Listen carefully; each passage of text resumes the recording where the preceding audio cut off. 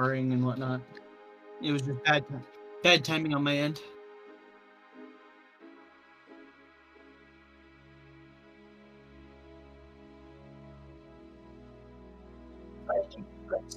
Sir, I dropped him. It is He 2 wasn't minutes responding till. to me.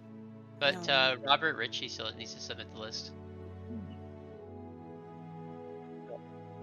Gaming. He's in chat with us right now.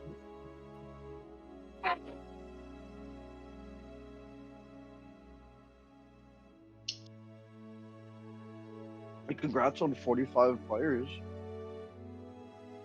Like, that's amazing. I think they want that protoform. That protoform. Robert, do you need help? Robert? Alright, I'll take him to another table and ask him. You just pulled him into the void. He already submitted. Yep.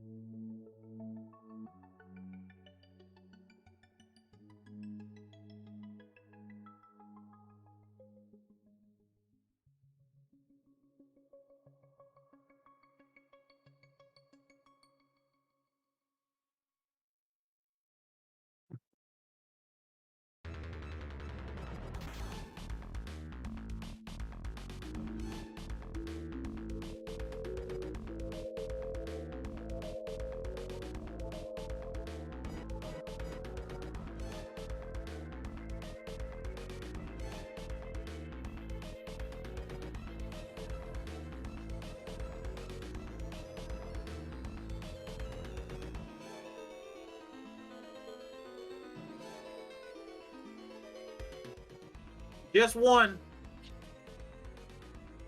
Zach, you're freaking awesome, man, and I can't wait till you come back to Indiana. That's not a question. No problem, man.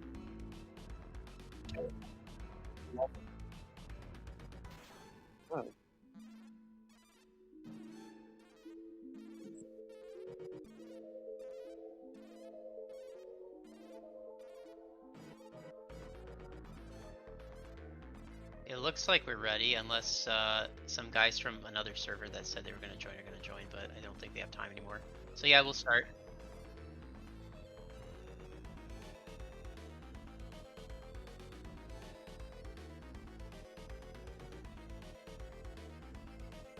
Round 1 is up unlimited, on Limitless, and I'll post the pairing. Get started if you can see them. 14.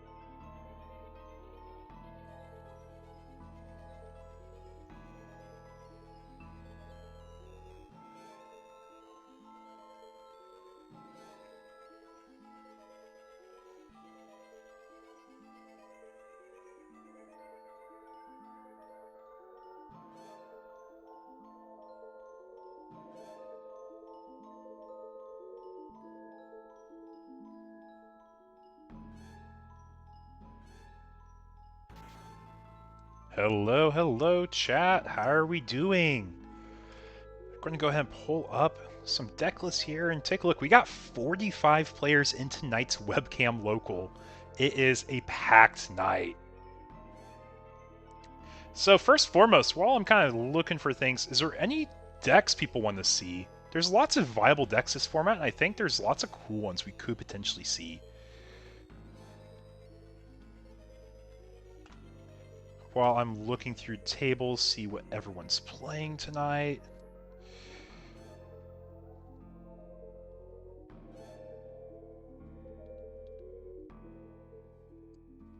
I think this might be the fun table to start with.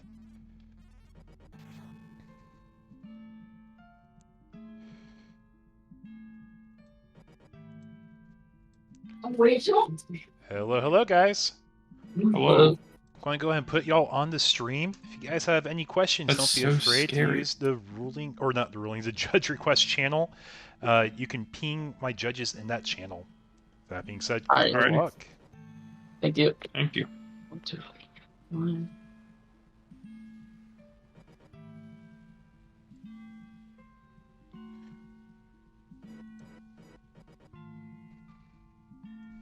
Oh, not that one. Doop-boop-a-doo. This one, the one I call Webcam Locals.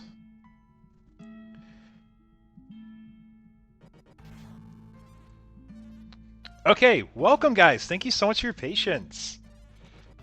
So tonight's Webcam Locals is 2.0 proxy legal format. So anyone who's excited to try out a bunch of new cards, this is my second Webcam Local. I was about to say first, but it's my first really big one. Last week we had 29 people. This week we have 45 players. But we have 2 players that we're featuring. We're featuring, I believe it is Machine Wash at the top here, and at the bottom, I believe it is Michael. Got some exciting decks to see, something we don't normally see in the format. So we're going to start with opening up that Demi Merit, and we slam that Analog Man down. For anyone who doesn't know, Analog Man indicates we are playing a Machine Cyborg deck. And we're opening a Red Koromon and a BT2.0 Uko. That probably indicates, oh, it's actually Red Hybrid. I was about to say it looks like it's going to be Ancient Garuru with Red base. But for anyone who doesn't know, we actually got new cards of support for both of these decks. Red Hybrid got quite a bit in forms of a few Tamers, a few Hybrids, the Gigasmon being probably the biggest addition, but that Gigasmon allows you to play the deck in such a different way than how you normally would. And Machine is a deck that just typically will find new pieces over the course of time because it's such a generic deck with how it builds. But with Ukomon and Double Analog Man, we're going to be ramping our Machine out really fast here. We'll get 2 more level 5s in Trash. Uko's probably going to swing, get a 3rd one in Trash, and then it'll enable us to actually go into any of our machines, even if we have a Floodgate going against us. But Uko will crash into a Tapirmon. That Koromon does get a draw because the security is removed, even though it dies in battle.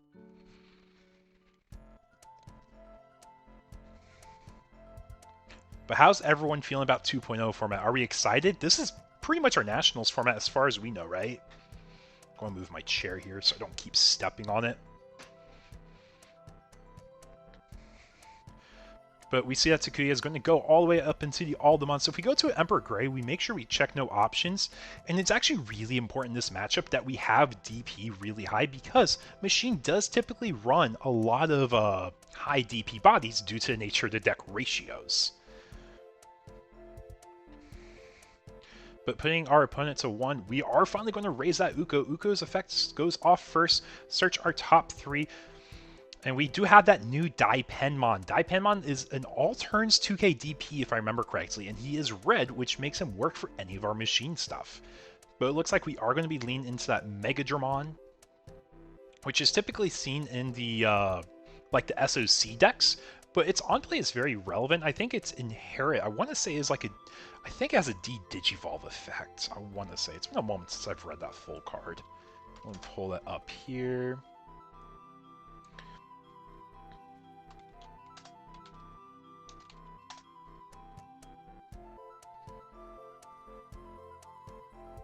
Megadramon. When attacking D-Digivolve 1. Yep, that's exactly what it is. So it's a really good way to tempo out board, especially with all the aces that are starting to be played in these formats. It's a really good way to start picking apart boards and breaking them. And with Lord Knight being a deck that focuses on battle and collision, Machine Dramon is a deck that can actually answer it really well. So if we're looking at a spicier anti-meta rogue pick, I think Machine's actually not in the worst spot. The biggest hindrance to Machine Dramon is the fact that you will see a lot more memory blocking floodgates in this format. You won't see as many play cost reduction floodgates as we did in the last format. It's going to be more of a Evo reduction and memory that we're going to see the floodgates for. Sometimes the special summon floodgates because Lord Knight does do that a lot, and we're going to be playing around that.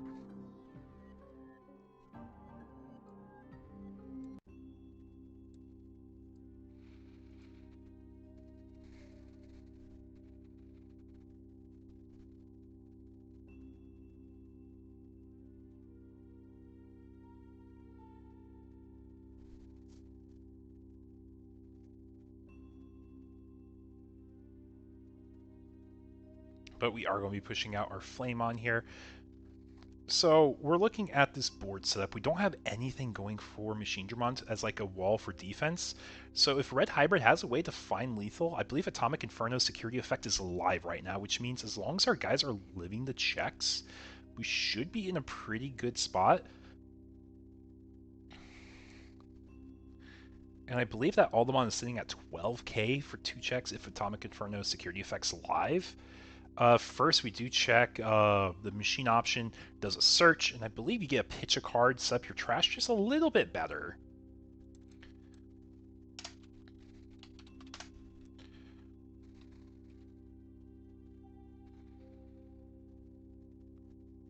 Trying to remember what that option is exactly. I know it does reordering of your deck for like its main effect, Supreme Connection, that's what it is.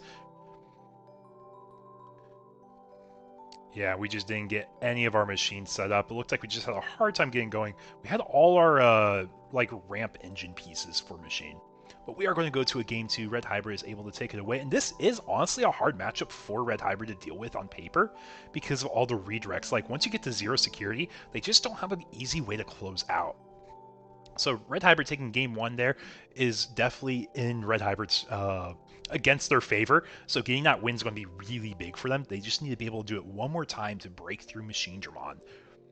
Also, real quickly, for people here in the chat, did anyone play in the OG Ultimate Cup formats where it was color restricted? For those Ultimate Cup format tournaments, you could only play one color in your deck. Or like, you have to focus on one color in your deck. So, in the OG format, Bloomlord was one of the best decks, but Machine Dramont was also really good. And because Bloom was good, Red Hybrid was good. And these are the monocolor builds, you have to remember that. So Bloom and Red Hybrid are kind of like the rock, paper, scissors triangle on one side, but then you add Machine Dramont, it beats Red Hybrid, but it loses to Bloom because they had Quartzmon. So you actually saw that matchup quite a bit back in the Ulti Cup format days, when we had the monocolors. But then when we started pushing forward in formats and got around BT14, then it became blue. Yeah, exactly, Ludian. You remember this. BT14, we had the trainings introduced. Mirage became the best deck in Ulti Cup format then. And when it was the best cup in Ulti Cup format, it became Mirage Mirror. Mirage Mirror. And fun fact, for anyone who doesn't know, when Mirage uses the burst mode effect by returning a tamer to hand, that's not adding a tamer to hand by effect. That is paying the cost of burst Digivolution. So it does not proc a Mirage in the mirror. And that was the most commonly asked question in those mirror matches. But it looks like our players are going to mulligan. But for anyone who does not know, tonight's webcam locals, yeah, the Blueberry Digimon, exactly.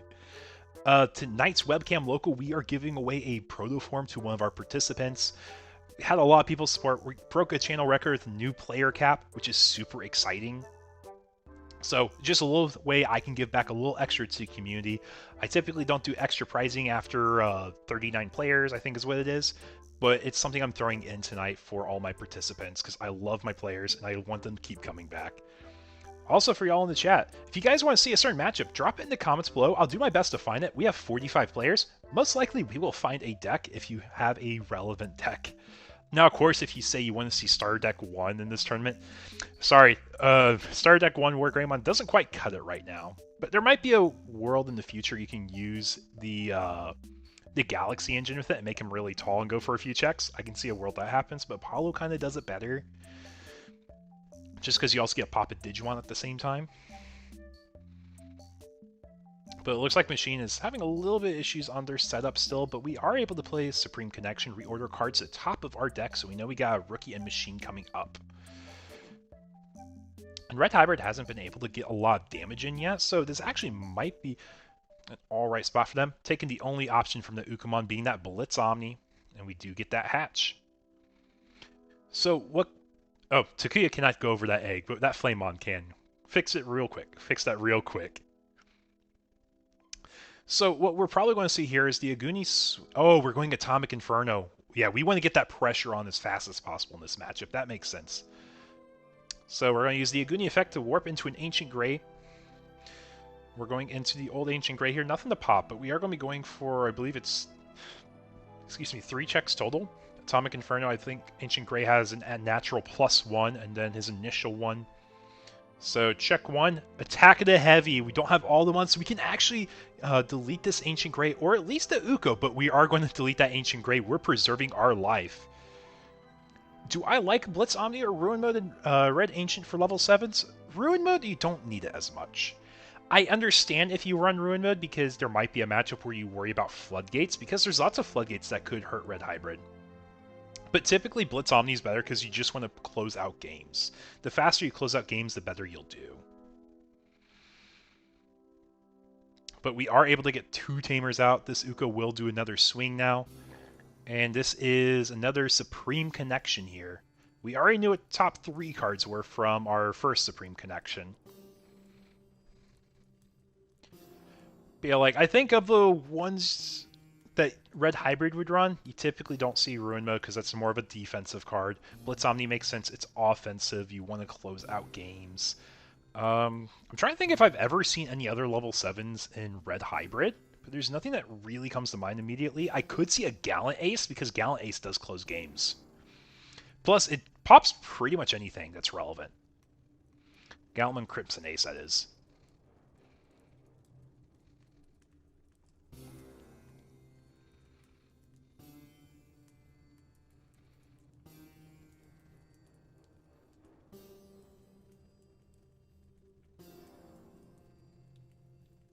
And we'll be cracking the first Supreme Connection. I believe this will reduce the play cost of one of our machines. And there's no floodgates on the board to stop any of our effects here, so we're actually able to just go off level 5 or higher machine or cyborg and traits reduced by 3, so this machine effectively costs 8, and you tuck the sources underneath to get memory for every one. So it's effectively a 5 memory level 6 here.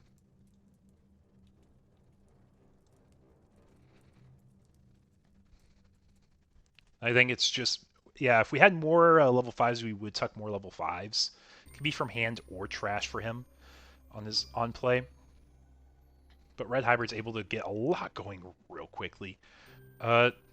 Honestly, the new Fixer Tamer is super crazy because you get more DP. Good morning, you miss any rounds? We're in the middle of round 1 right now. Welcome, TCG Tamer. Oh, you're talking about like after you warp, if you keep turn with the warp and then Ruin Mode. That makes sense. I see what you're saying. 10k is a lot. But I think your goal is just to close out game as fast as possible still. I don't think you really want to emphasize a 10k. 10k blanket's good. I'm never going to say it's not good. But there's other decks where if your goal is to do a 10k blanket, you play like Tau Loop instead. Yeah, exactly. Like, I think you do get more value of closing games. But maybe there is a scenario like you're playing against like Mirage Gal per se, and they haven't pushed out yet. You can definitely put a 10k blanket and just make them do nothing for a turn. Especially if you played out like a Tamer from an Inherit, because I think you run 8 Flameons that play a Tamer on deletion. So I guess there is some more merit to it. And we can definitely like, I don't think it's ever wrong per se, I think most builds typically don't lean that way. But like this new Takuya Koji Tamer, being able to tuck all your sources, you can keep tucking the promo Agunis to make your Ancient Grey cost effectively like 0 if you go into him like naturally evoing up, which I think is really cool. But we are going to go ahead and push it over to Machines turn 3, push out that Tapir.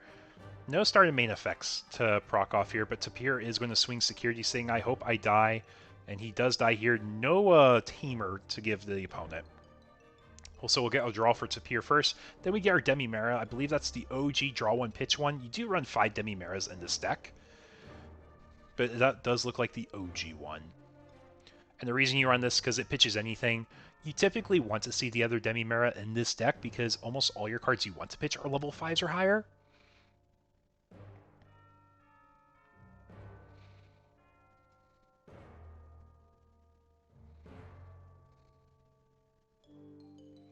Yeah, so we got our Metal Greymon there. I believe there's a Metal Mame underneath it too.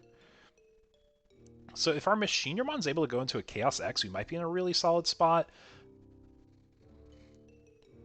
Because we'll just start recurring our value. We're going to swing over the Flamemon using Metal Greymon's ESS effect. I believe we have a Rapidmon and the Metal Mame.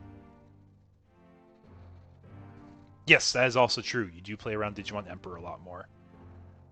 Yep, we trashed that security thanks to Rapidmon Inherit. It was Mega Dramon that popped the Tamer. And there is the Chaos Dramon. We're going to Digivolve for 1. Now we're going to go ahead and tuck some sources underneath. We got 1 from hand, got 1 from trash, 2 from trash. I think Red Hybrid will start seeing more play. I was kind of like not really giving any respect to the deck. But the more I started looking at the lines Red Hybrid had, especially with like your aggressive Ancient Greymon Warp and like 3-4 checks, playing a Gigasmon from his deletion effect that gets Rush on play or when Digivolving is a really good closer, and it's like a second Blitz Omni for the deck too. Not to mention you can just Digivolve over the Takuya Koji Tamer, give himself Rush if you play that Tamer out that turn. And you typically do in the combo with the Analog Youth, so you keep turn after you do an Ancient Greymon Warp. But it gives you the ability to like rush out this new Tamer. And honestly, this Tamer does so much because you just care about Takuya and name. You can cheat him out real easily. So Flamemon's going to swing security here. We don't care about the Gigimon effect probably. The issue is if we block, that Rapidmon is all turns, right? And I don't think Red runs any cards that say can't be blocked, can't be redirected. That's typically a blue trait.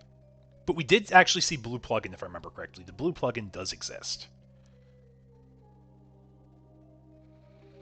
So it is very possible we can see something. But I think he's trying to respect a bigger body coming out. We only have 1 block and 1 redirect, I believe, in the stack. It might just be 1 redirect.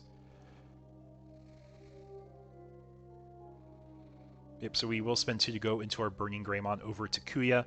We will attempt to swing security, use the warp effect, go into Alda for cost of 1 less. It will cost 1 because we have a Tamer in our sources of a hybrid. So Analog's going to go ahead and redirect it to Chaos Dramon.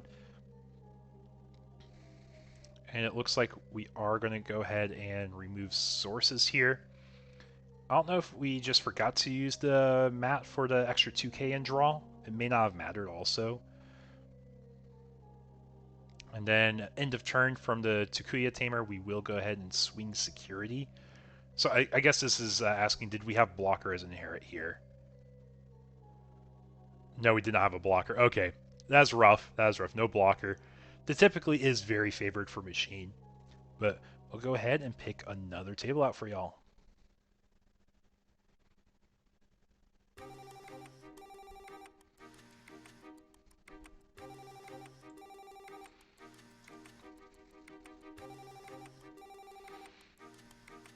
Okay, at the top screen here, we have Blake piloting Ancient Garuru, it looks like. And at the bottom, we have Robert Ritchie, also an Ancient Garuru. And now we're just saying, like, it may not feel like you really got a lot of support this set for Blue Hybrid as a deck, but the new Dual Tamer is really solid. I'm trying to remember if you got any other hybrids that you do play. You do have new yellow Tamer, or new yellow hybrids that are, like, dual color split. But it's typically more for the purple hybrid line. But I see there's a world you might run some of them in this. But if anything, you typically want to run the new Dual Tamer. Because it is yellow-red, and all your blue hybrid guys are at least yellow. With the exceptions of like some of the old ones, that is. But we're going to bounce that Uko. When we bounce the Uko, bounce our top security, do our 1 check, finding a Koji for our opponent here. If we have a Blitz Omni, we could potentially go for game here. Yes, new Lobo. You're right. You're right. I was trying to think. I'm like, I know there's new guys. You're right. There is a new Lobo. I think he's a rare. Here, let me pull up my card inventory. I don't have to have everything memorized here.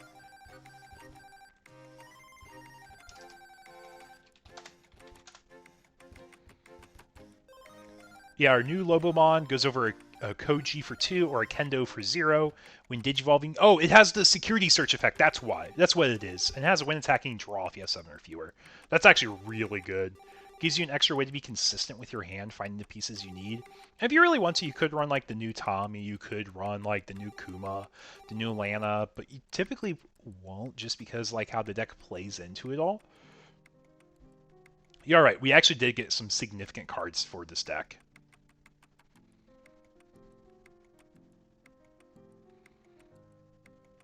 So our Ancient Garu did do a warp, so it does die.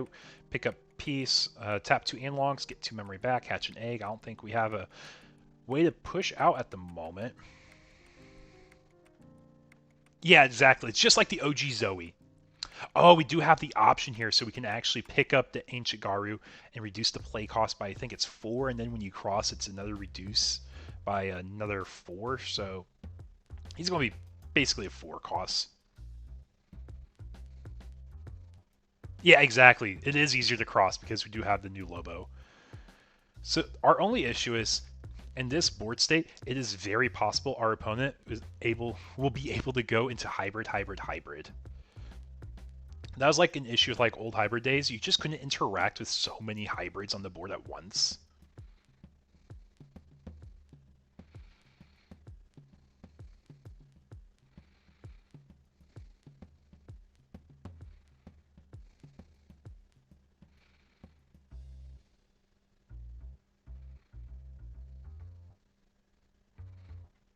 But if we're missing hybrids, this may not be as straightforward as the board state as I think it, or can say it is off the top of my head.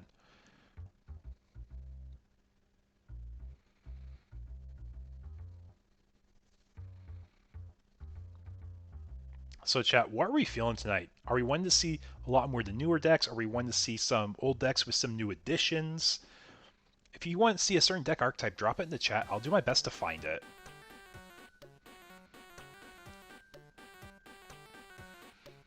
And after this game, I'll take a look and see what the meta breakdown is for tonight, in case you guys are curious. Because I know I'm curious. There's actually, I think there's a few Tyrants being played tonight too, which is pretty fun.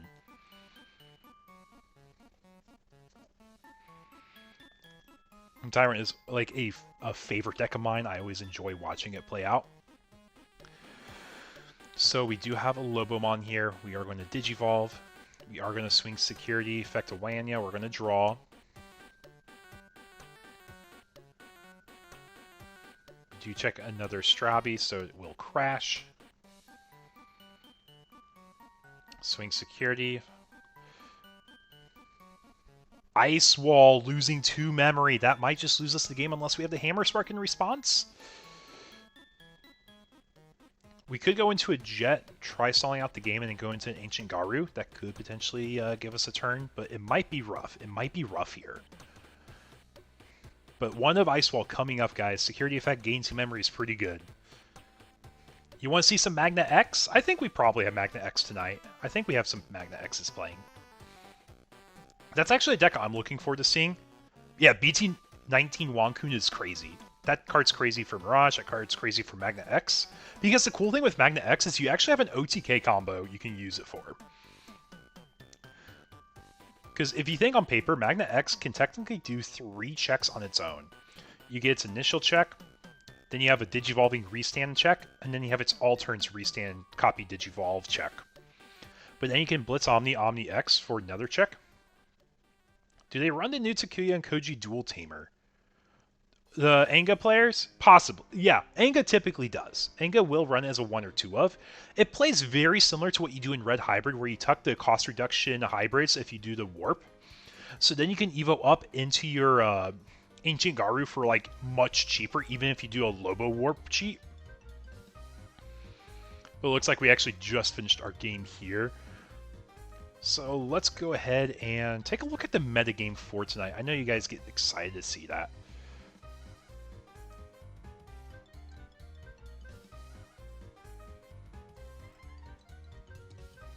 So for tonight's webcam locals, let me make this a little easier for y'all to see.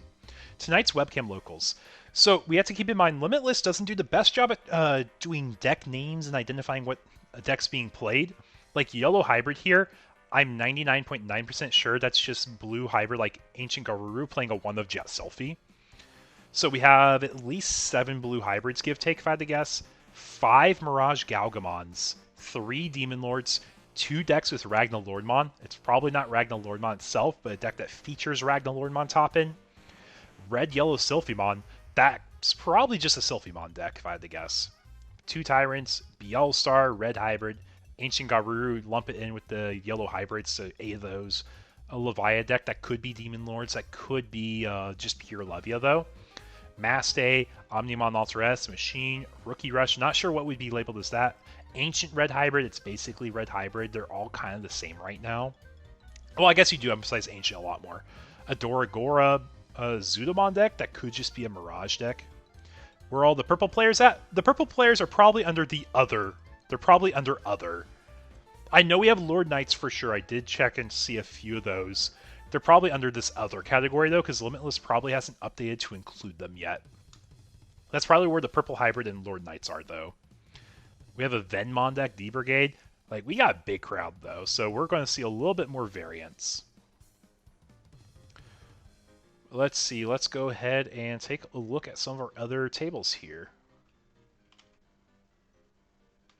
Let me put this back over here.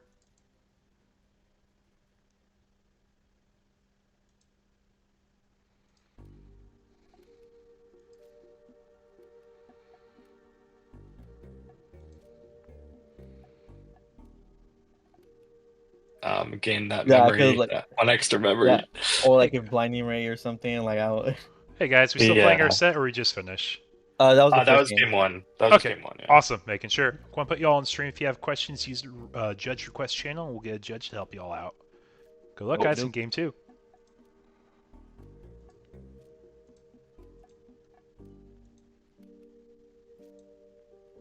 There we are, guys. Getting a game 2 here. This is between Law X and I'm trying to remember the other guy's tag. I'm a little rough on that because I do have stream mode on.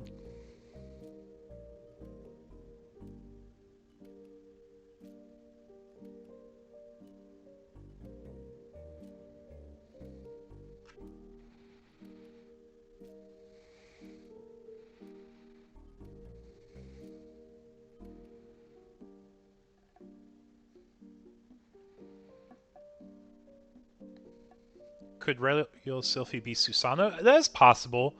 The Sylphimon, or Jet Sylphie, if it's Jet Sylphie, yes. I'm thinking Sylphimon like the bird red-yellow DNA body.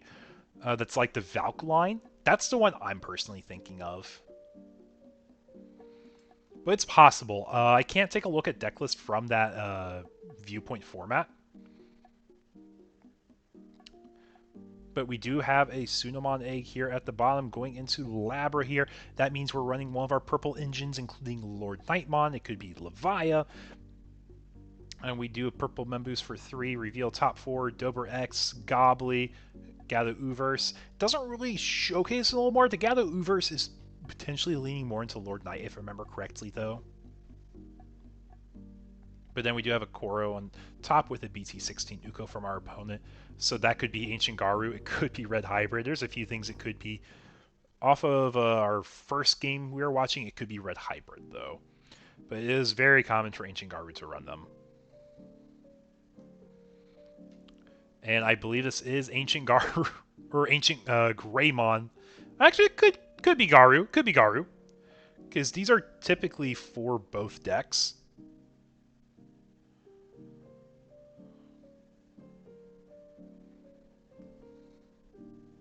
But we see Core.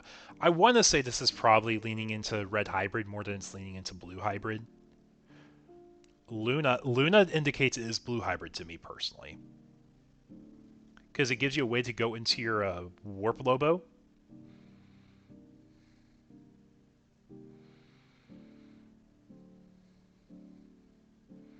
So Uka's going to go ahead and take a chip at security here.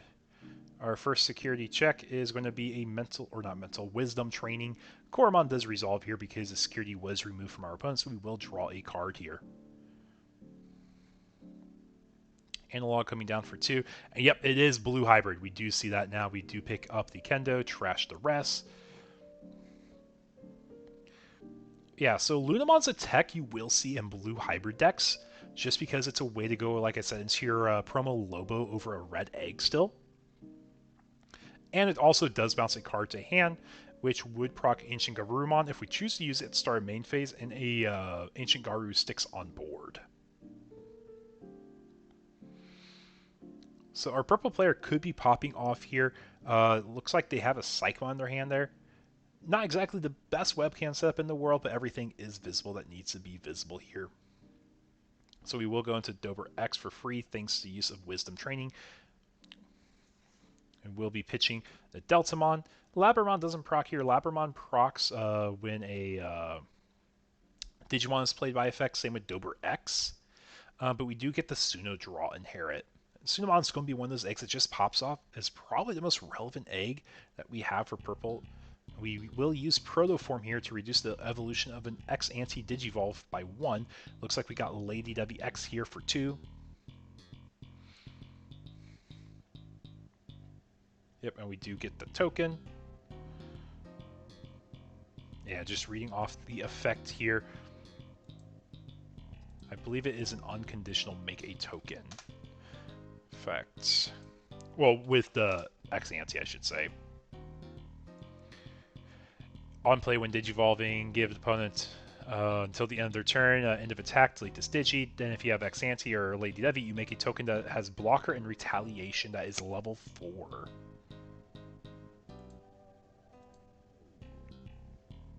Yep, so Uka will have that effect, so we're going to use the dice to help indicate that. Then we're going to go ahead and play out the Deltamon from Lord Knight's effect.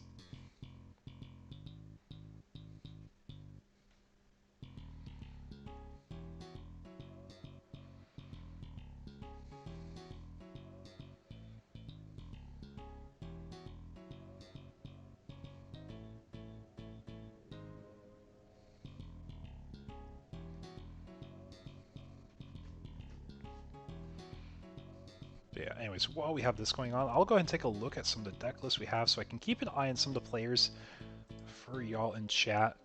Because we requested a Magnamon deck. I'll see if I can find a Magnamon for y'all.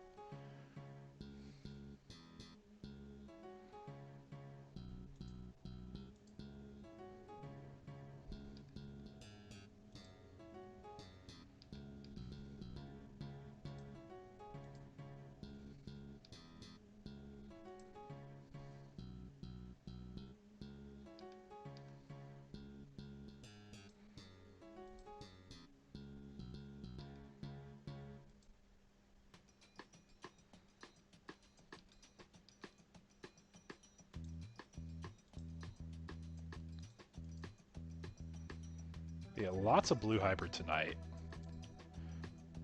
Lots of blue hybrid. Good amount of Lord Knight. Lord Knight didn't get pulled out by the limitless name thing, so it's all under other. So that's why we didn't see any by its own definition there.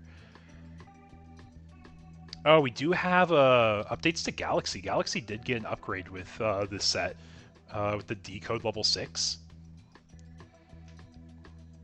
Yeah, lots of hybrids tonight. Lots of hybrids. Ooh, I think I got our deck for next round if I don't find a, whatchamacallit, a Magnamon for y'all.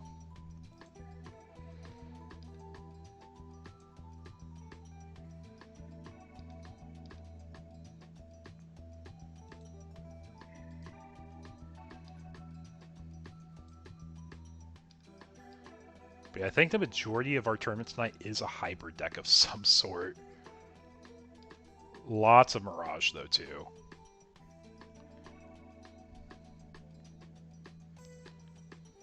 Okay, this is a spicier deck here.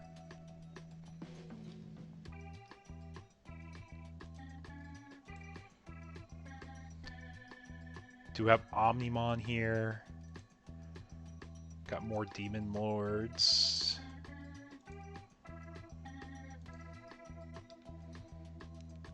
Got some Lord Knight.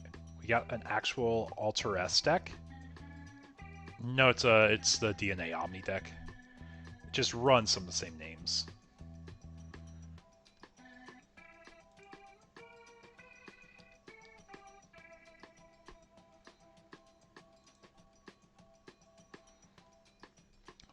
You had fun with Enter and Swing Dual Tamer getting to Ancient Guinea Stand board.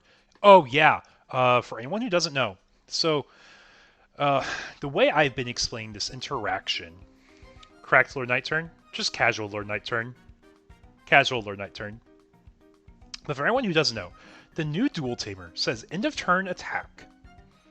So you're going to attack with your hybrids, and you can use your like Lobomon or the, I think it's the Burning Greymon, that both say like win attack or win digivolve. I can't remember. I think it's win digivolve because you start the combo from a win attack from the Kendo for Ancient Garu.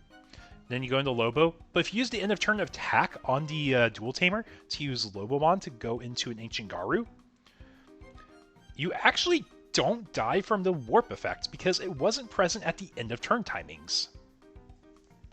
So basically, your end of turn window all starts at once. And if I'm missing any steps, let me know, Ludian, but I believe that is like just the lump sum of the interaction there.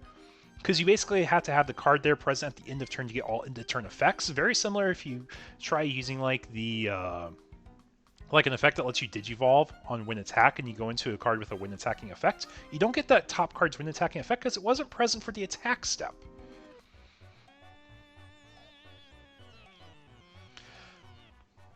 Yeah, so now we're in a spot where we're trying to break the board here.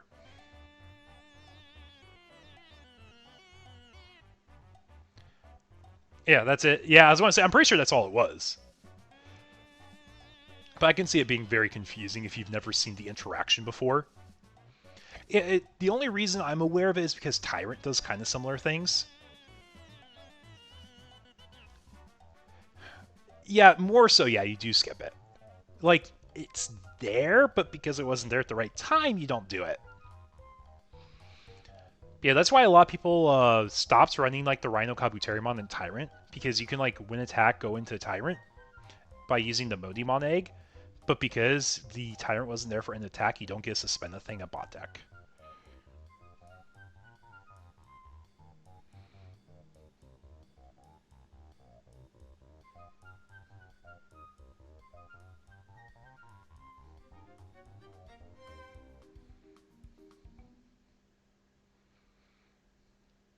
But yeah, so who's excited for this format for Nationals minus the LM set? We don't have that yet, but we will have that for Nats. Protoform on Lord Knight going to probably Lord Knight X here. Yep, there's our Lord Knight X for one less, so it's a free Evo. So we have a very strong board setup. And just reading what the effect is, he does have Collision. And Collision is just such a good keyword for breaking apart boards. That's something I was really hoping we got to see the Machinerbon use against the Red Hybrid player, because they do have Collision as well. But we just didn't get set up fast enough.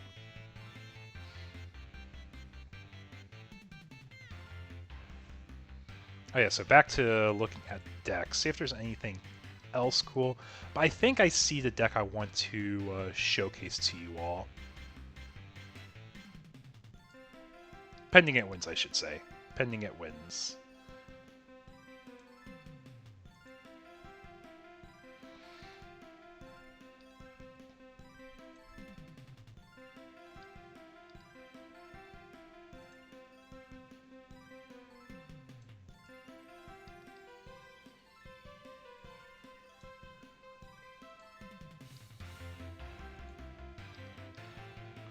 I think it was up here.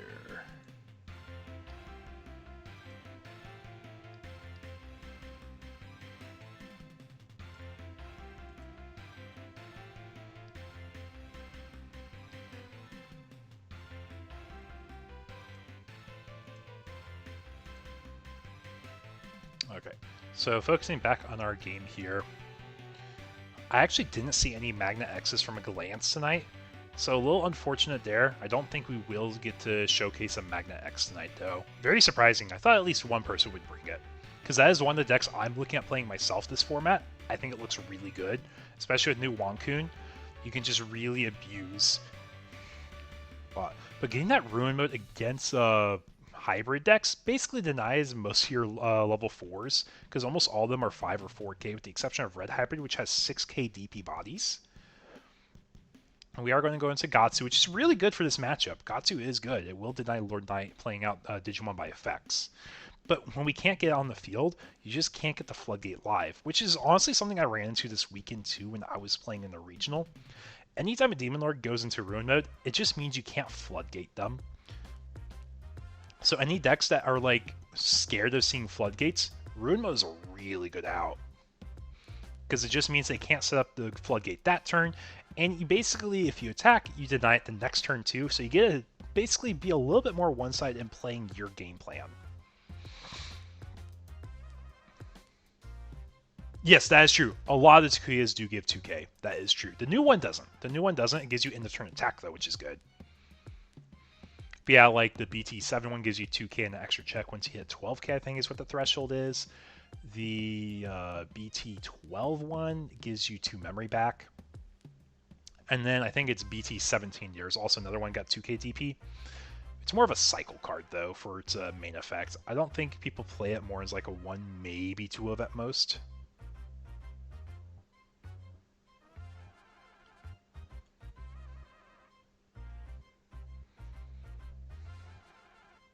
But for anyone joining my webcam locals tonight, welcome, welcome. Hope you guys are enjoying the game so far. We got an Ice Wall out against our Lord Knight opponent. So it will tax them 2 memory, but if they swing with a Ruin mode and pass turn, I think they're in a good spot. They get an extra recover, another 5k blanket. I just find it really hard to see them break through that board. Because the best you can do as Blue Hybrid now is just cross. Like, play Ancient Garu from your hand. If you have the option, play the option to make it cheaper to cross. Because you will be able to bounce the Lord Knight body at least. But we're going to play the Koji to choke them at 1. I respect that. It does basically force them past turn if they choose to attack, thanks to Ice Wall. But if they're smart, they're going to be swinging with Ruin mode. We just have to remember Protoform does not proc on a Ruin mode deletion effect. Because Protoform's only by opponent's effects or battle, basically. If you leave the field by your own effect, it does not proc Protoform.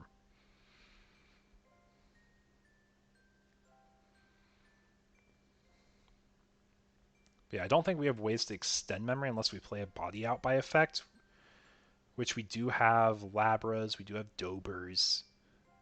I don't think Lady Devi does memory as an inherit.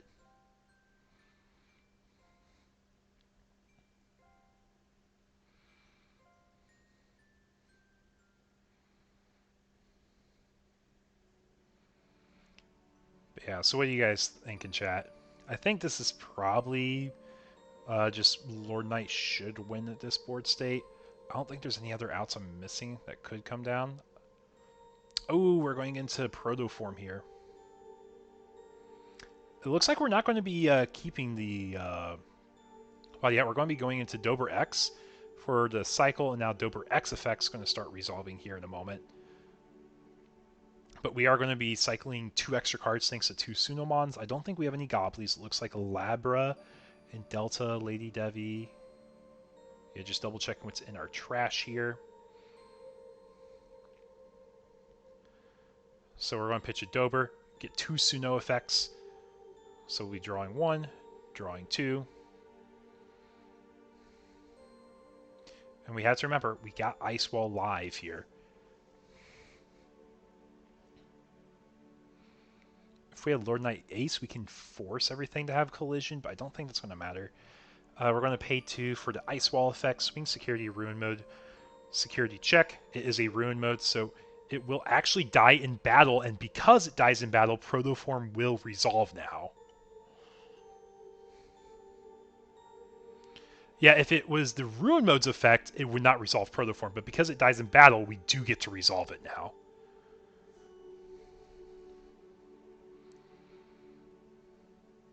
The protoform is only when it's when it leaves the battlefield. So real quickly, Protoform will resolve here because it died in battle to a Ruin mode in security. If it is Ruin mode's end of turn of attack, you wouldn't get it because it's because that's your own effect. But battle, it will proc. Oh, okay. Then let me decide real quick which one. That is a mandatory effect, so we do have to make sure we get that.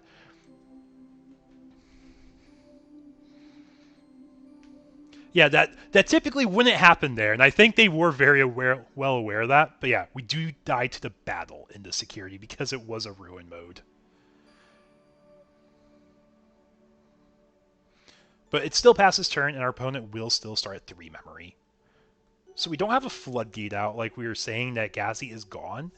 But we do have 2 more Protoforms, so if you try bouncing a body, we're going to get a recover. Like, we actually get 2 recovers, technically, if you try removing the board. And it just really showcases how strong Protoform is in Lord Knight and just decks as a whole. Not only does it turbo you up, but it also gives you ways to extend your security as well. So Kendo is a 6k body, 1k under the blanket of Ruin mode. I think we are going to attempt to combo off here, but because our DP is low, it could just pop off before get a chance to go up.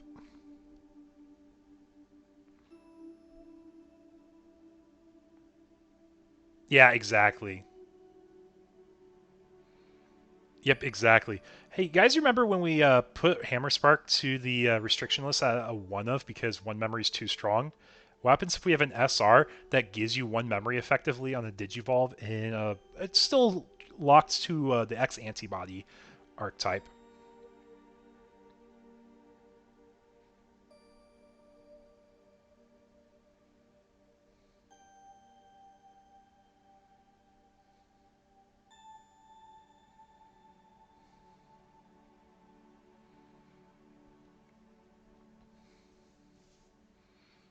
Yeah, it also grabs pieces, it recurs value, it makes sure you will see things that you need for your lines a lot of the time too.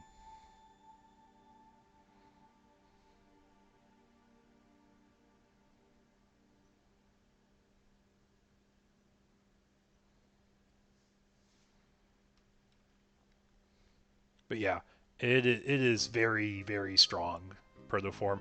That's why that card's getting balled out right now. Like, people are just realizing how much value it really adds to a lot of decks. In particular, it adds value to, like we were saying, Lord Knight adds value to Levia. Once people realize, well worth the $100 price tag, you know what, man? I knew it was a good staple. I never expected it to be this expensive here in the US. I never expected it there, but I think we also were all under the impression we're going to get the reprint too.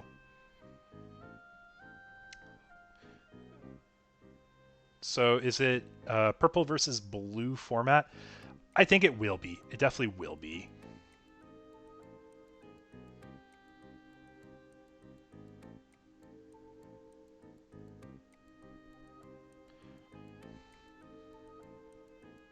He has the Delta Bar inherit. So just real quickly, did we add the Protoform to hand? It got bounced from Ancient Garu. Yeah, because I already had one security, so I just added it to hand. Oh, got you. Yeah. Yeah, they're just shortcutting. No, they're just sugaring. Oh, he shouldn't be able. Oh, you're right. He did have the 5k blanket, but he had 0 security.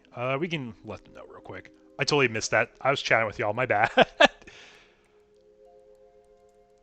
Also, just real quick, we did have the 5k blanket. I know the game's already resolved, but with that 5k blanket, once you go into Lobo, you get the Digivolve draw bonus, but you would die. Oh, he has the Atomic Inferno. I used Atomic Inferno. Oh, you played around it. Okay, cool. Yeah. Just making sure we're aware of that where the checkpoints were. Okay, thank you, guys. Yeah, like, because otherwise my plan was like, if there wasn't the 5k, I had the Analog Youth to keep turn with one Ancient, bounce something, and then play another Ancient and give him a bunch of memory, but then get rid of both bodies. But because I had to use Atomic Inferno on my guy to save him, that was the one memory that gave you one memory, basically. Okay, I appreciate you guys. Are we going to a game 3, or is that the end of our set? That was then. He won 2-0. Okay, awesome. Don't forget to report, guys. Yep. Thanks. All right, man. Okay, chat. We're all good. The Atomic. I'll be honest. I didn't catch the Atomic Inferno. I probably said it, but my mind's not processing it. We're all on the same page at the end of the day. It was fine. Sean, you're fine, man. Don't worry about it. Like, we knew it was gonna be probably a closed out game once we saw 0 security with like 3 bodies with protoforms underneath, right? And the fact that we got that protoform off the ruin mode too just like really secured it. It really secured it. Yeah. Also, for anyone who's here in the chat that loves playing in webcam locals, I love pushing community events a whole lot. So one thing I've been working on here, and let me go ahead and switch my view real quick. So right here in my Discord channel, I made this little graphic to kind of showcase all the webcam locals we have that go on every single week. Every Monday night, you will see me running a win-a-box, and sooner than later, DMV Drakes told me they did want to start doing their bi-weekly tournaments again. So they do things on Tuesdays. Dudu Destin's been doing Win-A-Boxes on Wednesdays. I'm also doing Thursday events now, and then DigiGalaxy with DigiQueen does run events on Friday. So if you guys are looking for other webcam local events, definitely check them all out, as I definitely want to support the whole community and help it grow everywhere we can. Because honestly, without you guys as players, and without our content creators, without our TOs, we wouldn't have a community that's able to grow and interact on a weekly basis, especially here online for people who don't have in-person events. Yes, that is true. Ancient Garu bouncing at level 4 with the Protoform meant he got the level 4 back because it got bounced. Protoform went to security technically, but there's another Protoform there, so that's why that went to hand. But then you pulled the level 3 back because it was underneath the sources. So you do get to add 2 cards to hand, yeah. That is true. It is a lot of value. Let's go ahead and take a look. We are wrapping up overtime here from the looks of it, so we should have our results in sooner than later, and we will be going to round 2. But I think I have a fun deck for y'all that we get to showcase. So next round, hopefully we get to see the deck actually build up to a stack. I know Machine did get a stack going in that second game, but it was a little too slow against Red Hybrid. But yeah, like I said, this is my all-time record for most participants in a tournament. Super excited to host all 45 of y'all. And like I said, because we broke 40 people, I will be raffling away a Protoform to one of my participants in the webcam locals tonight. It's just my way of giving back for the community, helping me grow, and showing off these awesome tournaments, awesome deck lists, and just honestly having a great time. I know we did have a ruling at table 3, so we probably had a short time extension there, but we should be wrapping up this round soon. But yeah, we're going to be showcasing a green deck next round, guys. A green deck did win round 1. So we've talked about meta, we talked about lots of blue, lots of purple, but what are the casual decks? What are the new decks that we're excited to try out? I'm considering Lucemon a fun deck right now until I see it actually top. It is a cool deck, but I think it's probably more in the fun area. I think bees are under the fun area. What else? Black Hybrid. If it's not Mother Shoto, it's a fun deck, but I think with Mother Shoto, it's Mother. Like, we're not surprised. And all our matches are submitted. We will be going to round 2. Magna Garuru. Magna Garuru is a pretty cool deck concept. The promo, it's pretty good. Okay, let's go ahead and pull up. I believe we're going to table 9.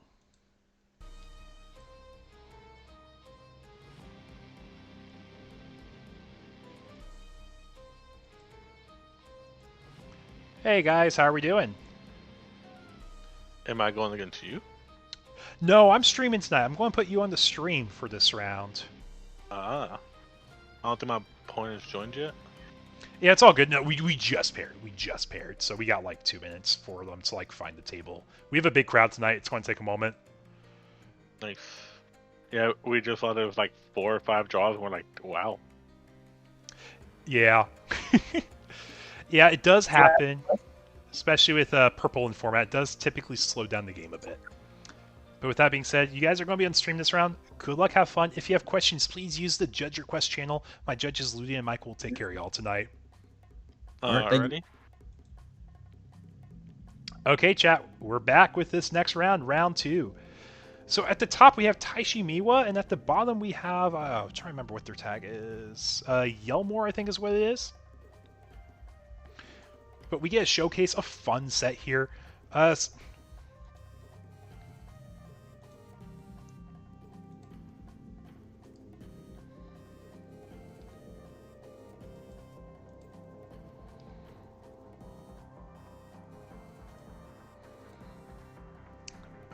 Yeah, the BT18 Magna has 3 colors. Magna Garuru has 3 colors. Easy to find the 3 color requirement. So what's the payoff of the option? I'm actually not sure. Also, by the way, I know I missed it, but thank you so much, Dominic, for the sub. I definitely appreciate it. Seeing your support for these types of videos and content, let me know I'm going in the right direction for the videos and things you guys want to see. I know 2.0 is a fun time right now. We're all kind of learning a new format because honestly, if you guys think about it, Japan's in a full BT19 format right now, right? We know Lord Knight X is good, but we're learning it at the same time they are. We're playing BT19, or half of BT19, with their full BT19. We're basically running in tangent with them right now. So I would say probably next set, we're all going to be discovering new decks together, which is probably the biggest part I'm super excited for when we go into the global release. BT21 is going to be such an exciting time. You tuck up to 5 hybrids from trash to Evo for 3 instead of 5? Okay, gotcha. So it's kind of like Awakening of the Golden Knight for Magnet X, but it's for the hybrid deck. I got you. I'm on board.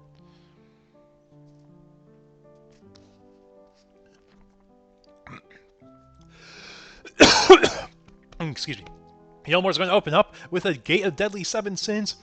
We know it is Demon Lords, but then we see Taishi Hatch, and we are playing bees. So how are we feeling, chat? We get to showcase some bee action, and we're going to be playing Kokabuterimon here 3 to search our top 3 cards here, or top 4 cards for Insectoid. So we get to see some Royal base action here at Table 9. Both these players did win their first round.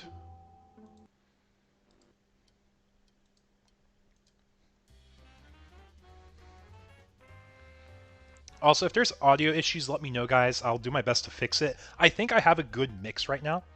Bees, bees. You hope bees sweep? I told you guys it'd be exciting. I don't have Magnet Mountain X, but I do have bees. But yeah, Taishi beat a Mirage player last round. So hopefully we get to see some cool gameplay showcased here. But yeah, for anyone who doesn't know, the gimmick of the B deck is to have cards face up in your security, and when you have them face up in security, you get bonus effects. One of them gives blocker, I believe another one gives DP. Here, let me pull up the full line, just to make sure I'm not missing anything here with it.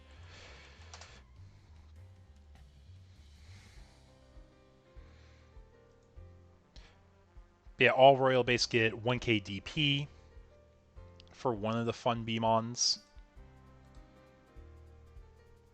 The Forge Beamon prevents Digimon from leaving by effects by placing him face up.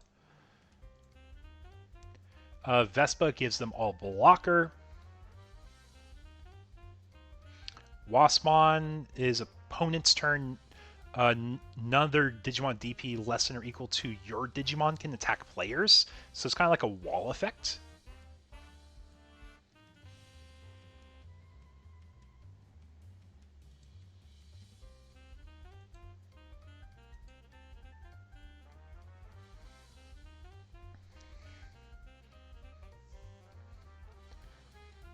You think the Bees archetype walks so these EX8 face-up cards could fly? I'll be real, I'm excited to see those options and see how they play out. Like, just the idea that there's a deck that, or you have like these aura type effects that you could put these cards face up is such a cool concept to me. It's basically the closest we get to like a field effect right now that you can set up on your game plan.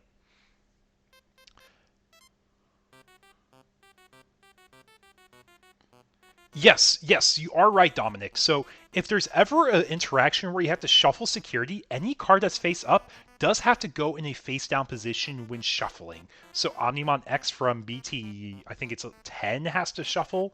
So after you crack it open, same with Quantumon. If they, for some reason, play TK in their own deck, in order to randomize, you have to shuffle it face down. Because you can't shuffle and randomize with things face up.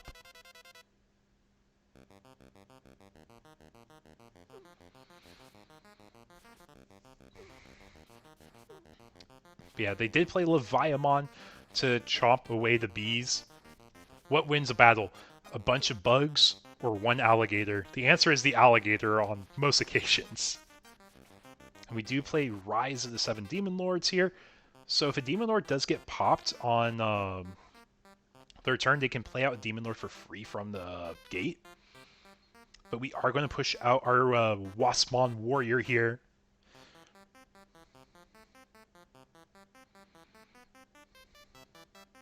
I believe that is our egg getting all the flips there. Love the flavor to be building a beehive in security. That is actually true. I do love that on paper. We are building the beehive. Yeah, all the bees are going into the hive in security. You know, there's lots of really cool like thematics that people put into, or the design team has in deck building. You're excited for EX8 Goma? Got the Riz? Okay, I'll be real. I love the fact that they're making brand new deck archetypes with a brand new trait, like NSP, DS, and there's a few other ones I know. I think that's really cool. Been nice having you join the chat and stream, Landon. Thank you for joining, man. We get to see some riveting gameplay here of Demon Lords versus Bees. I know those are two decks that you're actually kind of excited to play.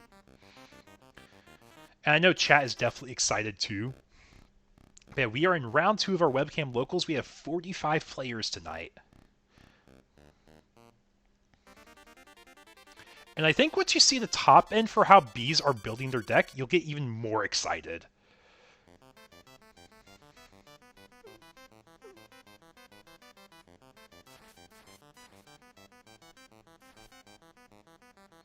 They're the OG Digimon traits or species classifications. I can't say I know too much about Digimon lore in that aspect, but I can see it, like, especially if it's like from a game type of thing.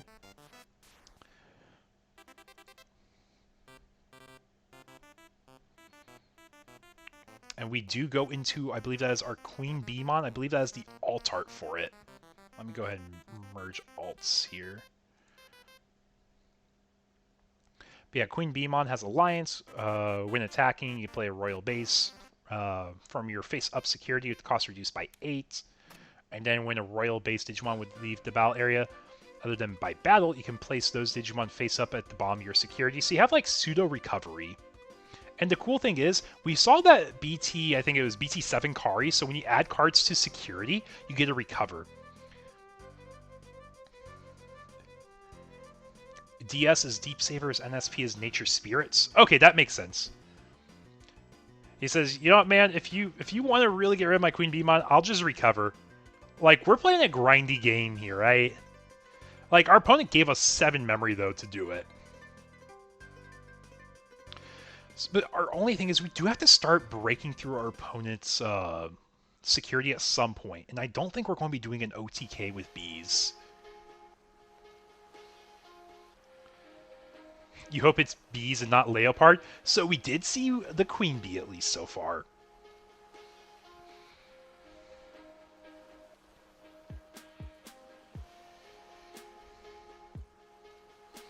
Now, one thing I will say, if I remember correctly from this deck profile, in case you guys are curious, there are 0 copies of Protoform in this Bee build. So if you guys want a more budget-friendly build of Bees, we definitely have a good budget build here that runs 0 Protoform. And we can see it's actually kind of got some good walls tankiness to itself. You're excited for Virus Busters and Dragon's Roar? Or I'm excited to see this matchup be showcased. Like, I think there's going to be really cool interactions we see here that matter a lot. Yeah, we're playing Beelza for the reduced cost because we got the Demon Lords underneath the gates. And we have Rush, so we're going to swing security for 1 check. And we check another Win R. Now let me refresh myself on what Win R does here. Win R, start main, if you have face-up security, gain a memory. So that's really good for the B deck because you're going naturally doing that. Then during your main phase, you can suspend the Tamer. And one of your Digimon may Digivolve into a Digimon in your face-up security. If this effect Digivolve, you can place 1 Digimon card with Royal Base trait from your hand face-up as the bomb security. So you basically do a replacement effect for your security when you go up using Win R's effect, but you can really turbo up really fast. Metal Empire is just going to be Machine support. Honestly, Machine can always get support, and I never hate it. I think Machine is a fun archetype. So we do have that Queen Beemon in security, so we can use Win R to go into it. If we don't have a thing in our hand, though, like a replacement, it will feel bad to just lose a life.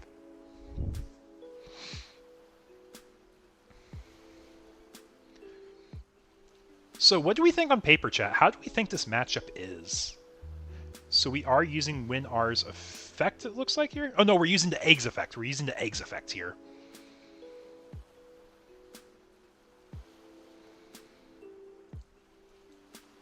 not me with the entire B deck on DigimonCard.dev in the background.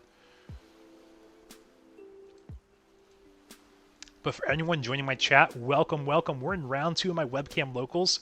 Tonight we have 45 players. So we are going into our Tiger Vespamon here. And all of our players are competing for a booster box. First and second place will both be packed out the exact same tonight due to our player size and having to end at 5 rounds just due to our time constraints. But I'm definitely excited to have some Digimon gameplay here. So Tiger Vespa's Wind Digivolving effect's not super relevant here, but we do have Piercing and Reboot on, what is it? I think it's a 13k body right now, maybe 14k if I'm missing an Inherit. Oh, we do have the Royal Base stuff, so we are actually quite a bit bigger, and we can pierce over Beelzemon.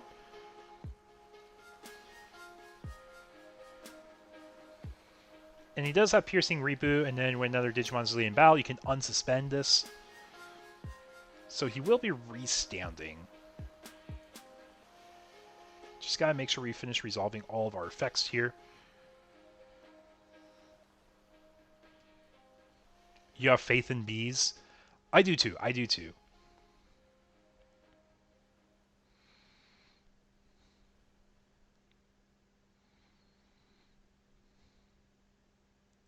Oh, we actually get a Levi out. What was it that got the Levi out? Was it a Beelzemon all turns effect? I think that's what it is. I know Demon Lords has lots of alternate effects. I just can't remember which ones have which effect. I know some of them play stuff out. I know some of them tuck extras and sources. One of them plays from trash.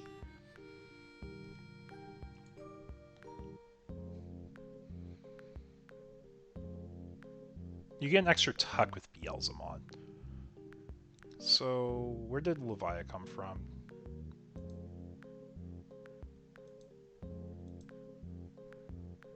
Oh, he popped a Rise. That's what... Oh, Rise is all turns, is it? I saw he had the Rise. I didn't realize it's all turns. Dang, that's actually really good. Holy cow. Okay, I see it now. I was going to say, I didn't think Beelzo was one of the ones that played out. I thought it tucked. Okay, I see now. We have a lot of things that go on in purple nowadays. We're all on the same page, though. We are on the same page. Hi, Phasma. How are we doing, bud? I invited you to come over for stream. I said you can commentate with me. Where are you? We do have our Fixer Kari here now, though.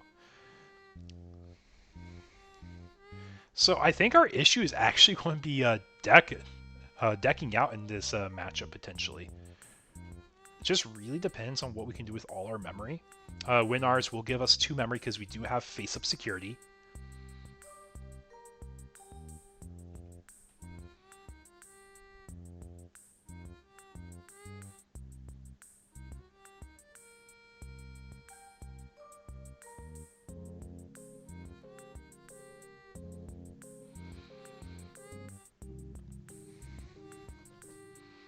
Yeah, I really like the use of Kari. Ooh, we got the B option here. I'm assuming this is a removal.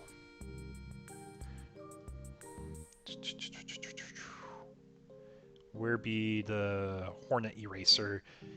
You may place 1 Digimon card with Royal Base trait from your trash's face-up security, then delete up to 8 play cost total worth of your opponent's Digimon. For each face-up security card, add 2 to the maximum effect. We have quite a few, so we are getting the effect. That's a nuke.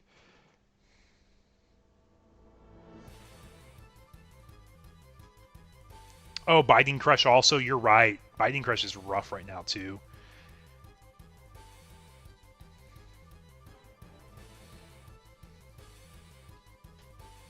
I feel like that any deck is just a single stack style of play, doesn't have OTK struggles. Most removal formats. Yeah, like you're saying, Landon, like, using Shoto gave your Chaos Mode blocker, that's what happened to me in the regional this weekend. Like, Brito set it up against me in Game 3. I saw he had 2 Agudos in trash. He had about 20 cards in trash he can summon from a Chaos Mode. So in order to deny that, I slammed a Paladin Ace for 9.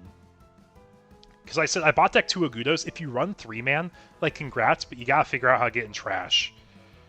And he did run 3, and he put me on the timer, and I just couldn't answer it fast enough.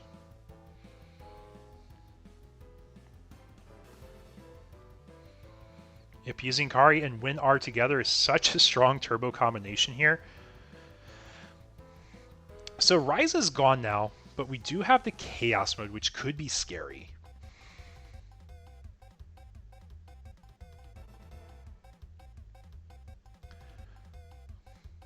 So it really comes down to like, oh yeah, we're going to start using our security to digivolve up, because this is a second hand effectively for the B player. Yeah, just reading the card out, say, I can tap him, digivolve into a guy in my security, actually. You think my hand size is the issue? Not really. This is just a second hand for me.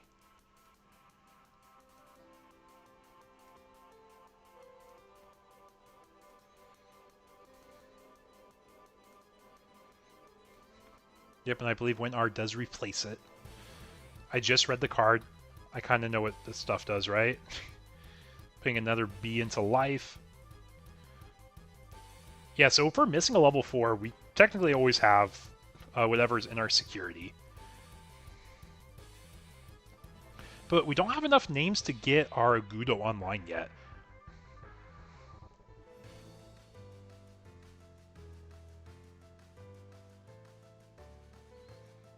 And I think we're debating if we use the second WinR here. Because I believe we have a level 5 in security, right? It's a little hard to tell from this point of view, but I think he does have a level 5 in there.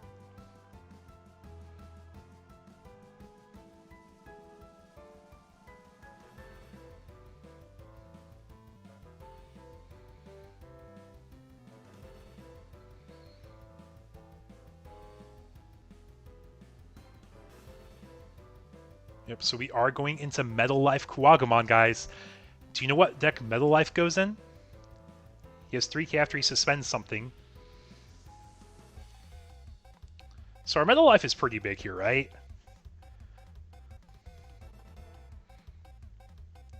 But I think you guys might be getting hints. If you see Metal Life, you're going to see a Tyrant.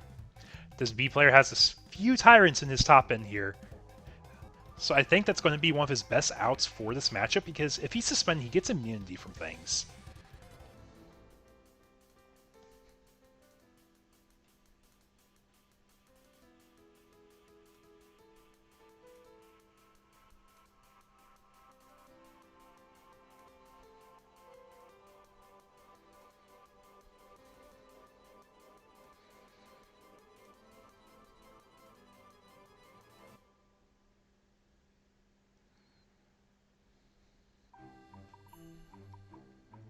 Yeah, I think our issue is just like, I don't think we have a good way to suspend Tyrant if we do have one here.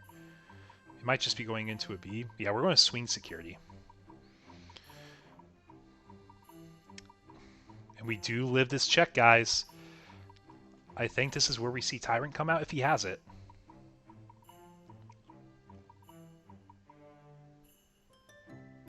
Oh, did he not live that?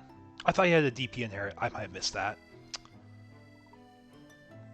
Yeah, we're just going to end on training for 2, but this is going to be a game here. We're out of eggs.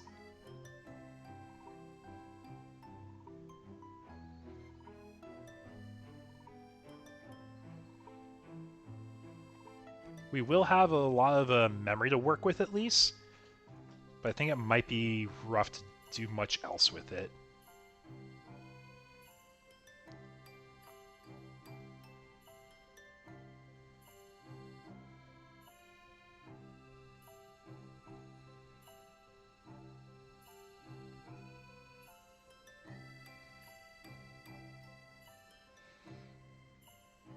Is that a Moon Millenniumon? Demon Lords went to a Moon Millenniumon, guys. Let me read a few more cards real quick so I know what's going on. I won't play when digivolving your opponent. Trash cards in hand until they have 5 left for every 2 cards. Delete one of your opponent's Digimon or Tamers. Yeah, so if we're going to be nuking the hand, nuking the Tamers, I think it's going to be GG. And we probably want to scoop and go to the next game to ensure that we have a chance of potentially coming back. But really solid tech, actually, in Demon Lords. Like, I think it will help a lot of your bad matchups now I think about it.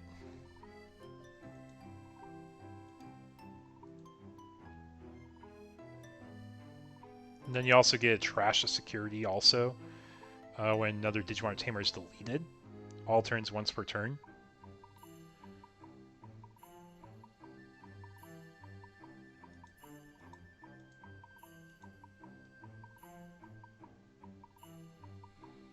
Yes, Moon's spicy and Demon Lords, I do agree. Did not even think about the fact that Demon Lords technically got support this set.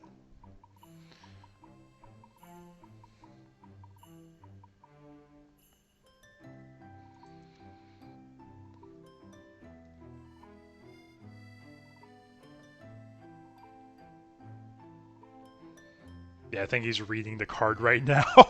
It's like, is that what it does? It's pretty good.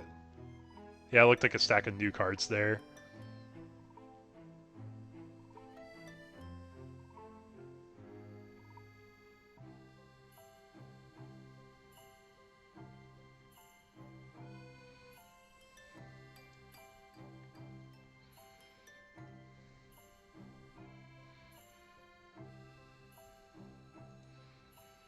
Yep, and it does have a replacement effect, so if it does get... Oh, they did technically get the Lucy X line, you are right.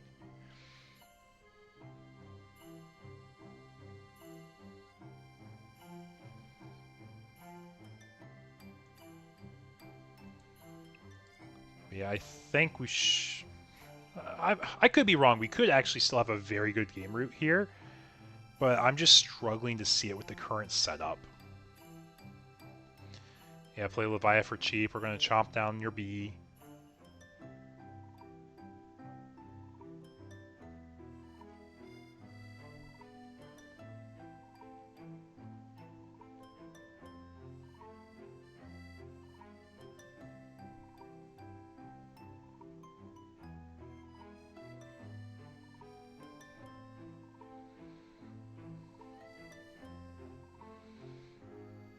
So we got Kokabu here. Going to search top 4, pick up Queen Beemon, and we are running out of steam in our deck. We're running out of cards. If we have a Paladin Ace, I can see this being a little closer, but we're going to Sting for 1. So our opponents go, they draw, hatch, unsuspend, start a main phase.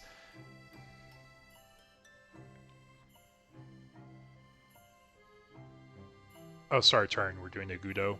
Yeah.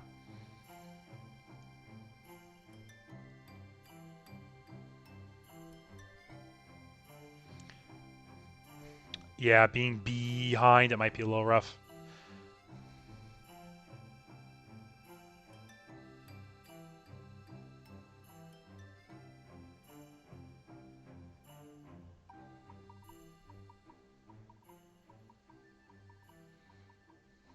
Six and 7 Demon Lords, different names. Yeah, there we go. We're getting ready to go to Game 2 now. But for everyone joining my stream tonight, welcome, welcome. I hope you guys are enjoying some 2.0 games. Round 1, we got to showcase Red Hybrid versus Machine Dramon. And now in this round, we're showcasing Bees against Demon Lords. They might feel like, hey, why are we showcasing like a bunch of old decks, Eagle? Well, we have to think, a lot of the old decks actually got support in these sets. This is a hybrid set. So all our hybrid decks technically did get support this set. Bees is a brand new deck, and we just saw the Demon Lord players showcase Moon Millennium on. So we technically do have some new cards splashed into some old decks, and the Moon Millie actually did quite a bit there. I don't think it, like, there's really a lot Bees could do at that point, but it just definitely closed out the game a lot sooner than, or not a lot sooner, but like, it's just like extra secure, that super safe game.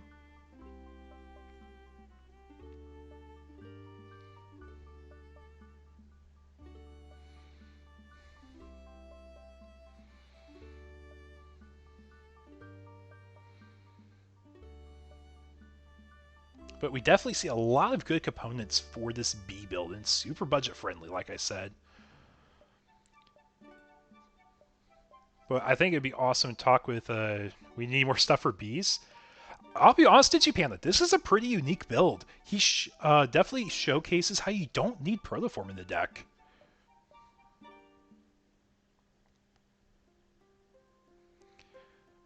Like, he emphasizes the win Rs with the Fixer Kari, the BT7 Kari. When you recover, tap her, gain a memory. That's pretty cool at the start of main phase egg. It becomes a memory egg at that point. And then he has a Tyrant top end, so he actually has lots of outs for other matchups. And not to mention, like, your Royal base stuff is just going to, like, start beefing up your other Digimon, too. But I do agree, Bees does need a full round of support. But we're getting ready to start game 2.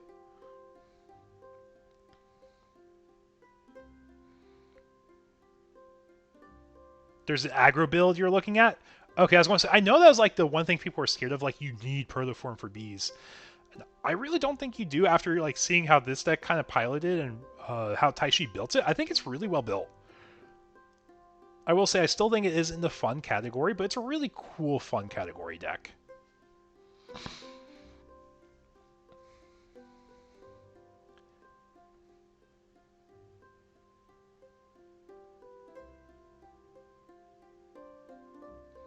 And we're going to play our Fixer Kari here.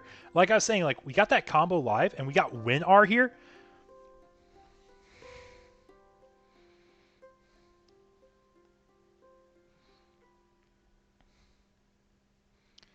But yeah, so we're going to get our Lucy started main search. Gate started main pop. Lucy, or not Lucy, Gate tuck. I promise I vaguely know what the cards do. But we do have a Digimon Emperor. We're going to try denying value here. But here's the thing. We got the Fixer Kari. It's not going to deny like us getting our full turn effects. So we're going to proc our start of main phase of our egg. We're going to be tucking a Royal trait. Or Royal base. Hand. And because we did that, we get a tap Kari because we added card security.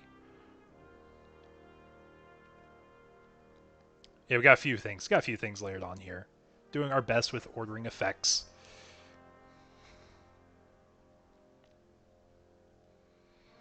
If we go up with our WinR here, we do have to basically forego like having a face-up card in security, right? No, it replaces. I have to remember, it replaces.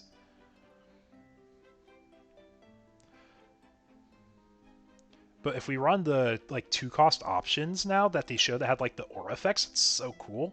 You can make it work with bees probably. It has the right traits for it, right? What's the green one? I think it just is a little bit more generic, I recall.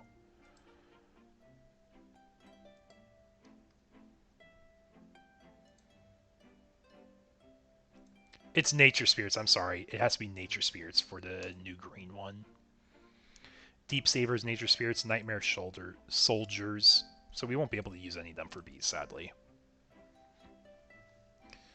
But we are building up a board of bees. So if our opponent has Levia, I think it's just rough. It's Levia. Oof. Oof.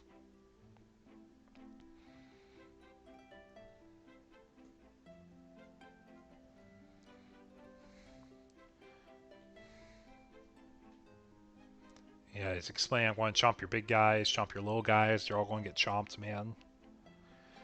And I think one of these level 4s does give protection when a Royal base would leave play.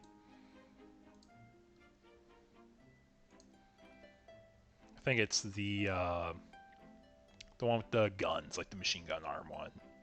What's his name? Forge Beamon. He has like a little claws. When the Digimon would leave by effect, place this Digimon's face-up bomb scary so they don't leave. So you can save one of the two. Because it substitutes the deletion. But it did pass turn. Levia did that. So start turn draw, unsuspend, hatch. Start a main phase. We're going to use our egg first here.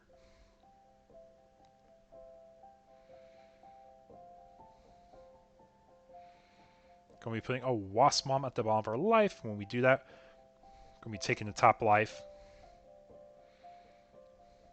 It does. I really like the floodgate it has.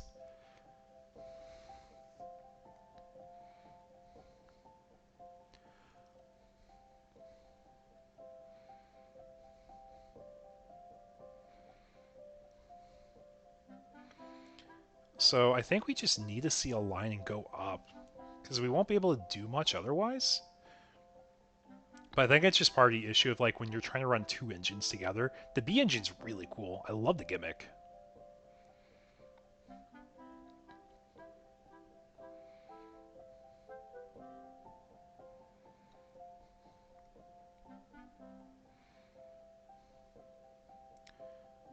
For 3, we're going into Metal Life, it looks like. Metal Life effect, suspend a thing, then give 3k. Looked like he chose to suspend his opponent.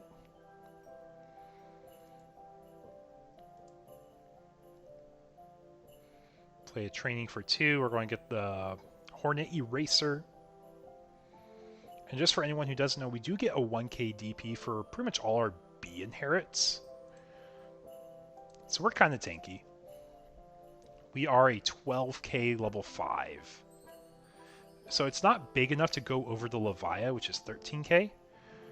Is that Vortex Resonance? Yes, that's Vortex Resonance. Are these Liberator too?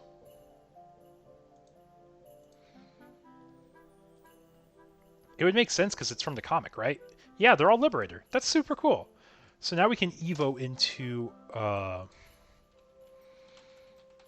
thing for 4 less, I believe is what it is.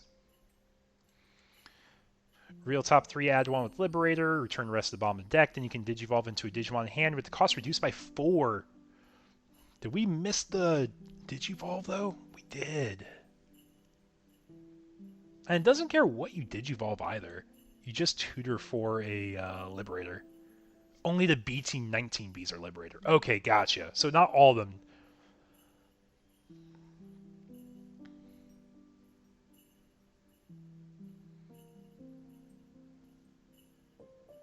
BT18Bs suffer.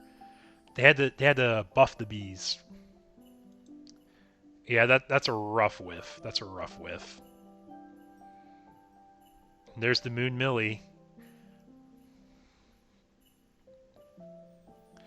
There's the Moon Millie to strip down the hand.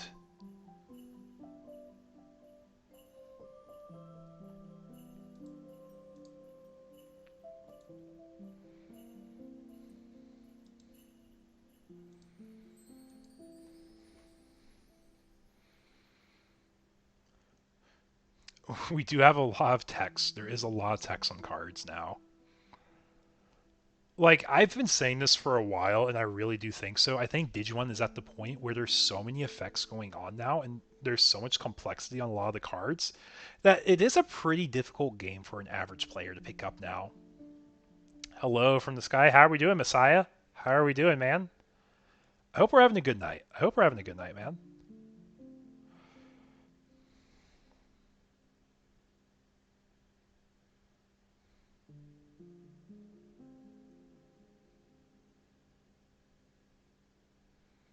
There's the Tyrant, guys. There's the Tyrant.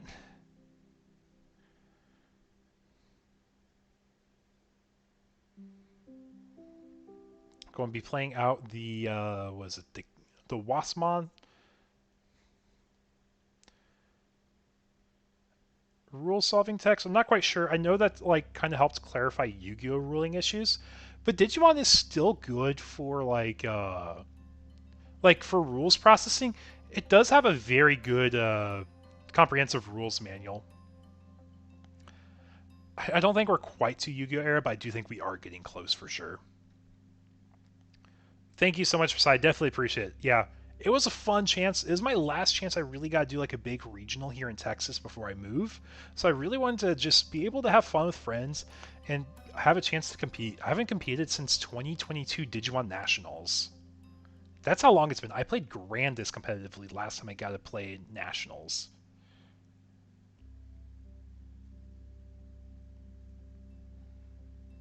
But now that we have this Tyrant on the board against Demon Lords, we will have one safe stack every turn now.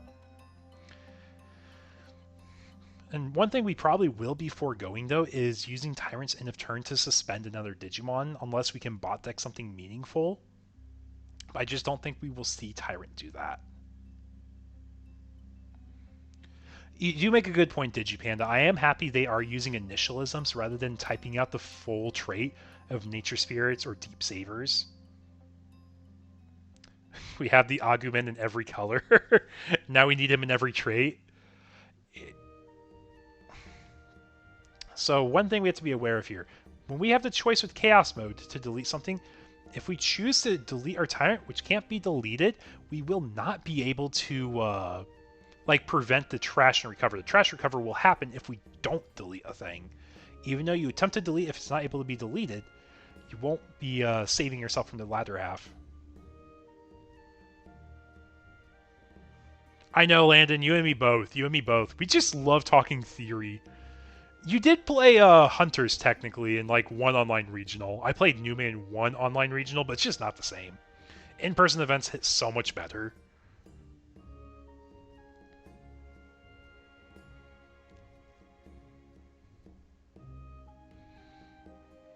Yeah, the one online event I got to play in the past year was Nume at full power in EX5 format. Oh, we had the option. We got rid of Tyrant. Our defense, our wall, it got removed. But for all 25 of y'all joining the stream tonight, welcome. I'm Eagle Lex. We're in round 2 of our webcam locals. We're in game 2 of Bees versus Demon Lords at table 9. And we just watched Bees with a Tyrant side mega. It got answered, unfortunately, by an option. And we got about 9 minutes left in round still.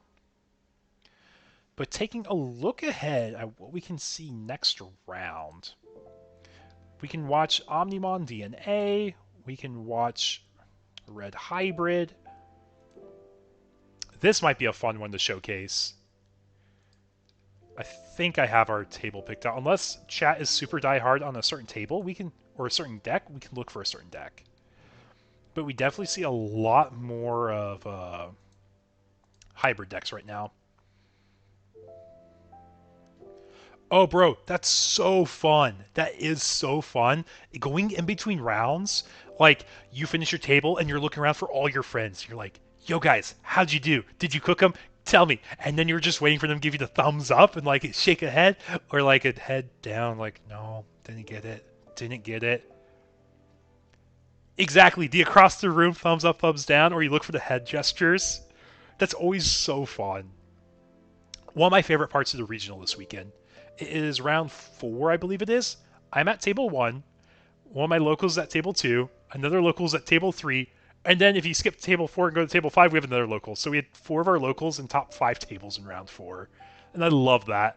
And then we all look at each other. We're like, we all hope you do well, but we just hope we don't get a team kill next round. Thankfully, we dodged all the team kills after that round. But it wasn't because we all won. It's because I won and the others split down. But on the right side, we didn't have that many team kills. I think we only had like 3 Austin team kills. But yeah, I agree entirely. I love seeing it, and I love rooting on my local homies, especially when I'm judging. When I'm judging, I don't get a chance to play, so it's really, I get excited to hear how my friends are doing. And that's one of the parts that gets me super stoked about in-person events. There is the inevitable story of like, man, he just ate everything.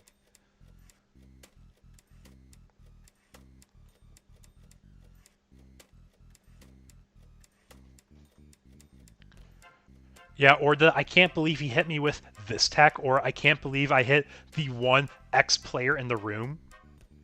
Like, I will be honest, I'm playing Mirage this weekend. I didn't want to see security control. And one of my locals went against security control round 1. I'm like, I'm glad you got the one deck I didn't want to see this entire weekend. I know on the flip side, people didn't want to see Mirage. Like the deck story players, they did not want to see Mirage at all. And I got very fortunate with seeing 2 of them in the early rounds.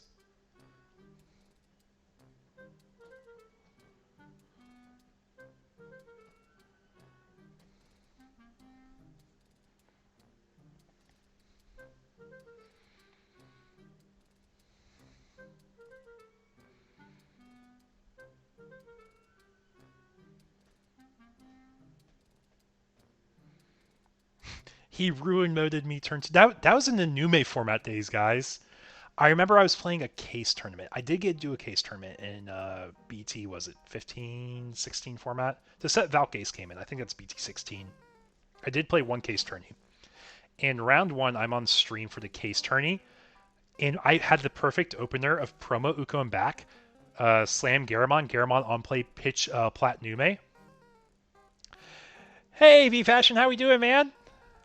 Thank you, man. I haven't heard from you in a while. I hope you're doing all right.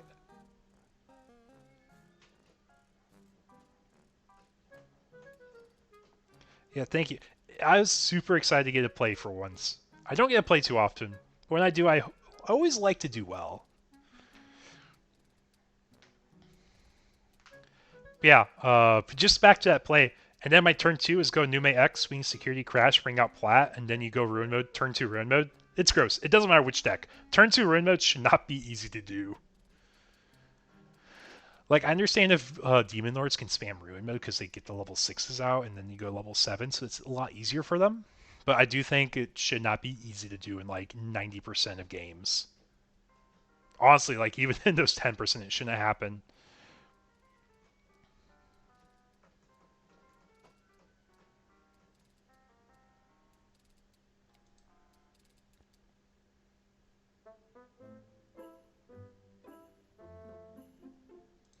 You saw Zavaga at table 90, bless that guy. Zavaga's a cool deck. I think there probably is a world it will be a like actual meta deck. It just needs more support. What does it need? I honestly haven't played the deck enough to tell you what it's missing. But I definitely know it's missing pieces like for it to be relevant. Like it has immunity, which is cool. Maybe it needs more DP. Like awkwardly, it might just need more DP. Maybe it needs more in-trait guys to search. Or maybe it just needs a way to play out more bodies. Like, I'll be honest, I just haven't put time into learning the deck.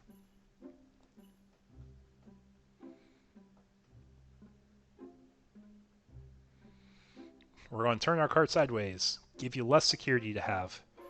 Because once we start getting your face-up cards, that's where things are going to slow down for the B player.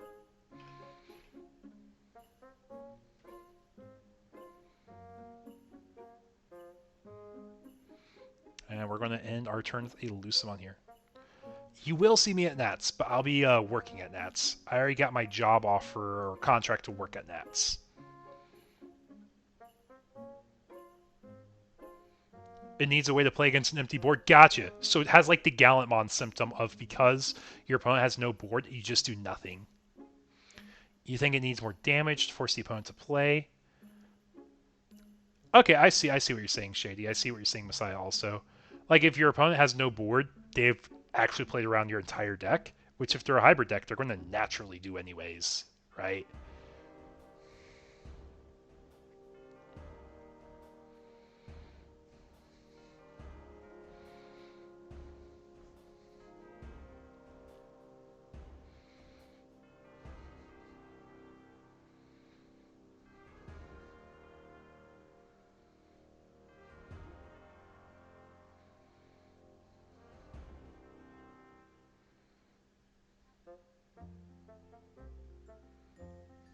Yeah, for all 30 people joining stream tonight, welcome. I hope you guys are enjoying this gameplay. It's a little bit of a grindy matchup. I was excited to see Bees. Demon Lords is definitely a countdown deck, so we're almost to the countdown condition. We do have a Gudo and Trash, so we're basically saying, B player, do you have an out right now?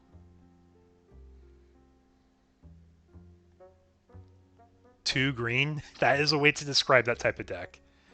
Like, at least Tyrant's, like, immune when they do their things. So, like, they set up, like, a wall. So, like, they're reactive, or they're, what is it? Not reactive, proactive. Like, you wait for your opponent to do something.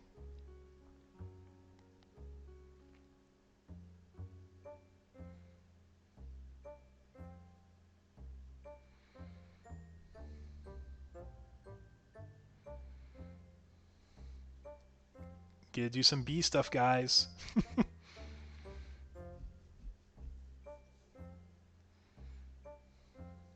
Yeah, just double check what Queen Bee does here.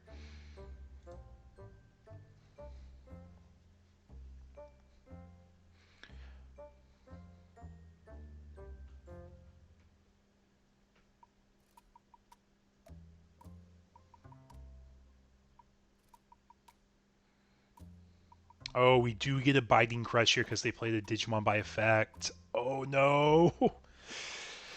Levi's going to chomp this board down.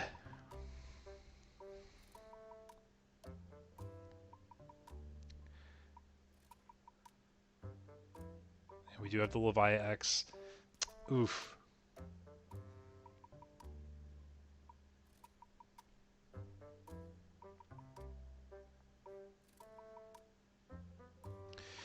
Yep, and now that board got cooked.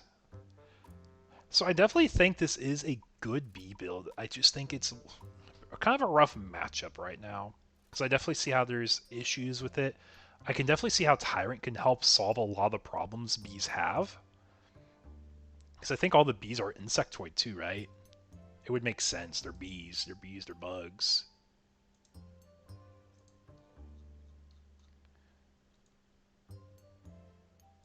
Are they actually not insectoids? Has insectoid as a rule trait. There we go. Okay, so Queen Bee is insectoid at least. Is Tiger Vespa also insectoid by rule? It is, so you can Tyrant over them.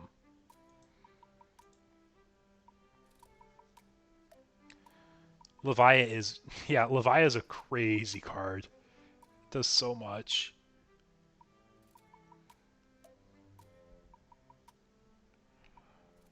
But yeah, and I think that's just the rest of the set here.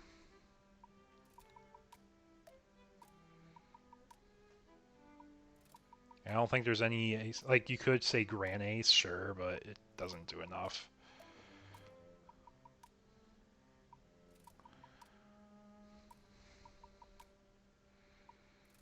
Yeah, effect of Agudo.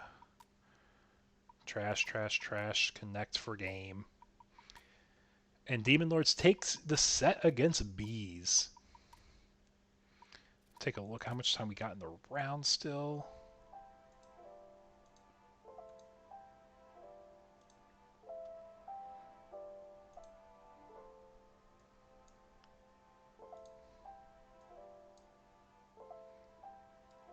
But I loved seeing the deck building there. Definitely a really cool build, the bees. And we are in overtime right now, so I'm actually going to go ahead and be right back, folks. We'll get some water. So, be right back with y'all.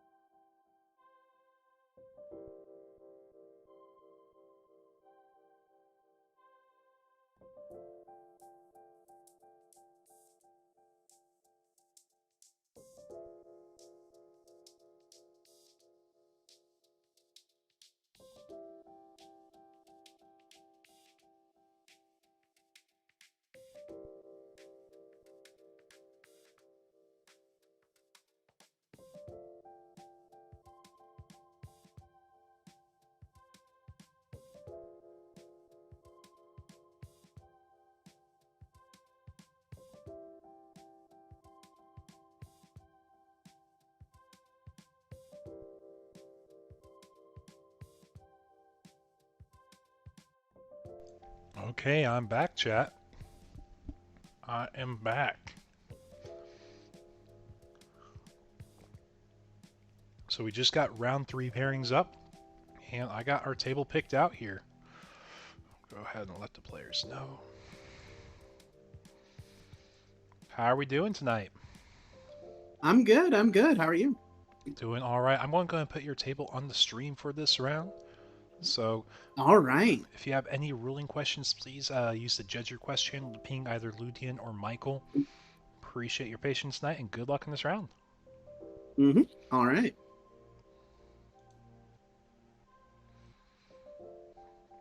Okay, guys, let's go ahead and turn this on. Okay, my face is a little lower here.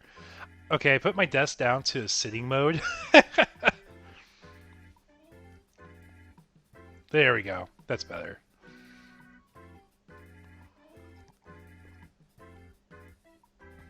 But we are at table 1 in round 3. The top we have Gleaming Gamma. And I will say that is a pretty pog-looking Tentamon playmat there. I'm not sure if it's a reference to something in particular, but it's pretty awesome looking. And then on the other side we have IDBW.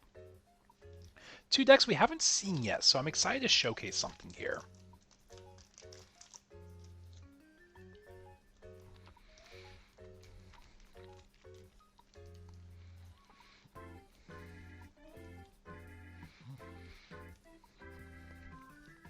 But I think regardless, next round, we will be showcasing a Lord Knight player finally.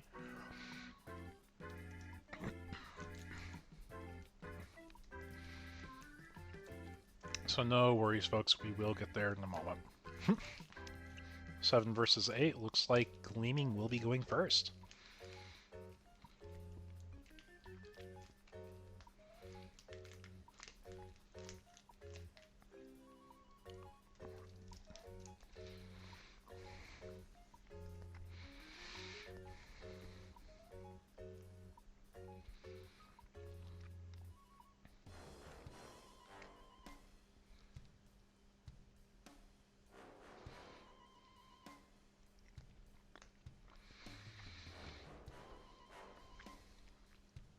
Okay, so we are getting ready to start up game 1 in round 3. That being said, our players are going to take us off. It's going to be Gleaming on play. I will say one cool thing about tonight's tournament, I've been able to showcase a different deck every single round, which is probably one of the coolest parts here. See a Coromon going into the Salamon, that's what it's called.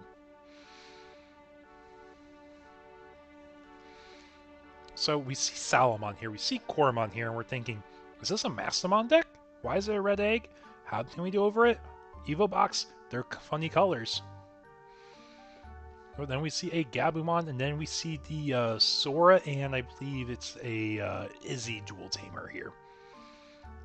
And that's the one that does a hand check at the start of turn for 8 or more cards in my hand, 8 or more cards in your hand.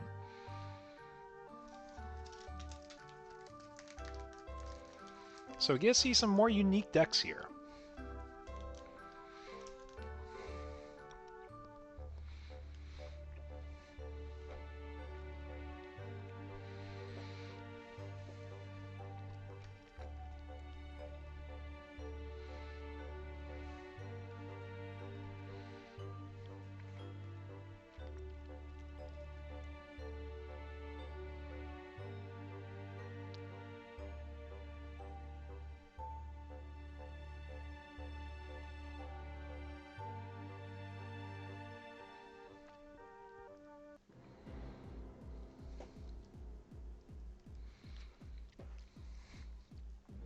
Yep, and we are just going to play the Gato for 4 there, not using its on-play effect to pitch a card to pick up a card. We see Gabu pushed out of Raising. When Digivolving, we're going to see him go up into an Ancient Garu. Ancient Garu is going to bounce a card. When we bounce a card, we're going to be bouncing top security as well.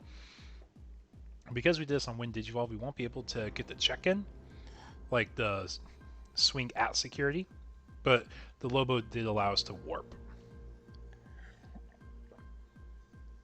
Then end of turn, this card will delete itself. When it deletes itself, we'll be playing a Tamer for free.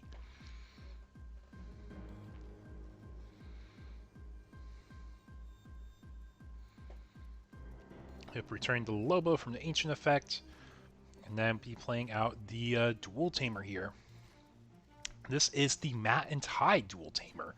Often you will see this played in the Omni deck. So we have a little bit more spice to showcase, not just on one player side, but on both player sides. And tonight's Webcam Local is a 5-round event.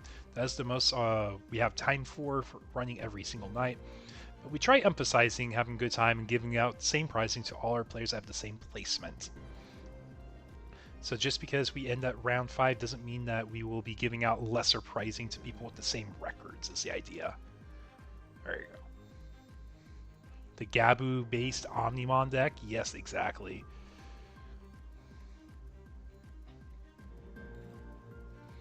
And we do find an Omnimon. The spice has been revealed. We know it's an Ancient Garu deck with Omnimon. Or Omnimon deck with Ancient Garu, I should say. And we do have Barrier on this Gadomon. So we're able to live the check regardless of what we check there. Going to Lynxmon for free. Nothing for Lynxmon to pop here. It does have Raid. It is an armor form. So it will be sticky on the board.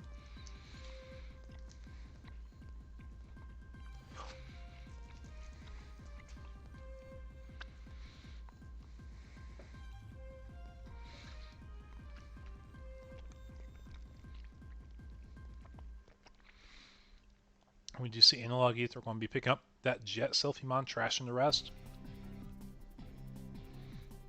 So not only will this body be able to live through basically 2 deletions, but one has to be battle technically, and then the other is a generic deletion prevent. But we do have that Jet Selfie in hand. I don't believe we have end of turn DNA set up anywhere. We'll be playing our own Analog for 2. Now, I think a nice thing is we will always proc the Dual Tamer for memory. We'll only got 4 Tamers down.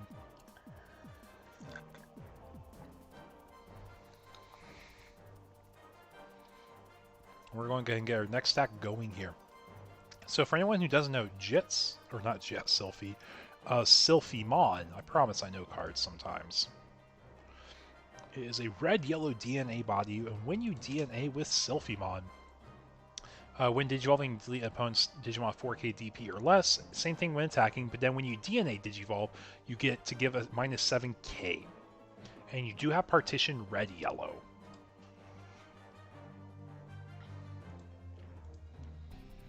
So you're doing lots of math, lots of DP.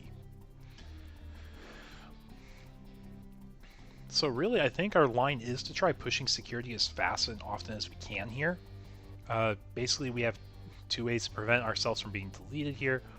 And we can actually just Digivolve up into that Sylphmon. And because we had that armor form, we actually get the red and the yellow, so we can partition immediately. That's actually a really cool combo I wasn't thinking about. Push out that Gabu, start a main. We're going to Gabu X for free. Gabu X effects, we're going to do a tutor. We find a Garuru, so we're going to add to hand. Rest go to the bottom.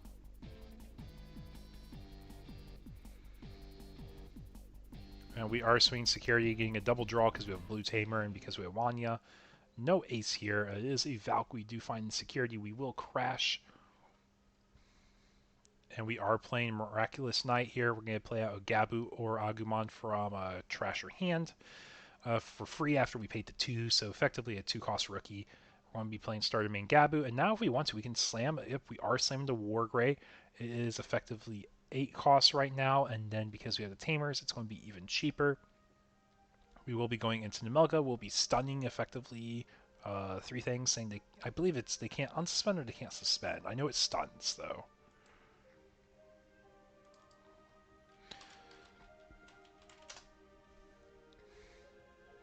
The secret says when digivolving 3 of them cannot suspend until the end of their turn. That's what it is, and then it has evade also. So not only do we have our 2 bodies, we can DNA into Omni easily, our opponent just can't put pressure, which is what they're really wanting to do. But we would play into any ace that comes up.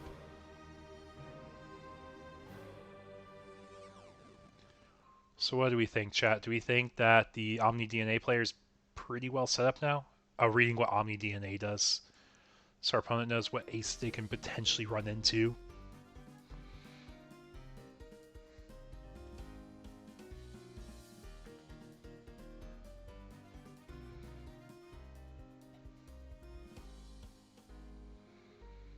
And also, I hope you guys are enjoying the music. Try getting something a little bit different tonight to listen to and just vibe with.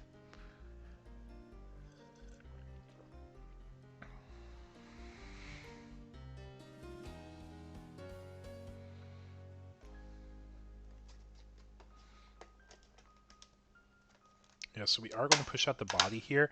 So we can't suspend or link spawn stack, but if we DNA, we can actually make a taller stack and be able to swing with that.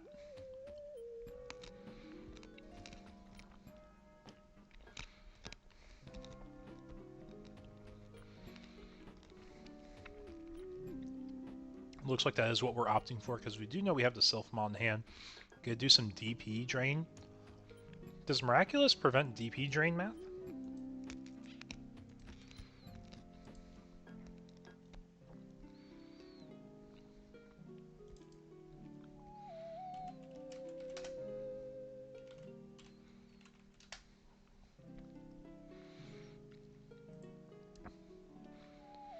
We would leave the battle area outside of battle, so you do get to DNA with the option still. But we do get to partition when it would leave play.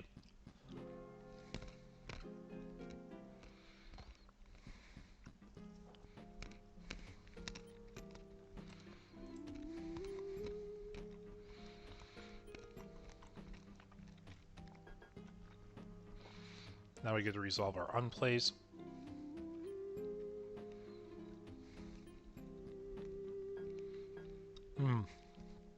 Omni does delete and delete again. It bot decks, then deletes. And we are going to next game. We said, we don't have a way to close out this game, let's go ahead and get the next one.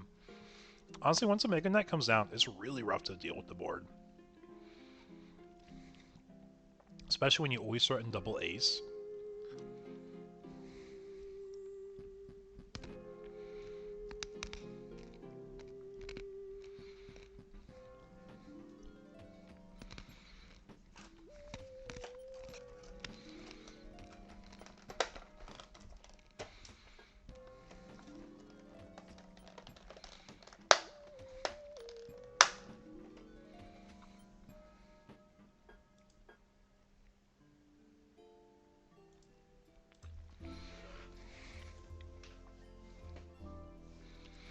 But we're going into game 2 in round 3,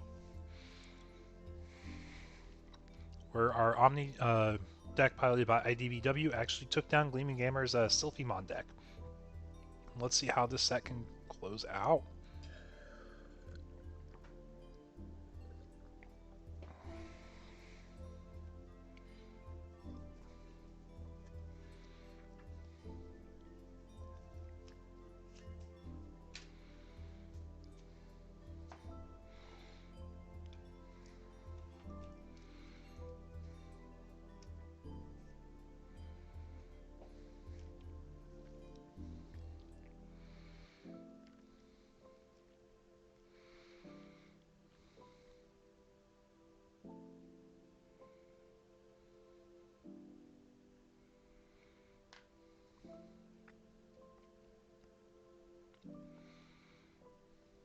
What's top player running? So Gleaming Gamer is playing a Sylph-Mon deck. So the red-yellow bird that you DNA with Partition.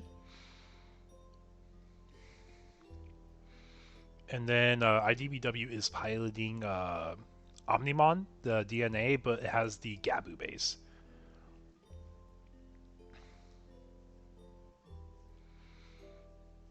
But you can think of it as like kind of like a budget bird deck. I guess you can say it's not even a budget bird deck, it's just a different type of bird deck.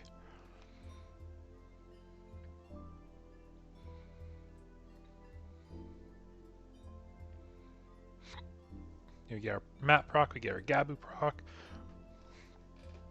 So we're able to start filling up our hand really fast. That last game we had so many tamers out, it was crazy. It's really hard to keep up tempo, and we do have a 1k against a 1k. But then we're going to play Analog for 2, grab our Lobo.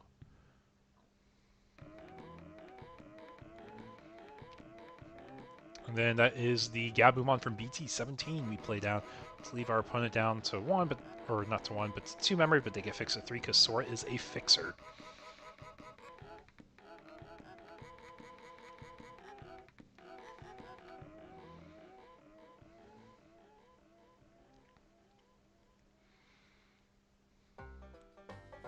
So we'll go ahead and push out Falcomon, it looks like here. Falcomon's the on-play searcher, but also has end-of-turn DNA in here, if I remember correctly, too. And we're going to use Gatomon's effect, it looks like, to pitch a card in hand to pick up a yellow or purple card from trash, which we do want that Sala. We're going to play the Sala for 3, probably. Oh, we can actually proc Sora, I think, here, too, right? Or does Sora have a condition for proccing? I thought it was returning a card to hand is all you needed for Sora. Oh, we might need the card in trash, I think that's what it is. When a red Digimon card returns from trash, that's what it is. By returning this hammer hand, you can play a 13k DP or less bird. And then, based on how many security they have, you reduce how effective it is.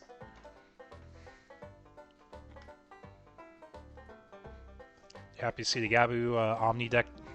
You're going to play Gabumon one of those fun decks I can always come back to every once in a while, and it can catch people by surprise.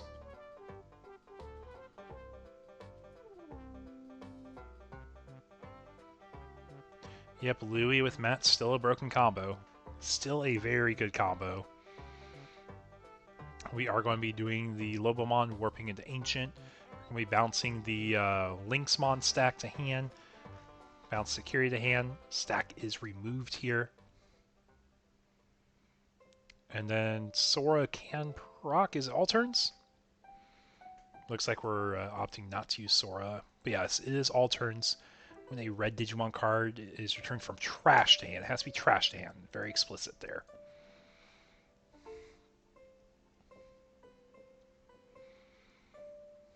But we were able to get another tamer going. Honestly, I remember when people were really on the the Gabu Rush build with like 4 Promo Louis, 4 Mats from BT7. That was such a gross and fast deck. That engine can do so much.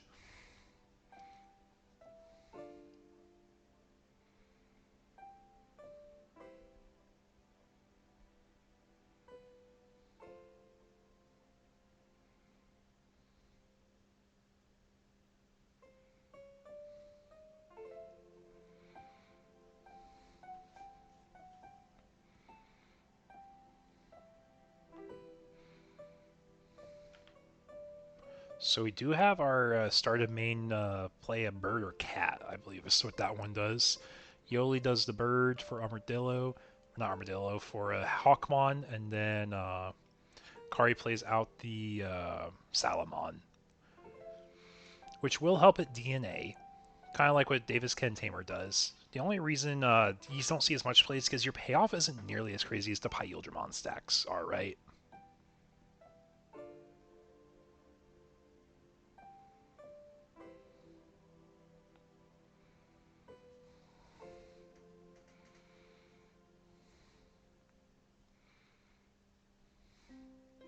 Yep, so we are going to push our bird out, start a main phase. We can pitch a card in our hand to search for a bird, or you pick up a bird. I know you do something with a bird after you pitch a card, if you choose to use the Biomon effect. We do pitch a Biomon with Biomon. Start main phase, search, was it top 4 for another bird trait. So it looks like we are picking up that the Sylphimon. Start a main of the Dual Tamer. We're going to be playing the Gado.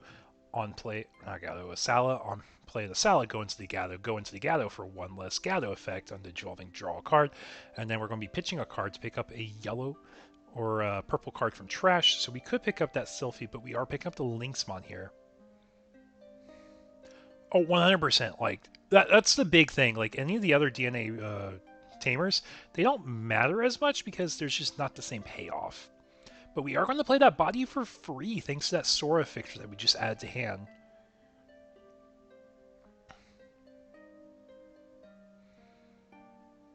And then we do have end of turn or not end-turn DNA. We got the Dual Tamer tap for memory. Now it looks like we're just going to start pushing as much security damage as we can. We do find an Omnimon in that first check.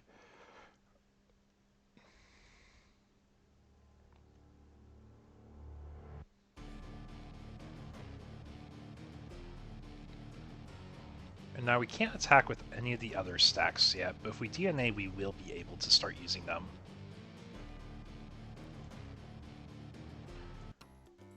Now it looks like that is what we are pushing for. We are going into Dino B. Dino B gets to play out a guy, and when that guy comes out, he can attack the player, so we're going to attack the player, finding a 4K Lobomon.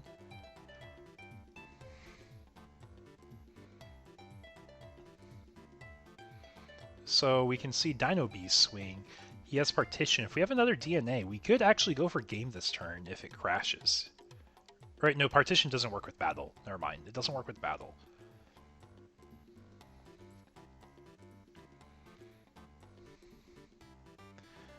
But if we're able to Digivolve that Biomon up, we can DNA again. With that, was it Sylphmon? Hawkmon? I'm actually not sure what that champion is.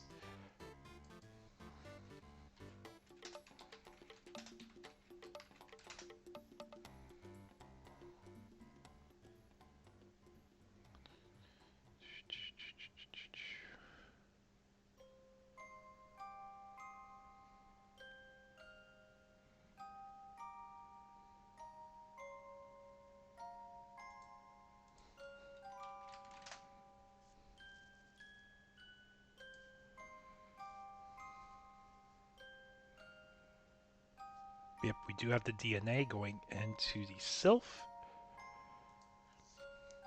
Sylphmon's going to swing security.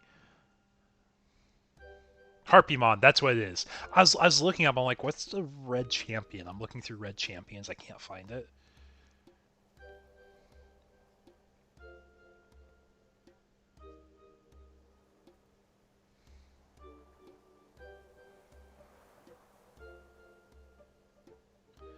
And then for 4, it is Magna X. So it kind of is. It's kind of cat armors.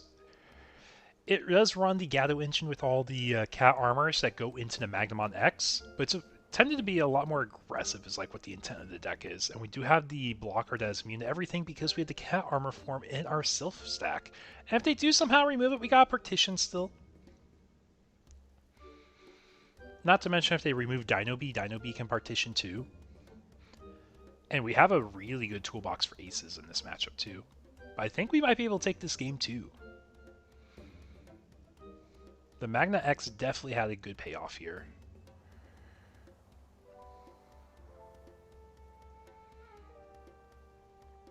Yeah, see, that's your payoff to these DNA decks. You just go into Magnamon. It's all good. We will play the Dual Tamer. We played the Omni, or not the Omni, we played the Wargrey effect, go into the Melga. Melga's going to target 3 things. They cannot suspend this next turn, so the Magnamon X is going to be stunned probably. Dino B is probably going to be stunned.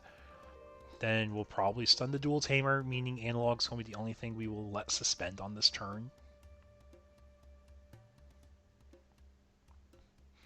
Yep, so now that immunity wears off on the Magna X stack, we will not be immune from the suspend effect that Melga has applied to us unless we somehow gain immunity again. So our line is like a blinding ray to get immunity. Then we can suspend and swing for game potentially unless he Omnis, which he probably will Omni. But you do have Armor Purge on that stack. So we are going to play the Hawkmon for free from the Dual Tamer start of main. Pick up the Dino B. Rest will go to the bottom here.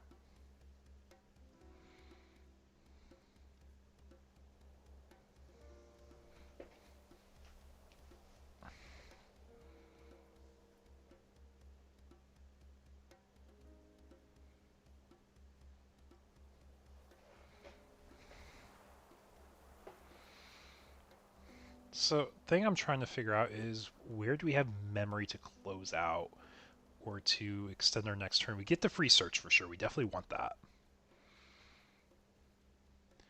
But Magnamon being vulnerable here is not good for when they go into Omni. You have Partition to save yourself a little bit. You're not going to die this next turn, since the Louie's been played out already. Omni's not going to be able to go for that much damage unless they go into the Alter B line, I suppose. But yeah, I think Blinding Ray is like our best option here if we have it.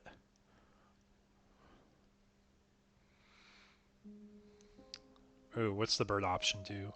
Looks like it plays out a free Sora, returns card to hand, so like probably does the whole combo live.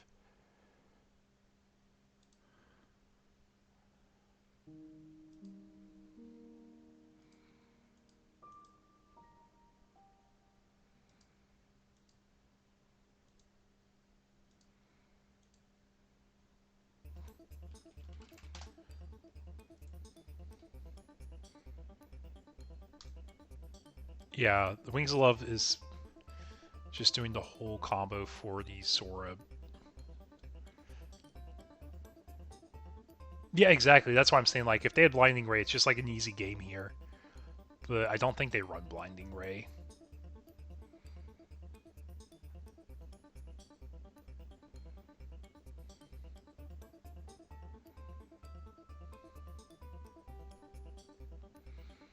Analog found the Omni. Maybe I think we actually just missed the Omni that turn.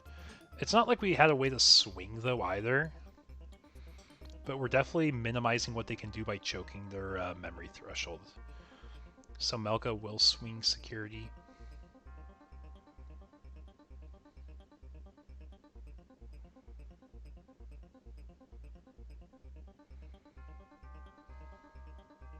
It doesn't get around the Partition, though. So yes, you do get around Armor Purge with that, but it does not get around Partition. We see counter timing coming out with the Valkyries here, do a 5k drain. We don't have Miraculous Mega Knight. So when the security is removed, we get a pop at 8k or less, so we're going to be popping one of the bodies here, and it won't be able to stick. Target is the War Greymon. If we hit the War Greymon, it gets removed, but he can evade with Melga.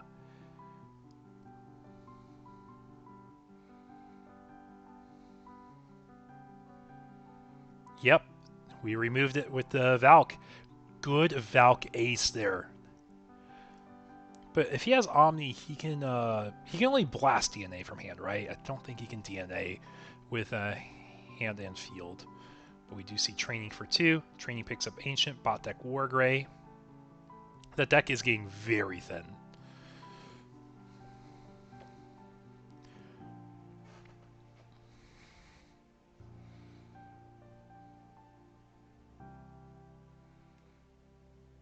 I mean, we could just straight up Digivolve into Omni here, right? Like, I think that will do enough to get rid of the Ace. Then you can also tap the Tamer, that is right.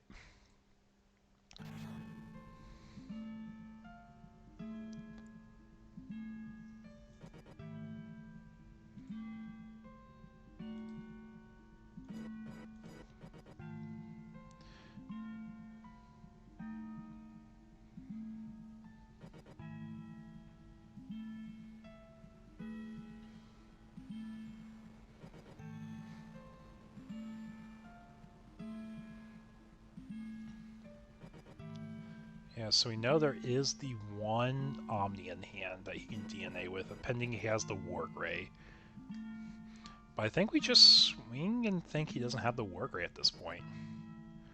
Like, Overflowing 4 is going to suck on the Valkyries, but the Valkyries was needed that last turn.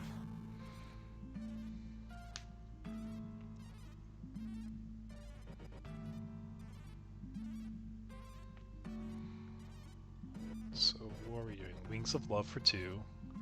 Effect. We're playing out Tamer. Then we have Yoli, or not Yoli, a Sora in play, so we get a return a card to hand. Going to be returning Biomon. When we return Biomon, we're probably going to be returning Sora.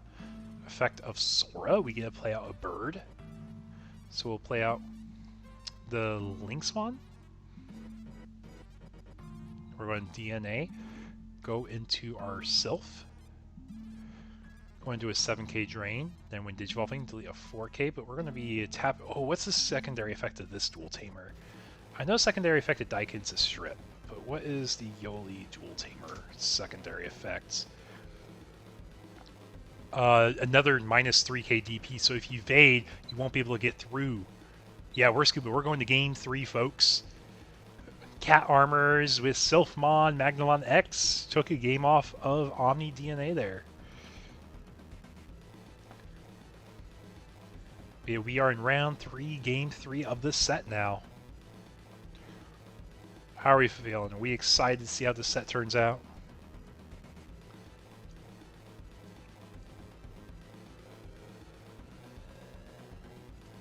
Let's see. What's our timer looking like for this round? Got about 16 minutes, so we have a good amount of time to actually finish the set still.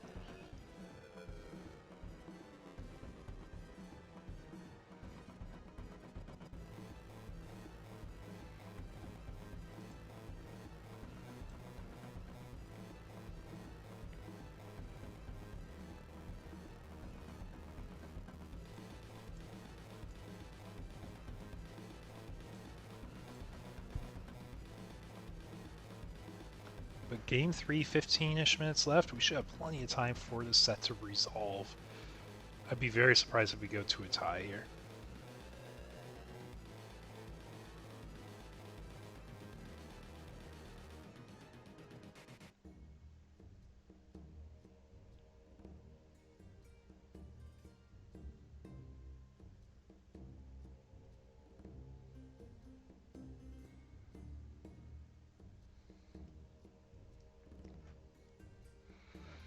But I think we'll have a pretty good showcase for top 8 from tonight's event. We have a lot of players playing, and we've definitely seen a lot of different things each round, which is really cool. I love seeing unique stuff.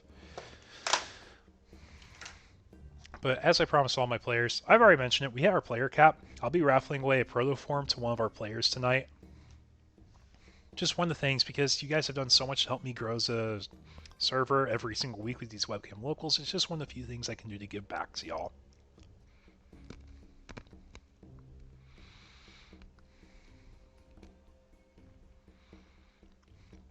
That saying, we're going to game 3.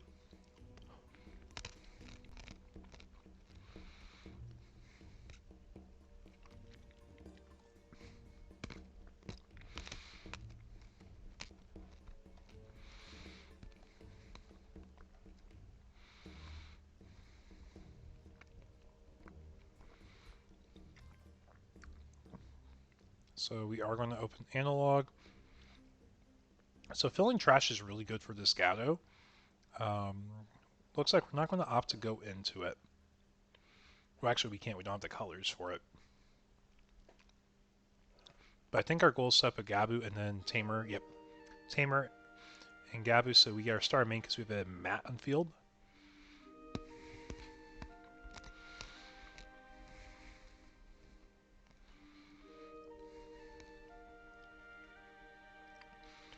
There's the Harpymon. It's going to swing security. It is going to find the Ancient.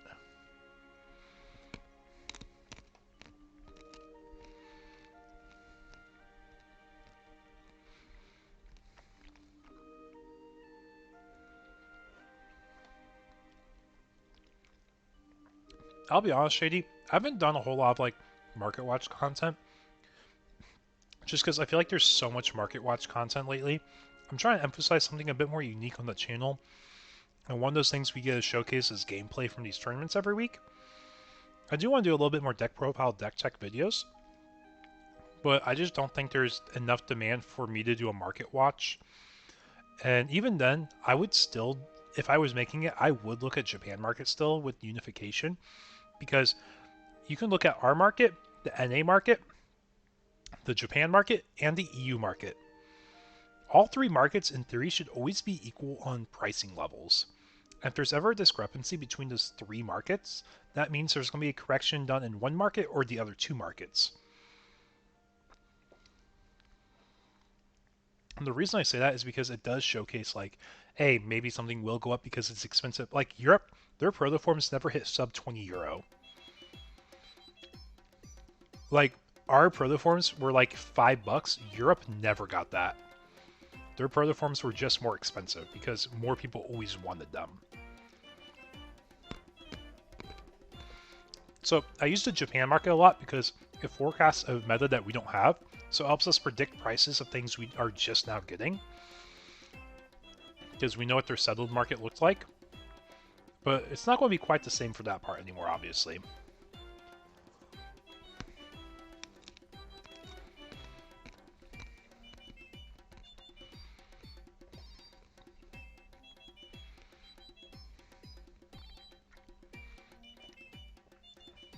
I appreciate it. I looked at those, and they're definitely a big gap. Like, they're staples, too. If a card's a staple, it should be something you're not afraid to spend money on. Especially if it's for a deck you want to play then and there. That's how I see it, at least. Like, Protoform is an exception right now. I think Protoform's way too expensive. But also, there's no cheaper alternative. You have to play it if you want to play some decks right now.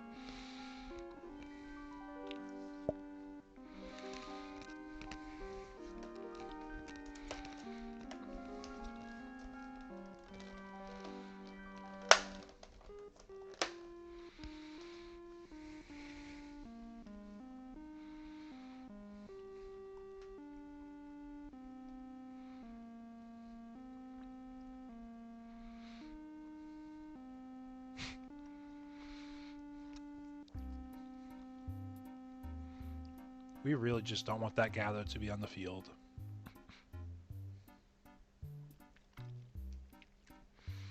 So, I get it. I hate the fact the card's that expensive.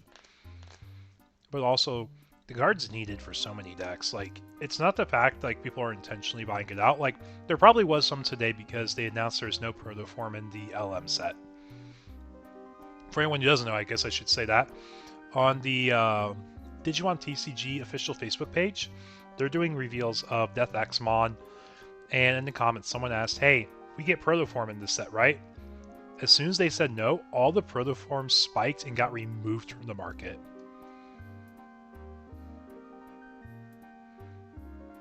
Alphamon cards are a good long term right now, I do agree with that.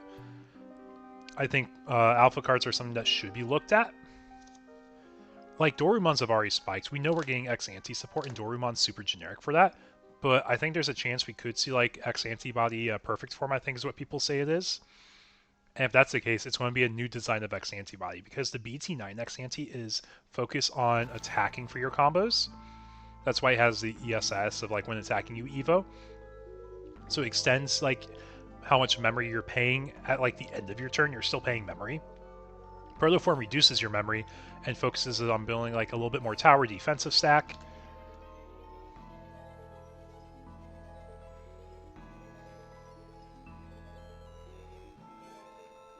But I can see like a new X-Ante option doing something different. What would it do? I have no idea, but it's just one of those things I personally can see like popping up. Miraculous Mega Knight, playing out the Gabu. Are we going to be slamming the Wargrey to go into the Melga? We slammed the Wargrey, effectively 8, going into the Melga. And we're going to be stunning that Analog, and now we have a sticky board with Miraculous Mega Knight. End of turn, we are going to DNA into the Omni, though.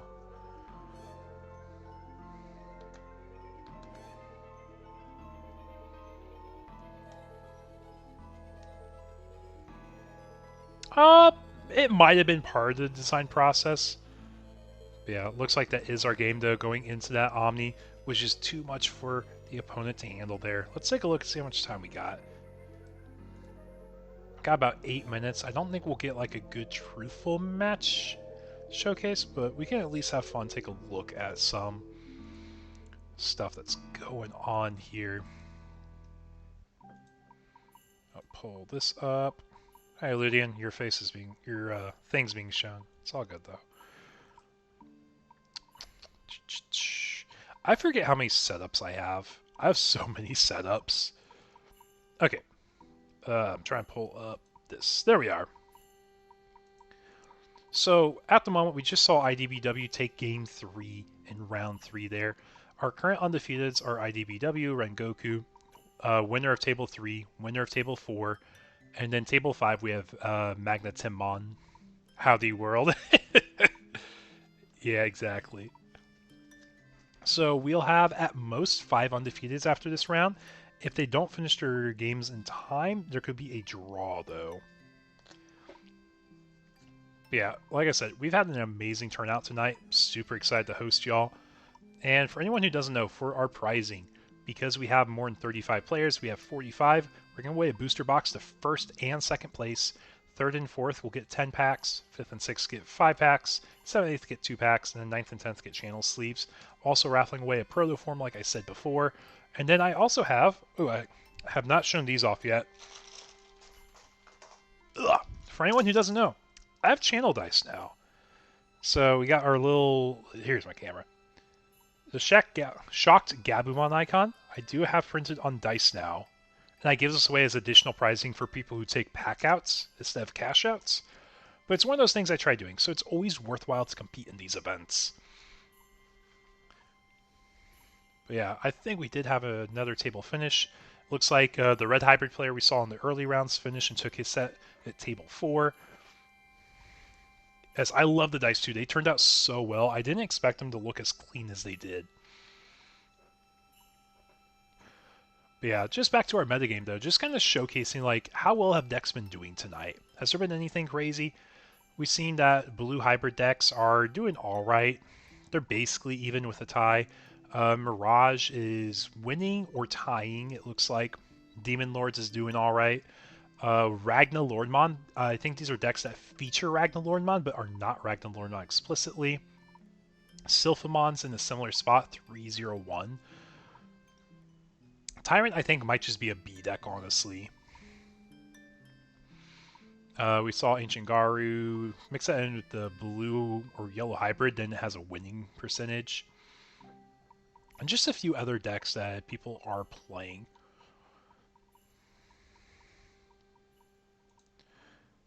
With that being said, I'm going to be right back. I want to refill my water because I have gone through my entire cup of water already. So I'll be right back, chat.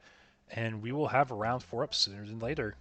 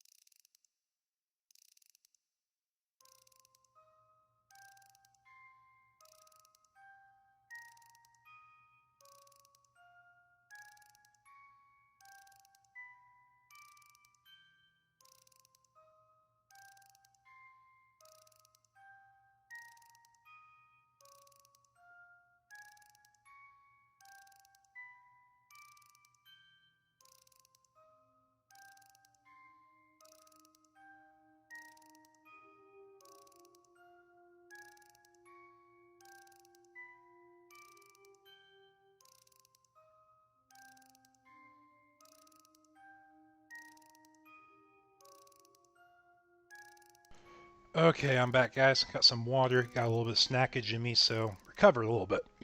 Are we going to 6 rounds? No, we cap at 5 rounds. It is a hard cap at 5. This is because my judges, they work in time zone ahead of us, so technically they finish at like 12 to 1 a.m. give take depending on the week. And also the pricing is meant to be built out, so people will get the same pricing if they have the same records at the end of the night. Here, I can switch this to intermission view. But yeah, ideally everyone with the same record gets the same pricing. I will look into it. We are also raffling away Protoform on top of that. So there's a little bit extra thrown in there for what we normally have.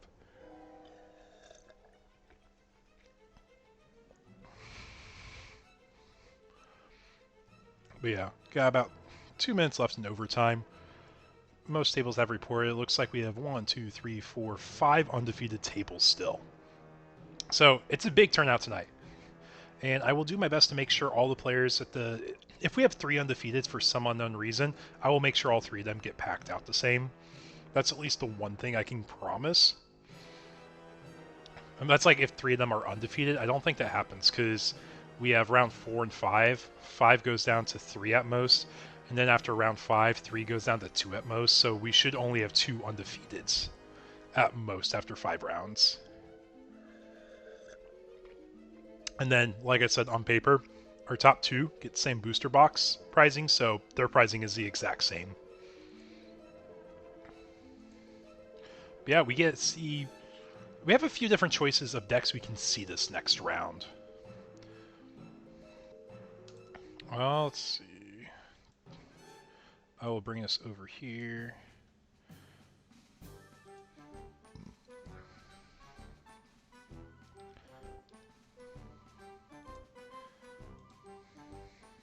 Yeah, we have Red Hybrid, we have Red Hybrid, we have Takamizuchi, we have Omni Karuru Base, and we have Lord Nightmon. So those are the technically 4 different deck choices we have for this next round. Is there anything y'all want to see in particular? We could showcase Lord Knight. We haven't seen that yet. I think actually I might just do that unless you guys really don't want to see Lord Knight, which I would understand that too.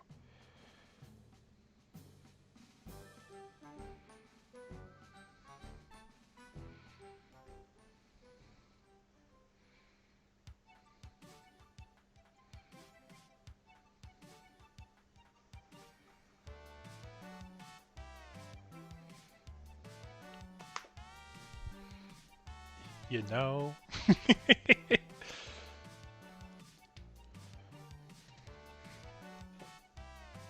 Yeah, honestly, I'm super, like I said, I'm super stoked, super excited. We had such a great turnout tonight. I'm excited to build some new decks.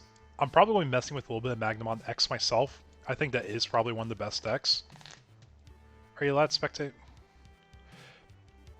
So my rule of thumb is this is a locals. If you are in person at a locals, once you finish your game, you can spectate what you want.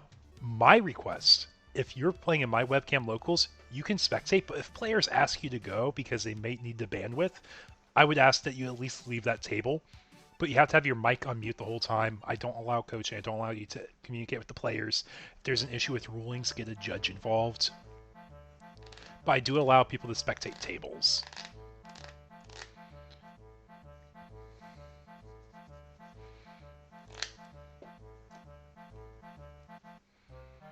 Yeah, we should be getting our next round up here shortly.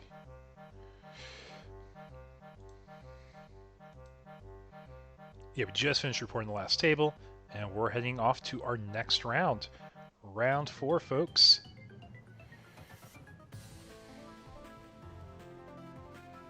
There actually was the matchup here.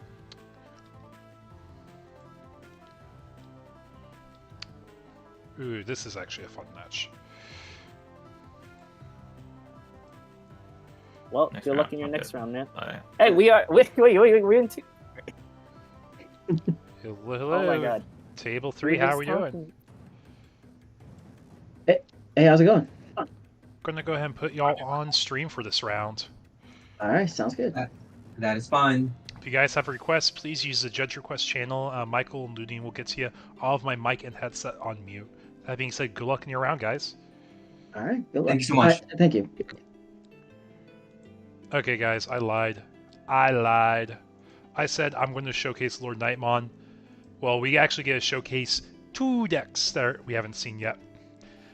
And I think this is a fun one to see. This is table 3. This is our undefeated going against a down pair right now. So there's a chance that we won't see this deck again next round. So I wanted to make sure we at least get a chance to showcase it.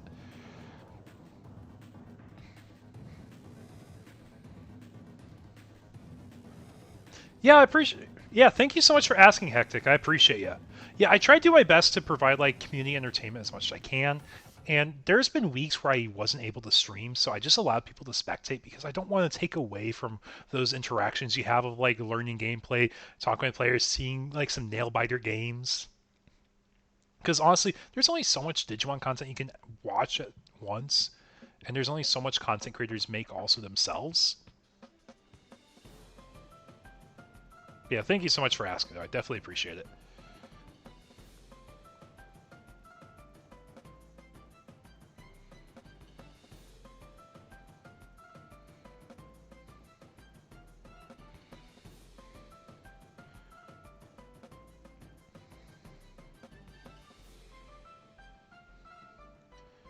Yep, our players are both setting up, going for the high roll, see who's going to be going first. And we're going to enter our mulligan phase here.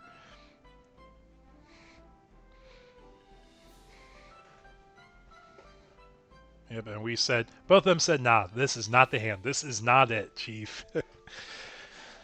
So in the middle of round 4, next round will be our last round.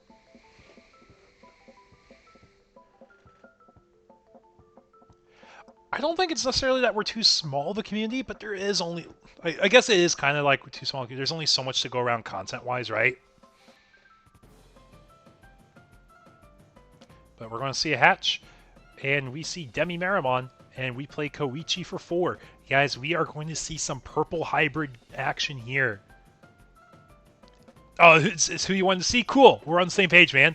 And we see a Luga and a Balmon, so we have... what is probably Takamizuchi versus Purple Hybrid. We see Takamizuchi. This is Take versus Purple Hybrid.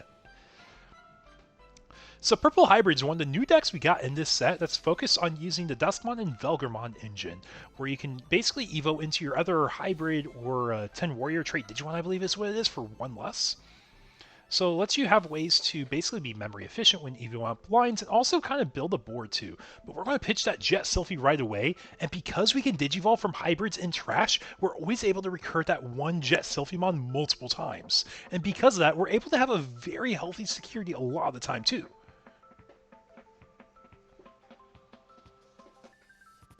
And we do have the Uko in raising, so we're probably just going to set up another Tamer here.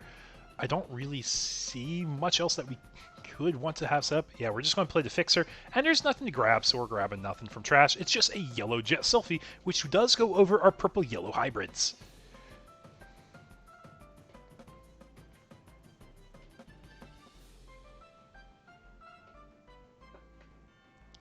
So now we don't have an AG in trash, so if we end up using the Luga main effect, it has to be from hand is where we would get it. So we're actually going to hide in raising. We are going to go into Lugar effect. It's on when attacking, I believe. It's a cycle, if I remember correctly, but we do get a pitch that Kazuchi. Rivals, we get a pop the stack, which doesn't matter. We're kind of expecting our stack to die anyways. I think it just denies us like a Soul Lugar for cycle value. We do have to remember our opponent does have a Fixer, so whatever we grab here, it's just going to be effectively a 4-memory search, but that's fine. We like having the Analog Youth Alterns effect. Start turn, we'll go to 3, and then we're going to push out Uko. Effective Uko, we're going to search, bot deck the rest. We got that new Premium Band Eye Mervamon there. Hatch, and then we got our start in main. We're going to be pitching a hybrid, gain a memory from Koichi effect. And we're going to go into Psychmon in the back. Psychmon doesn't do a lot in this matchup, but we are just going to chain rookies when we can chain rookies. 2K lives over 1K, so we don't get Demimera pitch. Koichi goes into, I believe that one is Velgarmon. Or actually, no, I think that's Duskmon. It looks like the SR.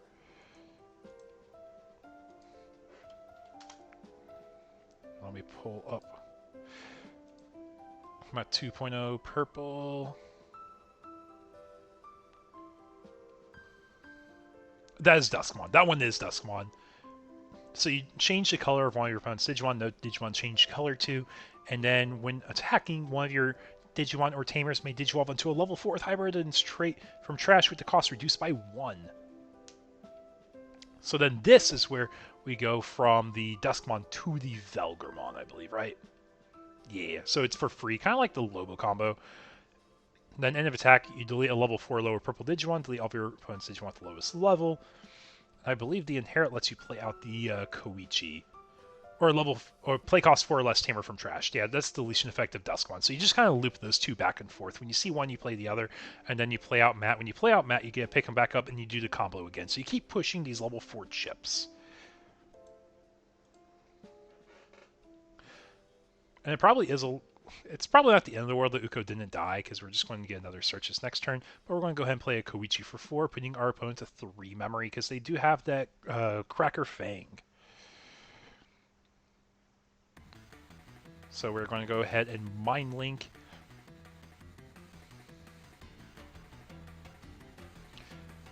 Go into our Lugarmon for 2.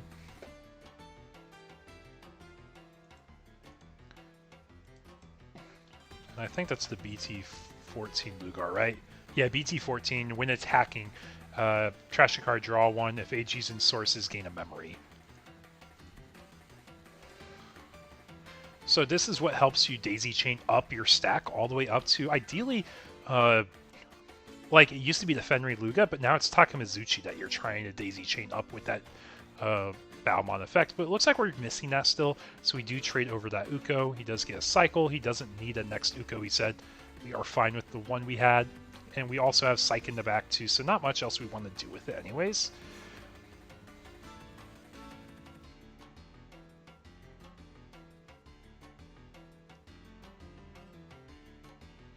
We are going to So Lugar here for 3 effects. We're going to be pitching cards in hand. If we do, we could just go up into the Fenrir from Baumon Egg, but it looks like we don't have that.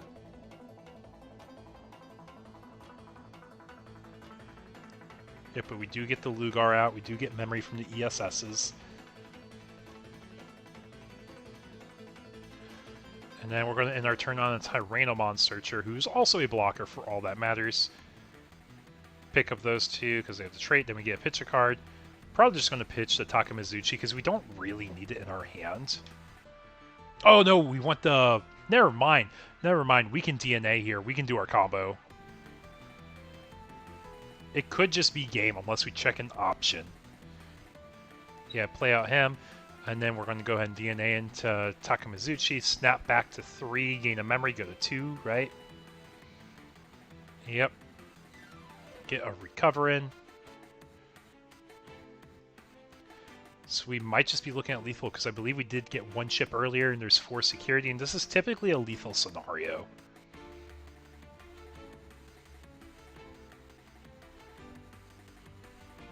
Yep, swing security, alliance, trash our security, trash your security. Ignite, Koichi, and then we get the restand. Burn the security, go for game. We'll be going to game 2 here.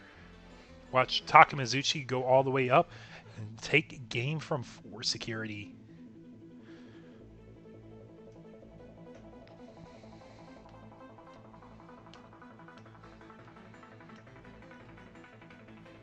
Yeah, very fast game there, very fast game.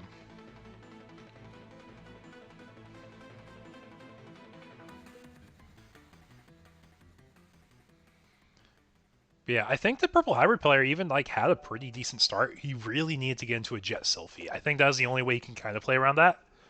Because if you go into Jet Sylphie, you'll be able to basically deny the perfect OTK from 4 security. So if they get the chip, you can just keep denying it. But I don't think we had the purple yellow hybrids to go into. So that was probably the one thing we were missing there.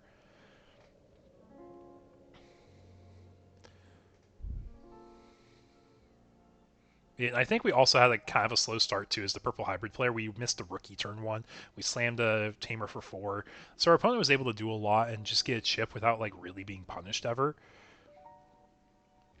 So it looks like we're going to be Mike was start was too slow. Yeah, exactly. That's what I was saying too. Like the only other thing you could really do after having such a slow start is having. Oh my gosh, that is a good analog. Kazuchi and Trash, Fenry in hand. But yeah, like if you had the Jet Selfie, you had a way to get in Jet Selfie. You had a way to get around it though. That was the main thing.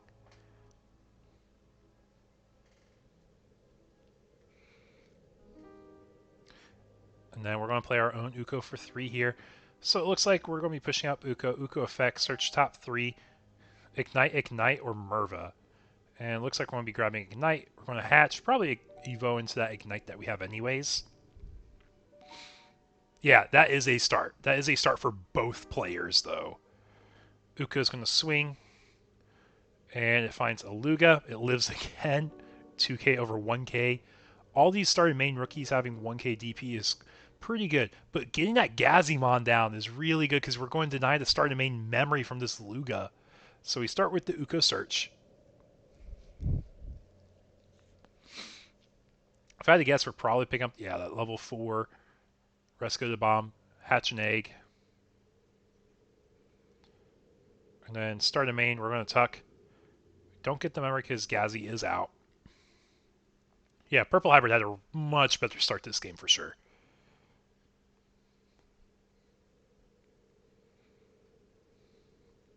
But we are going into Lugar here.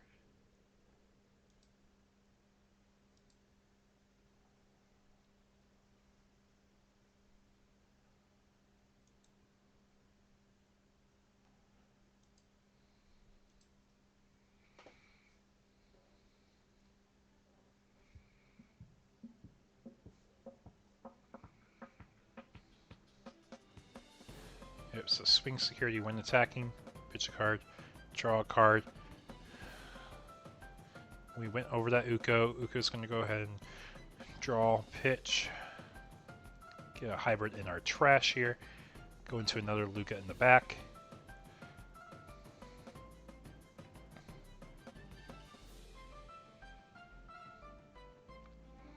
So if we absolutely high rolled, we could potentially have lethal here, right? Because it would be swing Uko into security, going down to 4, and then daisy chain up to DNA. Because we have Take and trash, we have Kazuchi and trash. But that's like if you absolutely high roll this matchup here. Something tells me we don't have everything for that to happen.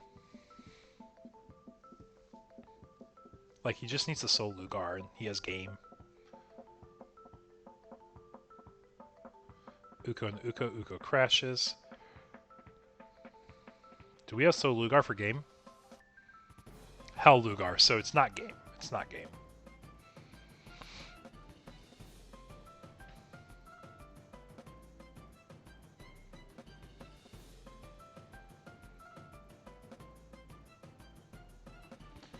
Yeah, we put it to Purple Hybrid, 3 memory, but we do have a Luga in back, so we are a lot more likely to see like the kill next turn. Yes, that is true, Ludi. That is very true. You can take games pretty quickly. What seems like nowhere. We're going to resolve that Kupimon egg, pitch a card, gain a memory. And the memory is super important for hybrid decks here because it enables us to go for a level 4 hybrid for 2 memory, which basically means we can go into any of our relevant level 4s. Yep, affect the Duskwan. I'm going to go ahead and Evo from Trash into Velgar. Velgar effects. Both be milling. And now, this deck is also part of the reason why Takamizuchi is taking off in Japan. Get a memory from the Koichi, then we're going to play out the Koichi on play, draw 1, trash 1. We won't be able to swing again this turn, and I'm trying to think if we have a way to deny Lugamon from its OTK. I think if we just slam a Gazi, that's going to be our best play, right? Slamming Gazi denies them being able to go all the way up. No, Gazi wouldn't, because starting main of Asia gains a memory.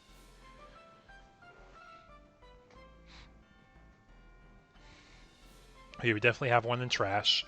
So we'll get our Cracker Fang, gain a memory from Luga.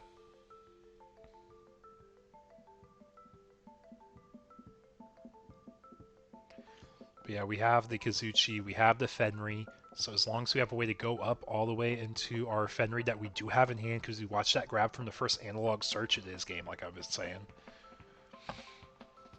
Because we should also have a body to play out from the Solugar if we have that. I think it's literally all we're missing. So let's see if we find it first. Oh, I see Solugar in hand.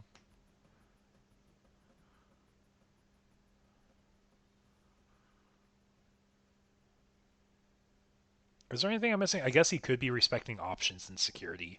For the 2 security he checks.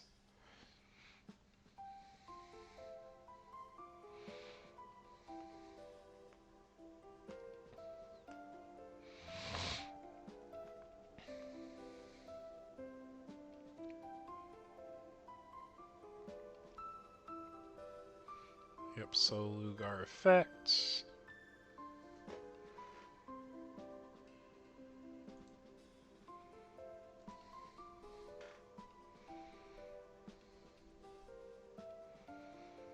Yeah, we definitely have the SOC in trash.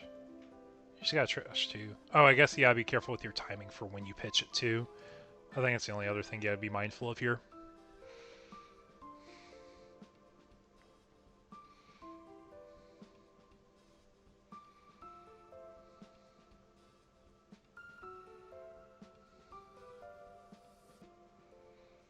Yep, so now you can proc either...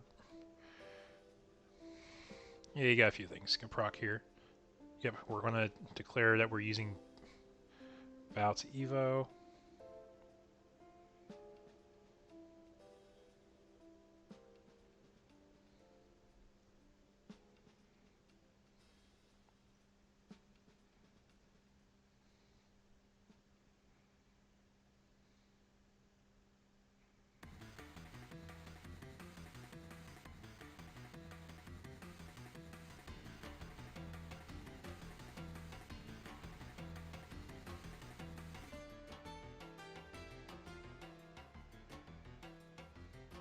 Yep, we have the Take and trash.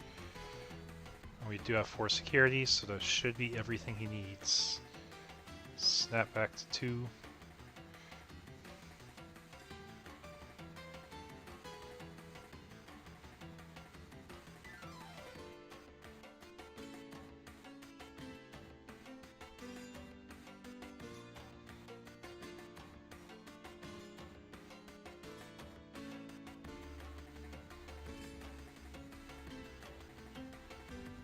Swing security, alliance, trash 1, we both burn 1. Jack raid, oh, Jack raid stole game, or potentially what was game that turn.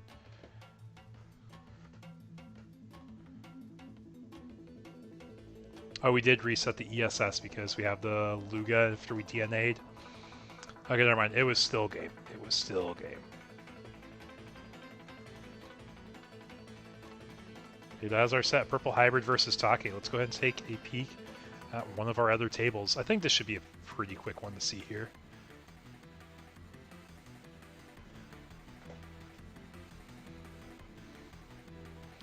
This is our table 1 of Red Hybrid versus Red Hybrid. Such an intense mirror match.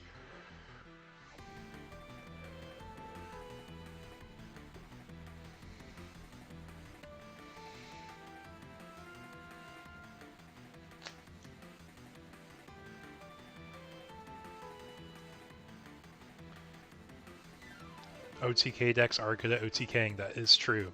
That is true. I love how both these Red Hybrid players are sitting on like basically a Tamer and a boost, or a Fixer and another Tamer, and then a Goonie and back, just kind of playing chicken it looks like right now.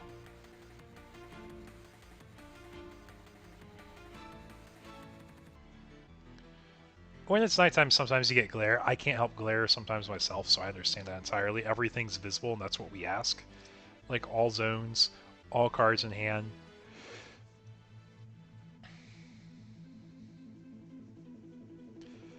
Depending on where the lights are in your room, you can't do a whole lot. Like, especially if you're in a corner with like a lamp. There's not a lot of angles you can really do, but like there probably is some way. But everything's visible. I can read what cards are, and that's the main thing. And you can see all zones, like I said.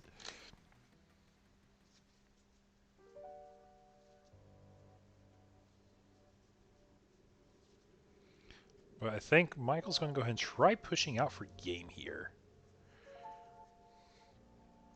Assuming he has Ancient Greymon, he does get start a main.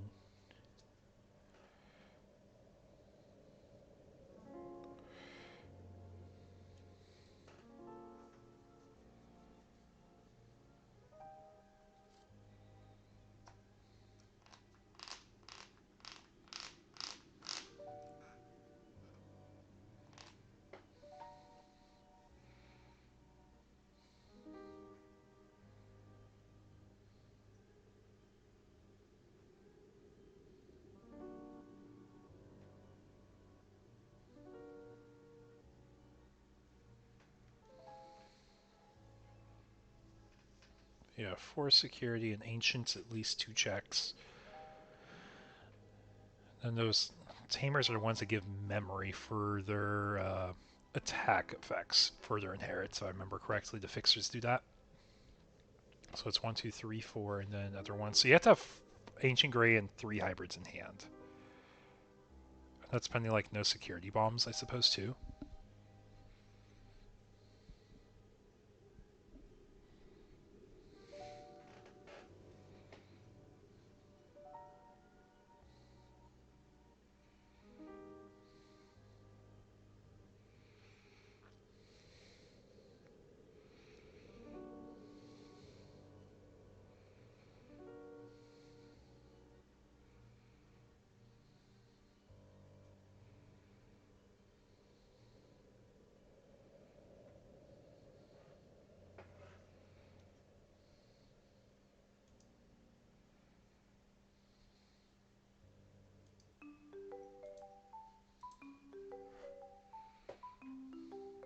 Yep, so there's the Ancient Grey for 2. Oh, we don't have memory, that's what it is. I thought we had more memory than we did. Unless we have Gravity Crush, which is a possibility. No, I think I mismath, unless he has Gravity Crush.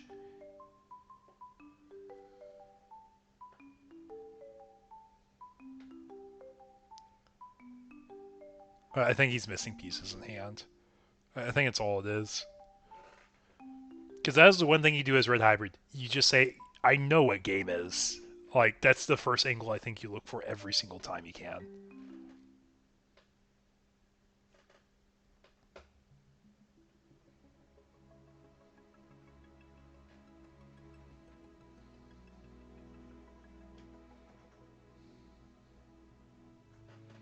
I mean, you need to have 3 hybrids still. Oh, you are right. He does have analog. I think he's missing, he has to be missing hybrids, though. Yeah, you're right, Damien. You're a lot faster. Like, we're getting there.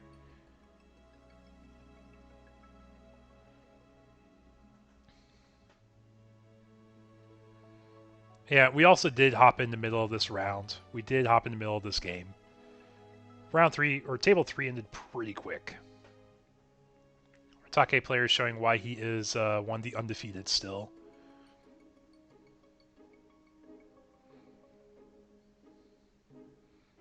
So we do see the option here. We're going to pick up a hybrid probably if we're missing one. It does. It does add one back from trash too. Yep, so we are going to do our deletions here. Yep, make sure we get that analog. We don't want to forget that.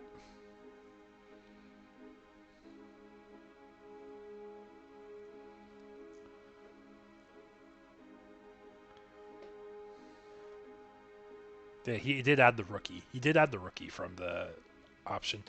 He says skip for next game.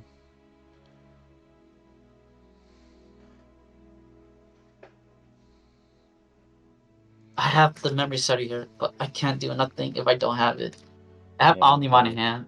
Were you missing something? Oh my god. I was I just needed like my board and my memory to be a little different because I had the line. I didn't have an Animon to kill you, but I had a Gigas play. But Yeah, that's what I was. me being an even number made that really awkward. Yeah, when I saw you had the dual team, I was like, it's obvious that you probably have Gigasmon, so there's no way for me to stop him. Was The that- only issue is, Are we going to a game 3 for our set? Or Yes. Okay. yeah, I think if I have the Burning Grandma, I would have been safer. But the issue is,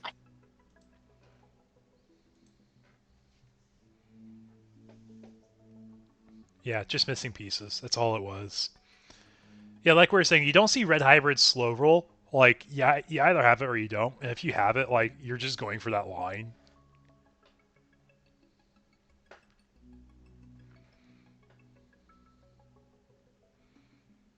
Yeah, I will say, I think Red Hybrid is a pretty fun deck right now, too. Like, if you guys haven't tried Red Hybrid, you only got, like, what looks like 2 new cards. But because of those 2 new cards, you play the deck very differently than you did before now.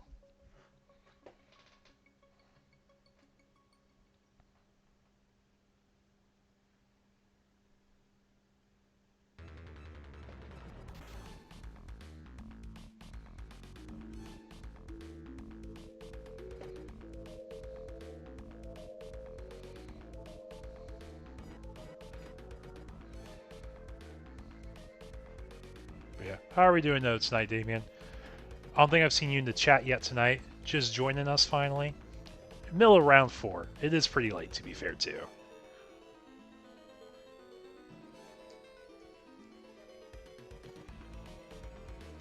Nice.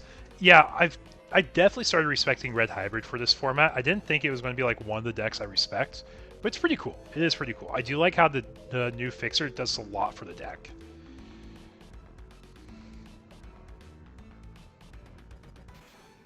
Opening up the new fixer and passing, though. I don't know if that's the play you really want to have, but if you have it, you have to have it. Like, if you don't have the rookie, you don't have the rookie. That's what I'm trying to say.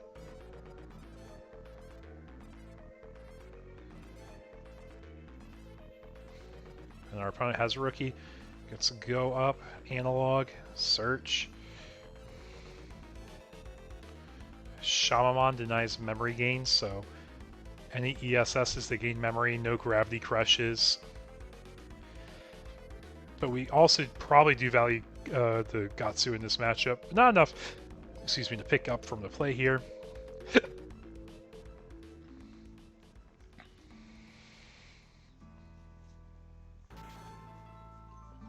the promo Gunium back for 2. And then our Takuya for 3. Start turn, our opponent will go to 3 memory. Okay, we went the Uka over the Tamer, that's fine. So it's fine if he says it's fine.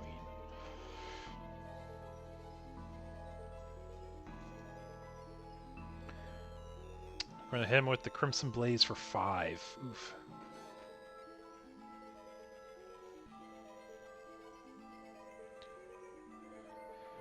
Yeah, Elusimon is a deck that it has so many cool pieces and cards, but I just don't think it's like fine-tuned enough to like be a final like competitive deck right now, right? It's just missing way too much.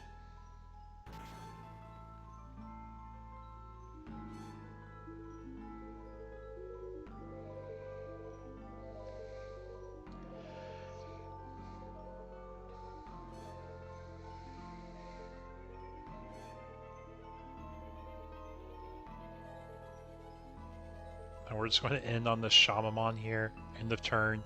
We will get analog. We'll get quite a few things, yep. If we're choosing analog, that is. It doesn't matter, actually, if we analog or not, but we will be playing out the hybrid, and it's going to be a flame effect on play. Pitch 1, draw 2. It's just improving our hand quality.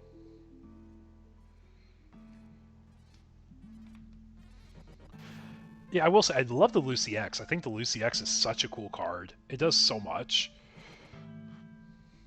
Like, it's what pushed me over the edge of saying, yeah, I do want to try playing this deck.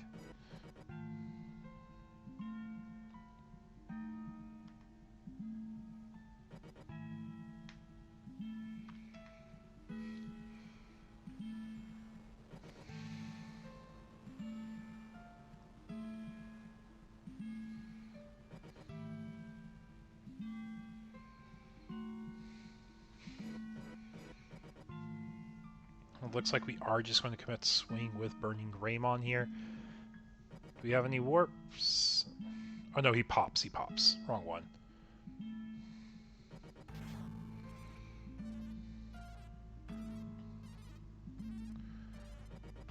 I think I would have rather get rid of Flamon there, though. I think the Flamon's more threatening because you can Evo over it. It's a hybrid, so you could Atomic Inferno if you really had to also.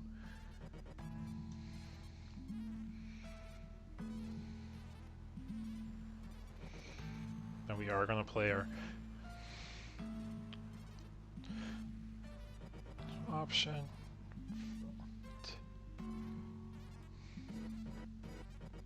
Oh, he raided. That's what it was. I was like, I didn't think it was a deletion effect. I knew the old Burning Greymon had to delete a 4K or less. Oh, he had to go into it. I see. But then he played the option. He was able to cross for reduced costs using the Burning Greymon on the field. Okay, I'm on board, Damien. I'm on board. I sometimes know what cards do.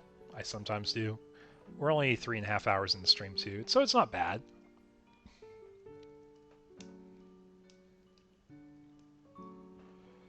Like, we're at least addressing the little bodies on the board, but the main issue when we address the small bodies on board is we're spending so much memory. Our opponent's going to be able to set up so much more, and we're not really going for game. We're missing a rookie still, and that's so rough.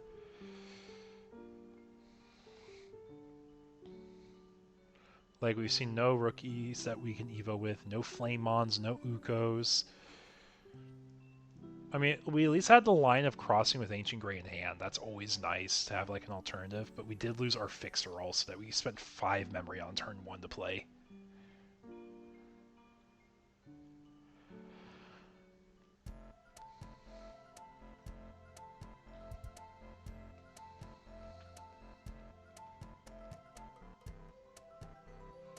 We're going to see another Uko down here for 3. And then I think it's just leaving our opponent with 1 member to work with, like as little as possible, because you're going to be set up pretty well. Yeah, and I don't think there's going to be a whole lot of that here, unfortunately.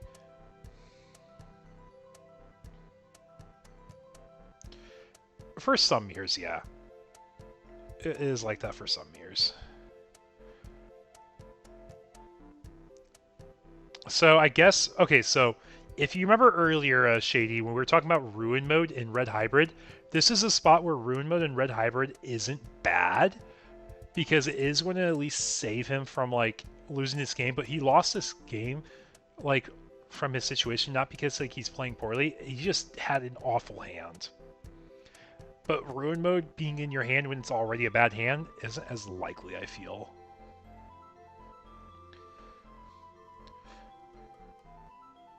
Like, we can still Gravity Crush if there's a line that enables us to do more. Like, we probably do a Hybrid and back. Yeah, just leave him at 1. And just say, if you have it, man. Can't do much about it. I'm going to start with an Uko Search.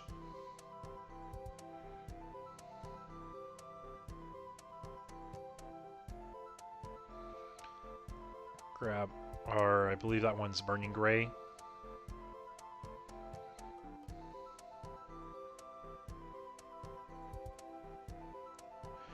I think memory blockers are super crucial right now. That's why if you look at the market right now, Gazimons are being bought out.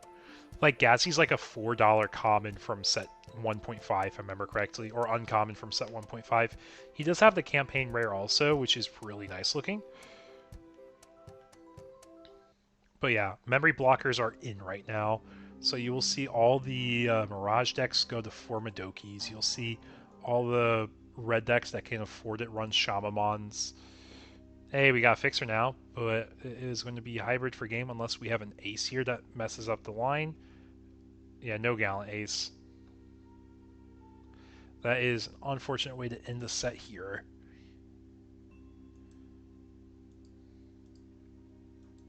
And we still have about 12 minutes left in round. We do have 3 undefeateds at the moment. So when we go into round 4 or round 5, we will have 2 undefeateds at most. But really solid run tonight for some folks here. Really solid run for some folks.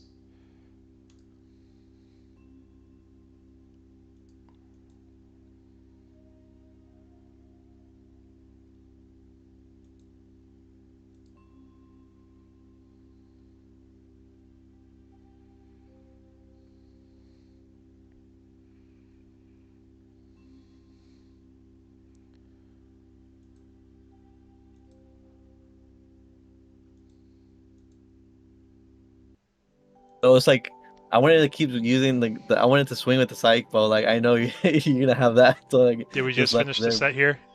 We just Oh no, finished that was the game first one. game. Okay, okay. Hmm. Okay, so we're in game 2. Is that a BL star I saw? Yes. Okay, we'll chill here. Okay, guys. They just finished game 1, I suppose. And we do have a BL star at table 5. I think this is a good place to hang, right?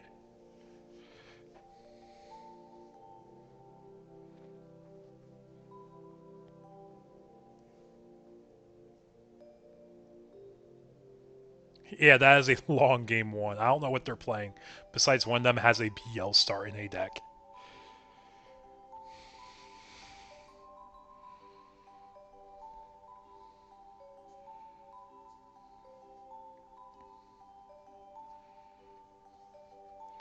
But yeah, BL star is always a fun pet deck for people. I think it's always super enjoyable to bring out. Because it does have solid performance every once in a while. Just having a bunch of options and security messes up any OTKs. You're down, BL Star's underrated, deck is real. Okay, yeah, like I said, we're parked here. We're parked here, we're going to watch it.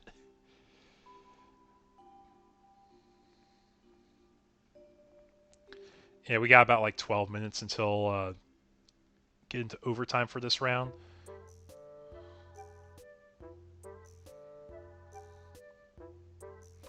But while they are setting up, let me take a look at our bracket. So we watched Table 1, Moss win with Red Hybrid. Table 2, we have... I believe we watched... Oh no, we didn't watch him. Lord Nightmon at Table 2. And then Table 3 was the match we watched of Takamizuchi against Purple Hybrid, which is probably a really bad matchup, like we were saying, for Purple Hybrid, because they naturally progress the mill of Takamizuchi.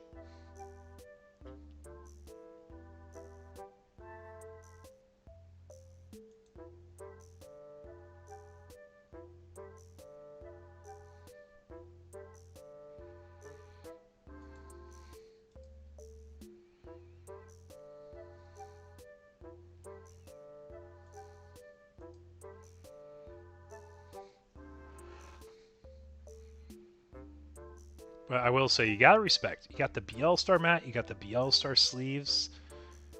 Like, this is a true BL Star enjoyer. Yep, and that Ogre did leave 2 on the opponent's side. And like we said, purple is kind of a grindy color as a whole. But we will go into that Impmon next. Go into Duskmon here, leaving the opponent at 1.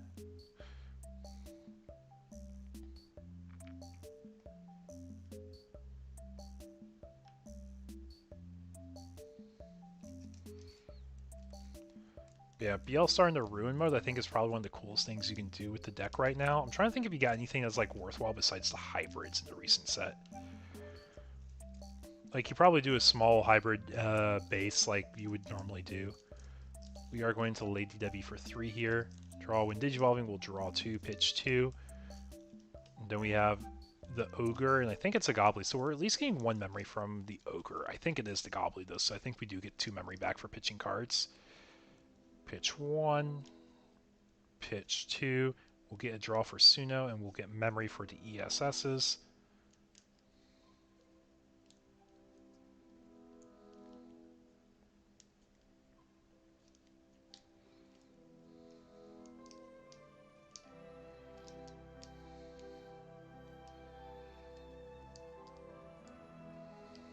Yep, there's a Lady WX.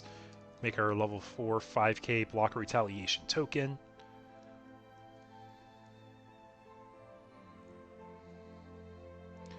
Then Wisdom Training for 2. Forced to grab the Gobbly since Proto is white, goes to the bottom.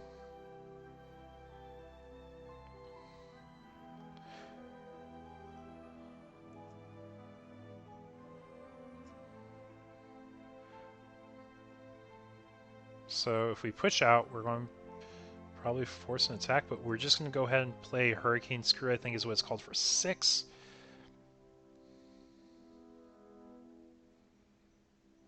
I don't know yet. We do not have enough information to know for sure yet, but the Lady WX engine is a base engine that some people do run. Here, let me just take a look. I can tell you yes or no. I don't think it is, though. The answer is no, it is not. This is traditional Lord Knight.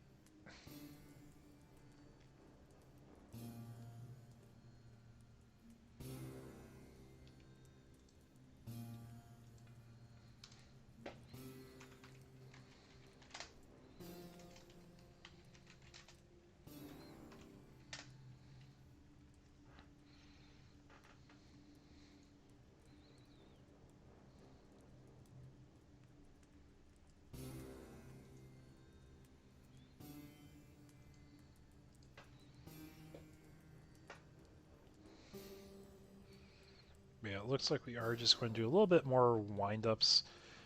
Oh no, we're going to end on a Gazi. Okay.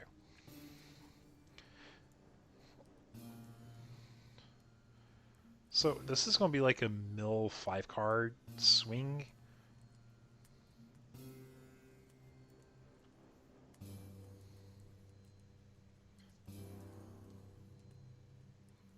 Yeah, it is. It is. Yeah, because if you bought that protoform, then you just lose the value on it.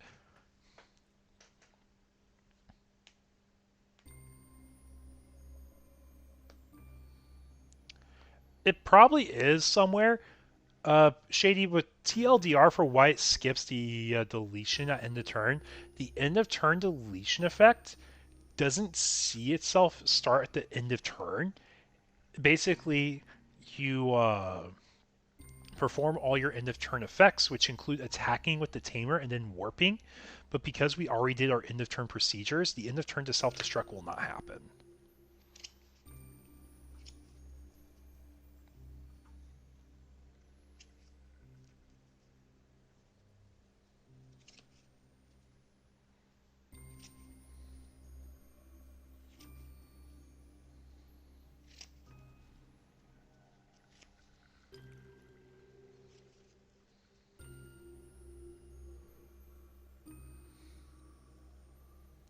But we also do have double wisdom, which means we're able to go into a Lord Knight. And depending on the inherits we have, we don't even pass turn with it. We're going into Miss Memory Boost here. We're going to pitch 2, draw 1. Or, yeah, pitch 2, draw 1. But because there's the Gazi, we are basically sitting on a bank we can't use right now.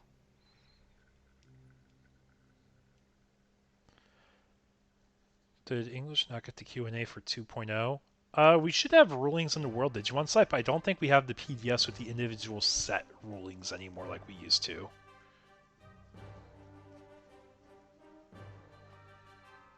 Yes, I think if you're looking for a document that's just 2.0 rulings, I don't know if we have that necessarily, but we can look for certain cards and interactions.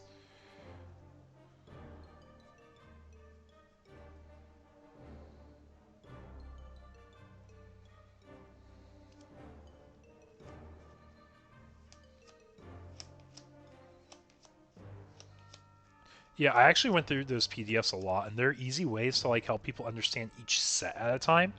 Because like I don't really have an easy way to say, hey, if you want to learn interactions from this set, look at this PDF. Because now I have to say, look at all the cards and then search all the cards, right? I might be missing an easier way to search it. Yeah, exactly. We're on the same page, Lydian. We're on the same page.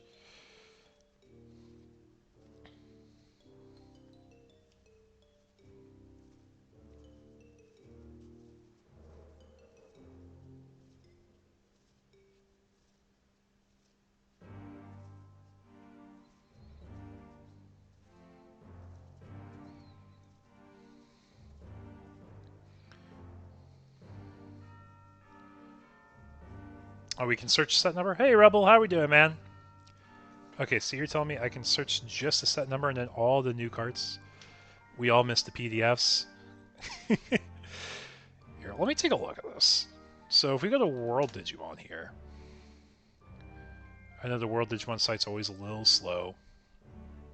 Go to Rules, and then I go to...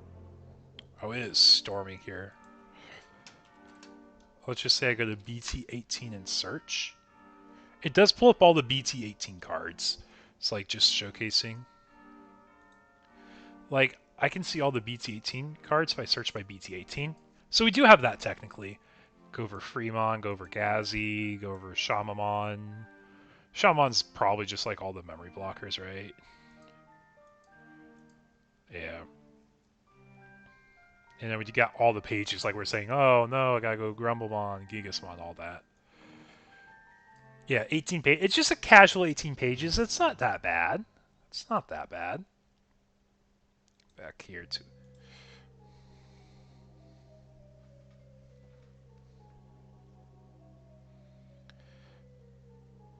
But yeah, I don't know if you guys know this. I'm like 99% sure it shows updates. Gotcha. Oh, did I miss easier way to look at it all? Here, let me see. Oh, it puts everything up from the date that is updated. I see what you're saying.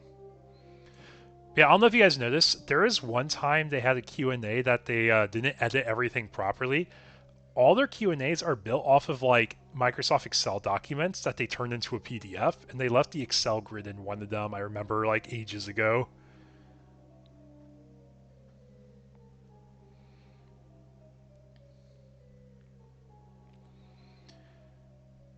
Yeah. Anyways, I'm curious, Ludian. You've been kind of chilling and helping out tonight. Has there been any weird rulings that came up tonight? I think the only one that we've talked about is like the end of turn attack, missing the end of turn deletion with the warp stuff, right? Has there been anything else goofy, weird, that came up that we weren't expecting?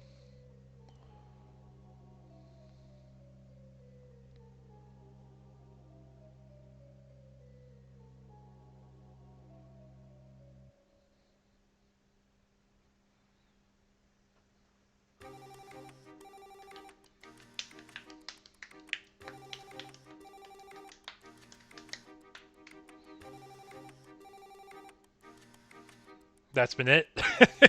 That's not bad. That's not bad then.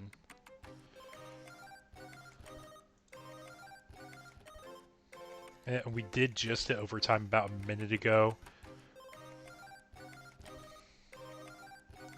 Yeah, I think this is the only table that... I think they just acknowledged where they are in the game and submitted. Oh no, they didn't. They're at table 5. Whoops. Misread that. They're the only table that needs to wrap up, then we'll go next round, so... Got our judges at the table here. But yeah, I thought there would be at least like some goofy purple mirror shenanigans that came up.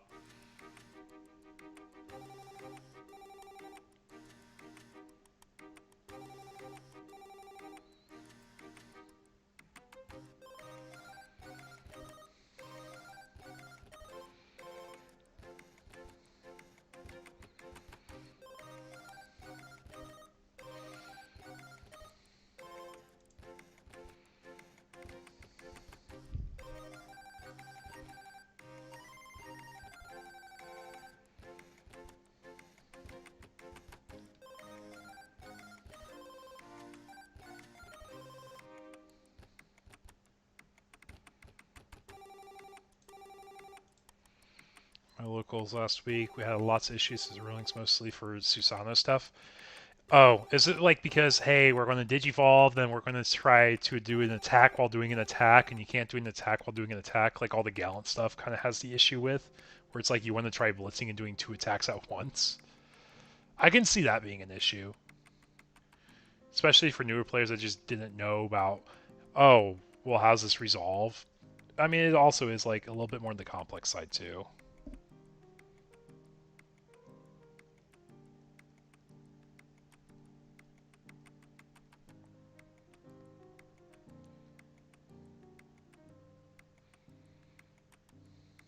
I see, I got you.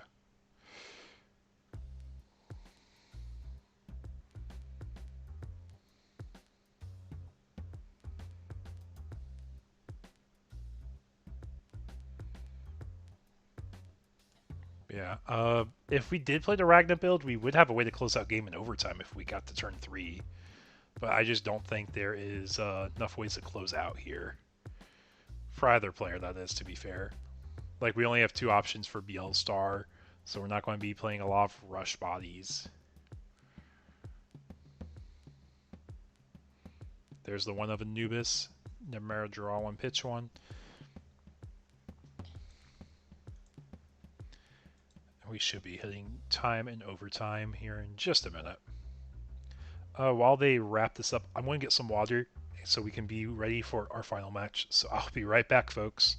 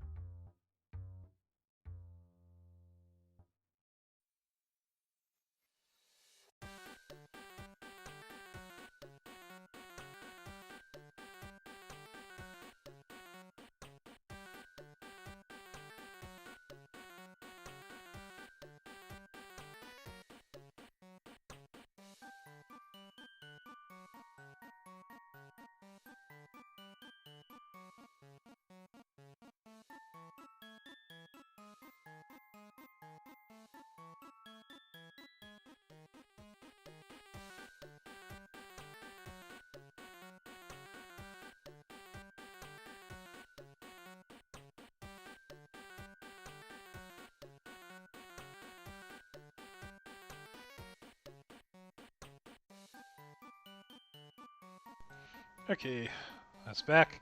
Full cup of water. Mostly, at least. Yeah, I know, that's the meme.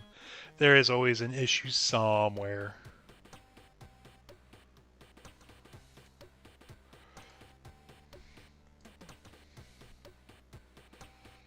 Yeah, that is our time and overtime. I don't think there's going to be a way to resolve this game, so let's go ahead and get ready for our final round here, folks. Be right back, and we'll have that final round up.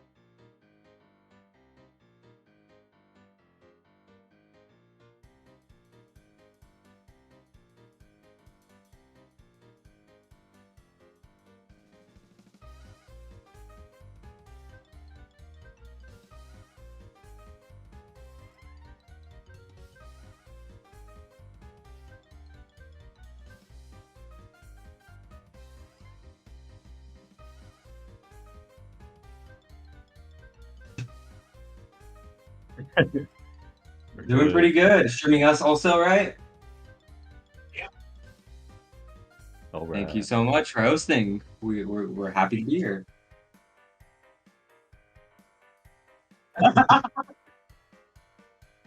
You're right.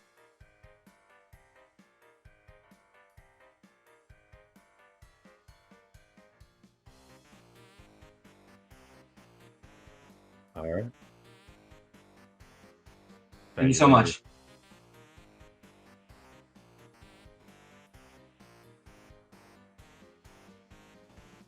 I was on mute. Okay, guys, we're back here in the final round. We have 3 undefeated players at the end of round 5. Table 2 is going to be Moss versus Big O. So I got the mute. I got the mute. So it is Beelstar against Red Hybrid. I don't know how that's going to look because I don't think they emphasize Alderman anymore. So we may be able to go see that. But regardless, whoever wins this table here will be one of the 2 undefeateds, aka first/second place, which get the same prizing.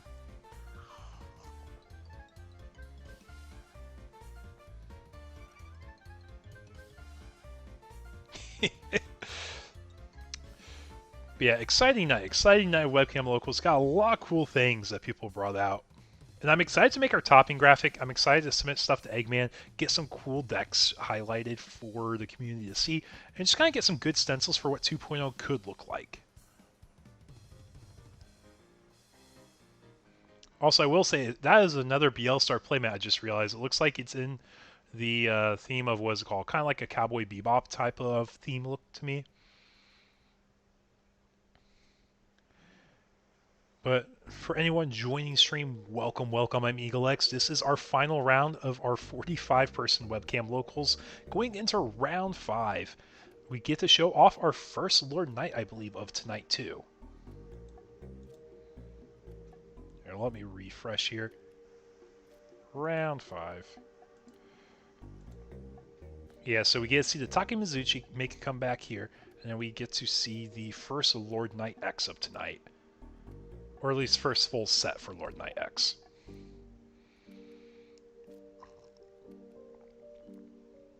And these are two decks that we definitely knew were powerful coming into this format, so it's nothing that's supposed to be a big surprise, but finally getting to see the deck piloted by some strong players here.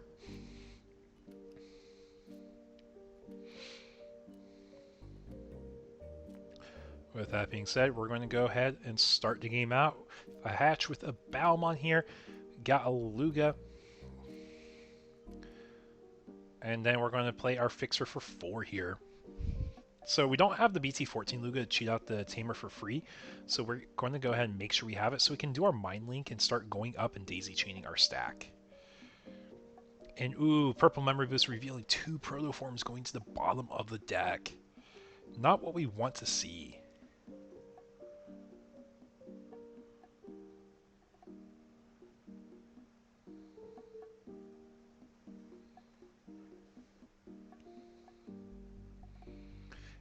And then we get a Gabu. We do get a Protoform with this Gabu because he can grab an X-Ante. That is a nice pickup. But do we grab the Protoform?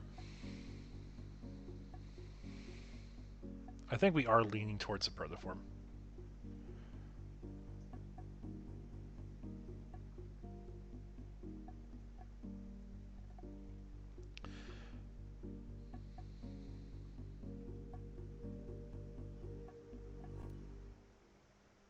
You tried it, it didn't feel like the top tier deck, but it could just be something that feels like it's not like being, not in your hands top tier. Okay, I see what you're saying. I mean, everyone has different play styles for sure. That's one thing we'll always acknowledge, right? I enjoy playing like tower decks that like tax the opponent. I loved playing Tyrant. I like playing Mirage. Those are 2 decks I enjoy playing. But any deck that can run 8 banks, I absolutely love because it maximizes your consistency. And that's just something I can never, like, not enjoy having with a deck. You think it's very overhyped? I think there's a chance it is overhyped a bit, but also at the same time, I do respect it for having so many results. So, I have a friend that plays over in the Japan format, and I was talking to him. I was like, hey, can you explain to me why is Lord Knight popping up everywhere? I see it has a lot of good tools, has lots of good outs, has lots of things that you can do without being punished. Like, you can run all the floodgates, and it's not really hurting you. Sure, it's not getting your turbo stacks up with, like, your cheap Gobbly discounts with Dober X, if you have to Evo into it. Yeah, it won their first big major event by a content creator. That's what it was. It was a content creator. So, like, there's 2 things he basically said. The first thing he said, you can run all the good floodgates, and you recur them real easily. So I'm on board. That makes sense for part number 1. Part number 2, a content creator won with it really early on, and because a content creator in Japan won with it, he started pushing the deck, and it was a lot more visible on what a build looked like. So that's a little bit of backstory you have to understand to it. Like, it's not the fact that it's like the end-all be-all deck, but you also have to respect, like, when we start merging our formats together, it will come down to a lot more playtesting and understanding what's good. Because I think we will have a lot of casual Digimon players that bring just, like, the new fun stuff because it's new and fun. But that's what Japan's always been. They've never had a stencil to look at, so everything they do is what they playtest. And then a lot of the stuff doesn't transition over to our format because best of 1 deck building and best of 3 deck building is very different. Like, you have to respect things in a best of 1 in a very different way than you do a best of 3. If you see a weird tech in a best of 3, like, let's just talk about the Ragnar Lordmon build of Lord Knightmon. If you see a Ragnar Lordmon in game 1 against a Lord Knight, you're playing around being at 3 security for the rest of the 2 games, so you won't be Ragnarlord OTK'd out of nowhere. So like that's going to be one big difference of best of 1 and best of 3. Not to mention, you have to be able to do that so many more times in a best of 3 environment. That's why Mirage is such a good deck, though. Like, all your stuff draws so much extra. When you force your opponent to draw, you're drawing too. And then you also get to run 8 banks. Technically, you go down to 6 banks and 2 scrambles once we get those. But same concept. Well, it's a skill they didn't practice either. Like, if you know how the tiebreaker rules work in Japan, if they go to overtime and they don't finish a game, it's a double loss. So you get punished for playing the decks, and if your opponent just doesn't have a good time or they don't know how to play against it, they're going to lose too. So it's like, why do you really want to bring a deck like that if you're at risk of losing because your opponent doesn't know how to close out a set or attempt to close out a set?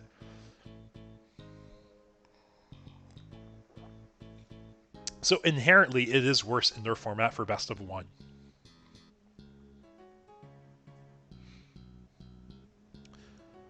Like, Mother Shoto was still a deck because it's able to close out with all the hybrids. And once you get to the top, and it actually has like a good closer, like we talked about that before.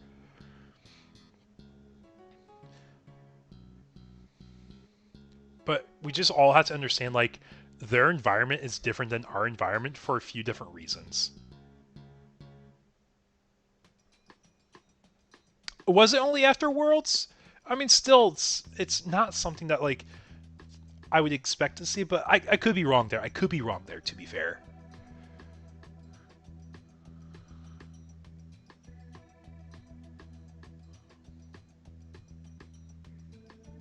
I can only remember so much, but that does check out, at least.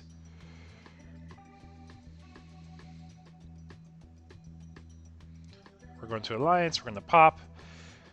Get 1 free bank, get 1 free Tyranno. That Gazi is going to be really important to keep on the field there. Might even try to find a way to get a second one. But I will say, Alt-Art Lord Knight X looks so good. That is probably one of the best looking Alt-Arts of this set. We are going to Alliance with the Gazi for 2 checks at 14. And then that is a Ruin mode. We're going to deny our opponent of using the Lugamon. So what we're... Even if he swing... Yeah, we're going next game. I just want to see... Yeah, 5k blanket 2 turns in a row. You can't do anything about that as Luga. And you're dead. You're dead in the next turn. Couldn't even crack your memory boost to, like, slam a bigger body like a Soul Lugar to pop one of them. Like, and be memory efficient, that is. But yeah, we're going to game 2. Lord Knight taking game 1.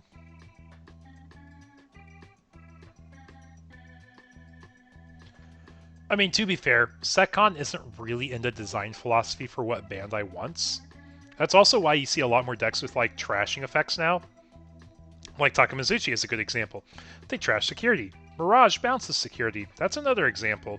Not like Mirage has a good SecCon matchup to begin with, but Mirage has tools to do a lot. Yeah, the Lord Knight player did play really well that round. Like, he closed out and he did a board block, and he timed his effects really well with the Serb. I think that was the Serb effect that restands him.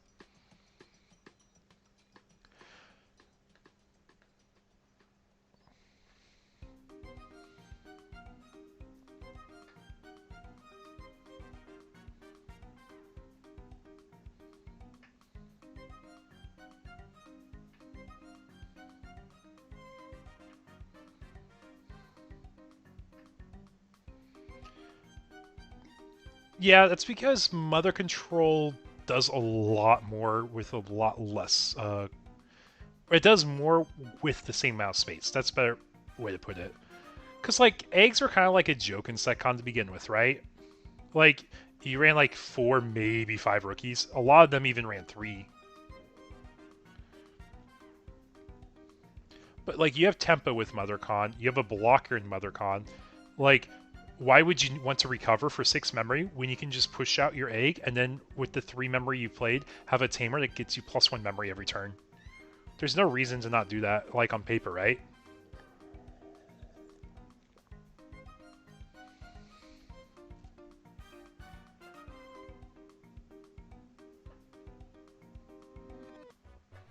Oh, we're using that so Lugar memory to respawn right back with a serve and then a serve X. That's hilarious.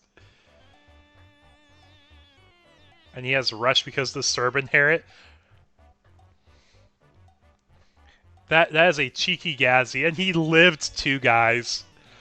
Oh no, this isn't looking good for Luga. If he has Lord Knight, this could also... Well, Lord Knight plays from hand or trash, right? It's not just from trash. Ending on the boost is pretty good, though, too. It kind of keeps you flexible for what you want to do next. Can we acknowledge how bad of opening hand that was for Luga? Maybe it wasn't the worst in the world, but you slammed a guy for 7 memory. You got punished for it by their perfect 7 memory serve into serve X with the Gazzy swing.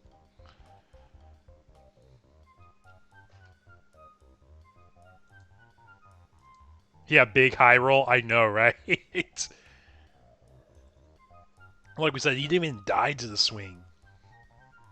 Like, this is actually potentially lethal right here, guys. We could see lethal this turn.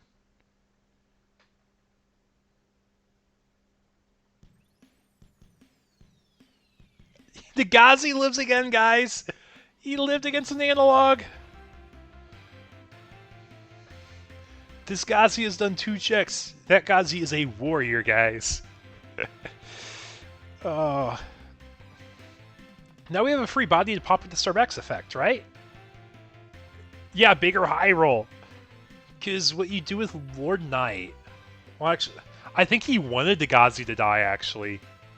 Because he wanted a body to play out with Lord Knight. Yeah, I think it's just turn your card sideways and see what happens. I think that's what this matchup's becoming. Oh, we get the Serb Rush. We give Rush with Serb. Gobbly has Rush. Yeah. We can go to a Dober X. Yeah, the guy says, bro, I can't do anything. That's rough. I think that was... That is a game. That does happen sometimes.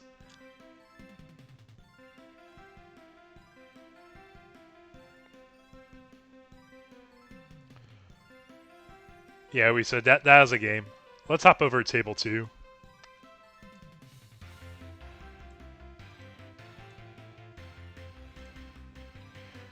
Red Hybrid versus Bielstar, guys. This is our other potentially undefeated... I'll be real, man. That was a rough game to even try playing.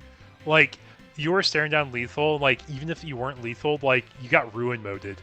Like, he's getting ready to go into ruin mode.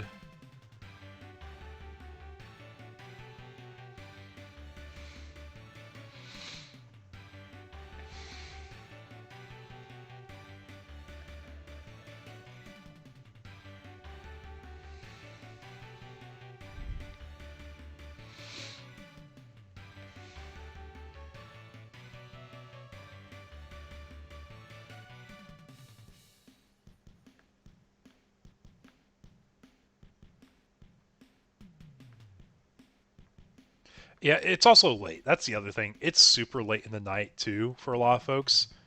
Like, it's 11:30 for some folks right now. I don't think we have anyone playing 2 hours ahead, but we do have people playing on the other side of the world.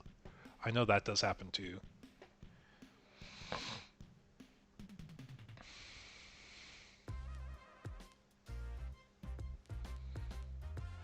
But yeah, lots of international folks do play in these tournaments also. It's not just people from NA. Not just NA folks.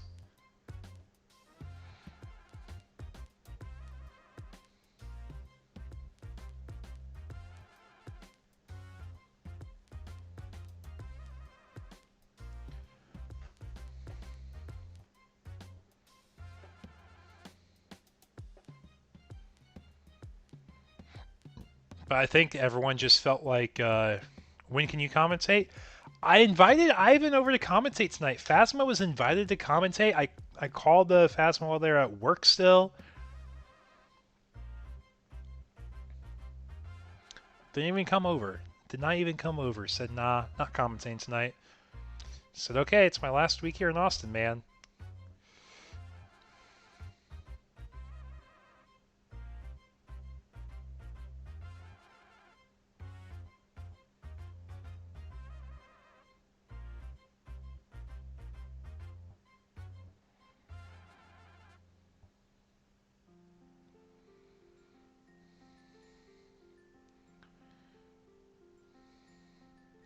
Yep, doing our whole warp combo. The Ancient Gray here. Tempting to go for 3 checks. We do check options, so if we see an option, it does die. It is an option, and it does die. But if we have a Gigasmon, it gets rushed. We don't have a way to get memory back, though. No analogs here. Hey, Risa, how we doing, man?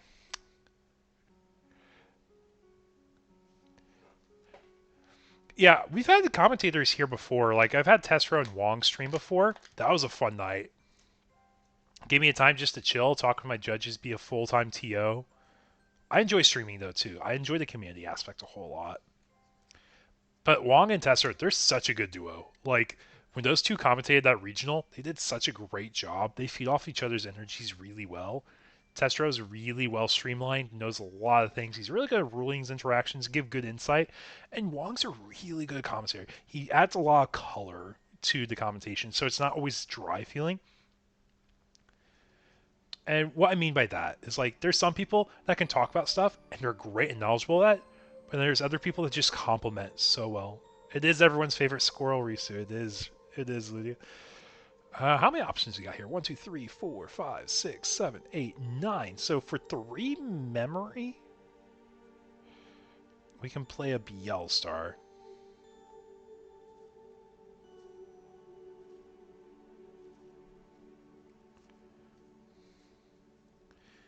I don't know if we have a way to close out game or be safe from getting lethal this turn, though. This might just be a rough one for BL star. We do have Jack Ray things, the purple egg. We do have the color requirement. So now we can play BL Star without passing turn. Then we can go Ruin mode and deny the rookie and deny the rookie in raising. Hey, man, it was great meeting you at Dallas also, man. It is super nice to meet so many people. I just wish I was in Texas longer, man. You punted the last 3 rounds? Don't say that, man. Like, those people are competitive. Like, everyone's there to win. So, like, sometimes you just lose from players piloting their decks super well. Sometimes you do get high rolled. Like, we did see that happen this last round. Like, when the guy slammed Soul Lugar, or the Hell Lugar, to cycle for 2 cards because he kind of had a rough hand, and then his opponent responded with Serb X, pitch Gazi, play out Gazi. It has Rush, swing Security, it lives. Next turn, swing Gazi, Security, it lives. Swing Gobbly, it dies.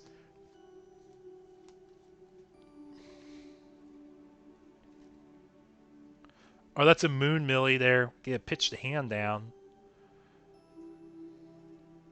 Also, for anyone who doesn't know, we do allow proxies for the first 2 weeks of a set being out. It's because we acknowledge, even if you order on TCG Player during release day, you're not going to get those singles for probably another week.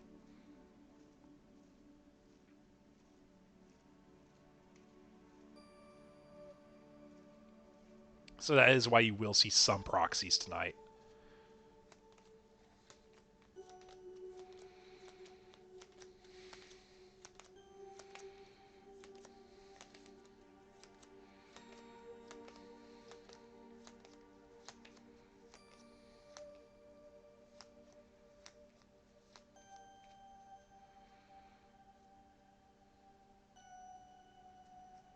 I do agree. The Moon was a really good decision there. Moon's really good in Demon Lords too. I wasn't thinking about how good Moon like actually applied the Demon Lord matchup to some other matchups, but it really can stun your opponent out of nowhere, especially when they're not playing around it. Yeah, for everyone who doesn't know, Moon, we've seen it a few times tonight, but your opponent trashes cards in their hand until they're down to 5 cards. Then every 2 cards they trash by this effect, delete one of their tamers. And all turns, once per turn, when another Digimon or tamer is deleted, trash your opponent's top security. So it gives you a way to pressure out game 2.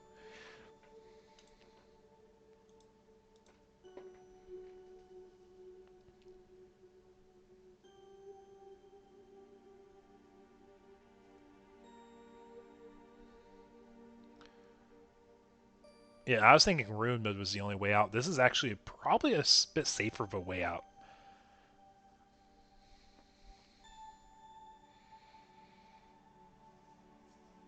Like, if we had a Goonie Warp into Ancient Grey play out Gigas play, we do have game. Even if we check an option.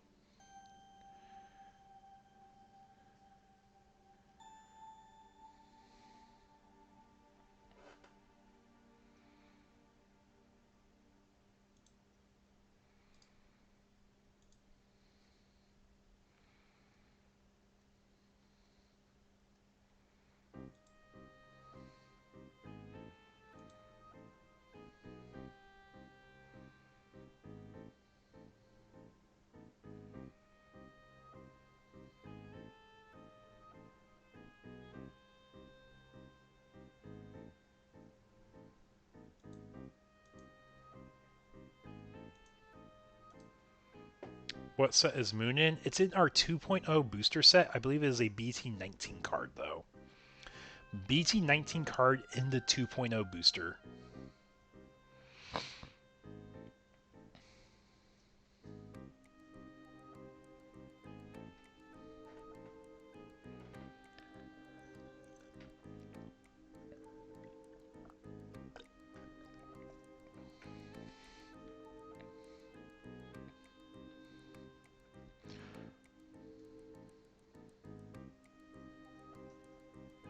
Exactly. Exactly, Tony. So how are we doing, though, man? Hope things are going well. I'm really excited this Saturday. Before I move officially out of Texas, I will be running my last local, which is going to be a 3v3 tournament here in Austin. It is double pack per win with a pack on entry. It's just my last little thing to give back to the community. It's done so much for me for so long. So I'm really excited to host. Really excited to host. Hope I get to see a few of y'all. If y'all are in the Austin area, come join us for it.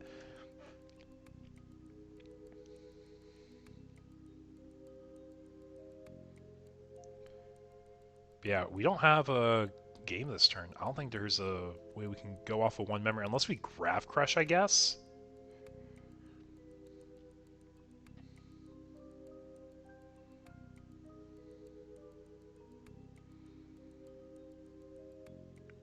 Yeah, Grav Crush into Gigas, that could be game. But BLstar still needs to get another security down.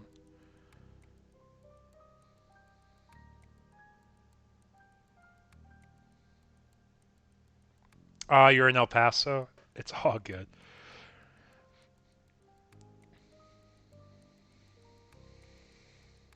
We're going to leave our opponent at 1 after we go into a Goonie here.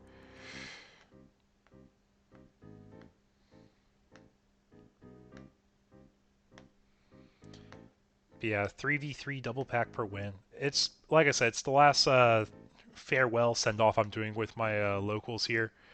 It's honestly a super fun time. Like, I used to run a lot of fun rule events. Like, we ran a Pauper event. Pauper has been the most popular thing here. When I say Pauper, I'm talking like commons, uncommons. We tried rares, but people like it when it's uncommons and commons only. Because it brings some different decks to shine out. We do have the Ancient Deity option here. Pick up, play out. Yeah, and it's meant to like maximize how many people could join in on the event too, because if you make it a 3v3, you can fit 3 times the number of people.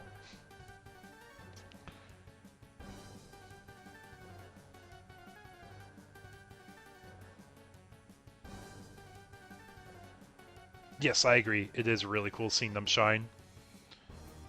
I'm moving to Indiana, so Indianapolis, Indiana. Like not find it, like, because I couldn't find my dust spawn. They were all in the bottom. Yeah. Was that the end of our set, or are we going to another game? That was just game 1. That's game 1? Okay, making sure. That was just game 1. Okay, we are going to game 2 of BLstar versus Red Hybrid, though, folks. But yeah, I will be... In your opinion, rares aren't as fun for Pauper because rare has aces. The fun of Pauper, in your opinion, is no aces. So, I haven't played a Pauper format tournament since we've had aces introduced. I can see what you're saying. And I do think some of the rare aces are, like, probably a little overtuned for what Pauper is. My favorite thing of Pauper is, like we said, we get to see the different boost shine. We get to see different cards like top end level 6's shine. If you don't include rares, your top ends are a lot more limited, but you have really cool ones you can showcase. Like, what was your guys' highlight boss monster of 2.0 format? A lot of you guys, if we talk about 2.0, whatchamacallit, pre-release event, and you did draft, there is one guy that a lot of you probably realized was super cracked in the pre-release format. Or what's his name? He is an uncommon. I remember that. Let me scroll down here.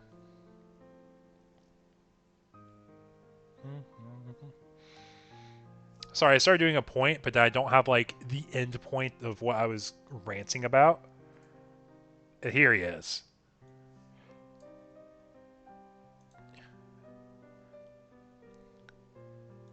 Zanbamon. This guy was a boss in the pre-release format, and this guy is so good if you were playing a Pauper deck. Jumbo Gambe was also really good.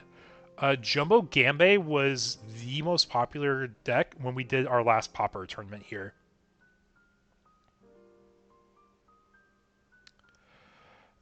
We had people try doing SecCon. Anytime we did Pauper, it never did well because Jumbo Gambe just outvalued it every time. Or you would have X-Antibody decks. X-Antibody decks did super well against it.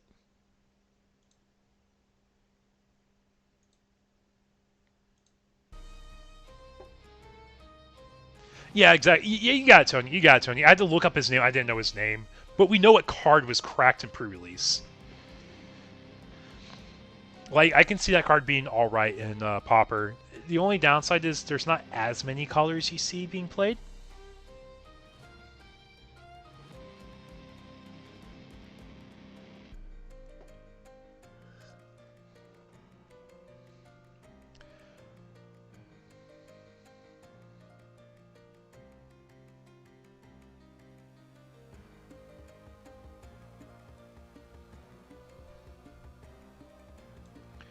Now the real question, what does Violet do? I know she's a card, and she's like part of the Impmon line. Start a turn if you have 2 or less, she's a fixer. By trashing a card with Ghosts or Musketeers, draw 1. Okay, so she helps fill your trash with Musketeer stuff. Cool. That is a direct Musketeer card. I dig it. Yeah, perfect. Pitch a BL star, draw a card. Swing security with the EX2 Imp, I believe that is. 1k, crash to 6k, Demi-Mera, draw 1, pitch 1.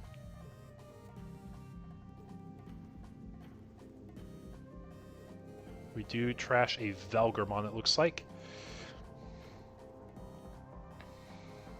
And the Violet was in play already for a turn, so if we do the Duskmon, we can go into Velgar with it. And then Velgar over Dusk will play the Tamer back out.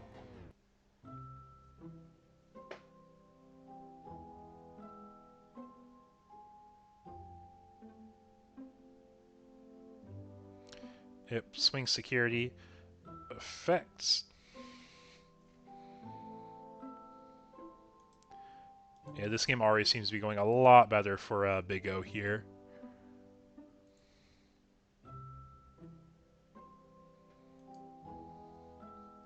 Yep, go into our Velgar for free. Effect of Velgar for each opponent. Color of your opponent's Digimon Tamers. Trash a card from top of both decks. Then you get an extra DP for however many there are.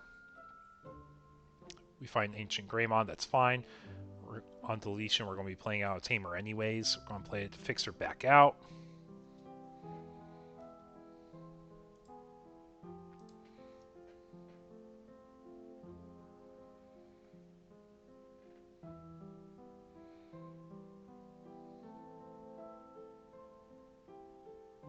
Marine Angemon, Revelation, Light Violet, and Boots. That's cool. I like that.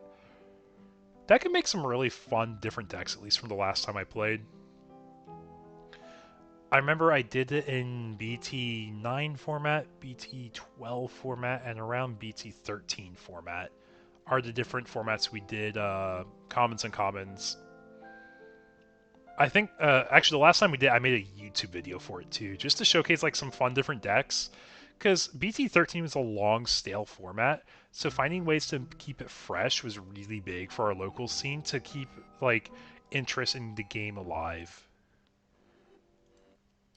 And one of the cool things I handed out as prizing for the Popper event is the Digimon Nationals jacket you got with your top-ranking player.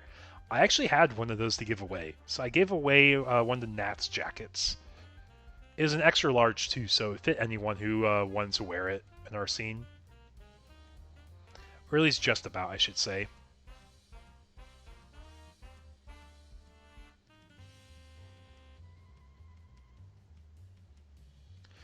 Who's winning so far? Red Hybrid took game 1 against BL Star. We are in the middle of game 2. Moon Millie almost secured the game for BL Star, but just barely didn't have enough damage. They're missing hybrids, and they're missing rookies, so they are missing a lot of like their easy pressure and cycle.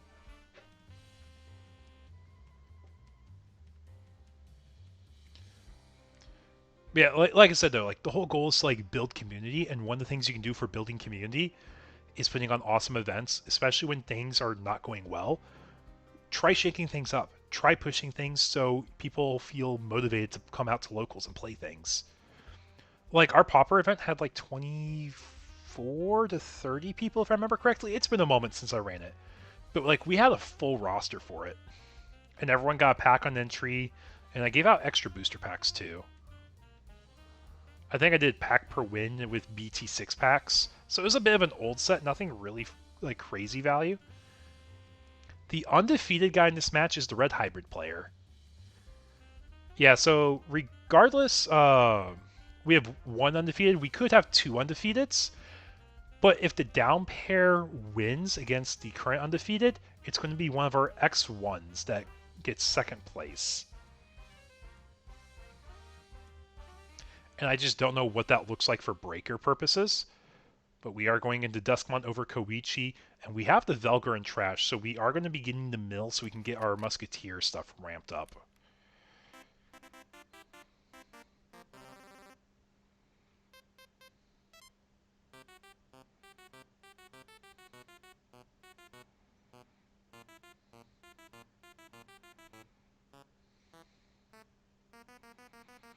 Yep, so Duskmon's going to swing security effect of Duskmon.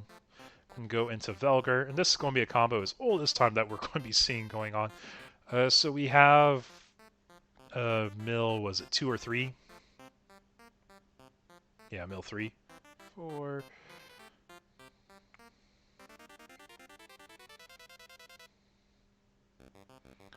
Yep, and we do get our 1 check-in. Is a Koji, or not Koji, Takuya. Now the unfortunate thing here, we will be popping a bunch of guys, that is nice. We actually didn't mill that much Musketeer stuff.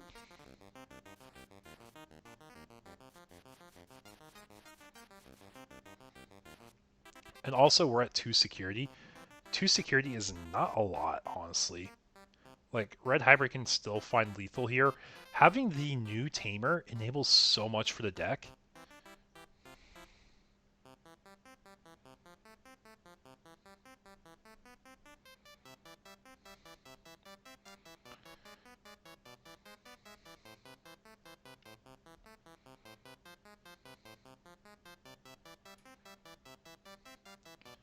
Yeah, I just don't think we saw enough stuff milled fast enough.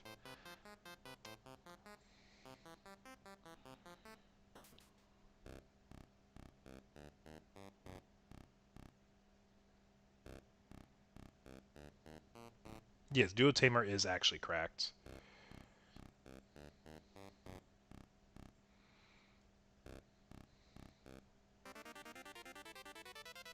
It looks like we do have the combo again here. So let's see if we get enough mills here. Actually, I don't think we have enough mills to keep turn after we do the combo. Like, even if we mill enough stuff for a BL star to come down this turn, we have to have like a ruin mode for it to matter. No, not even ruin mode matters because they get DP inherits.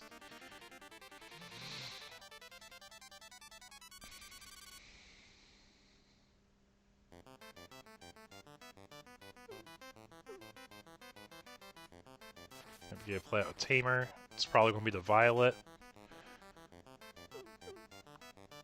Oh, Matt. Matt also makes sense too.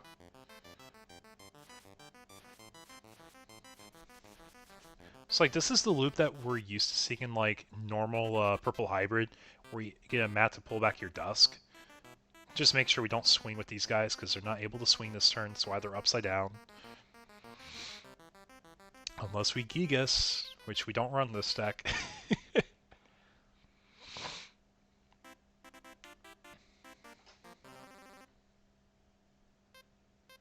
We do go into Imp X in the back for free. It's an extra cycle.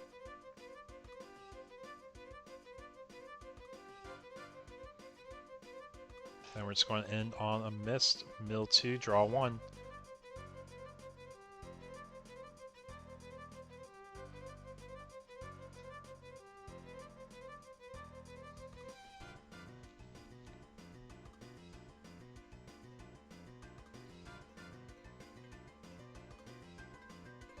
This is probably Ancient Grey pickup here. Rest to the bottom.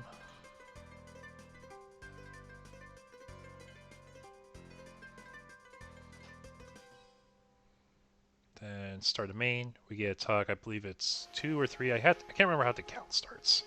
I think it tucks 1 initially, then counts itself for 2. And then another one makes it 3.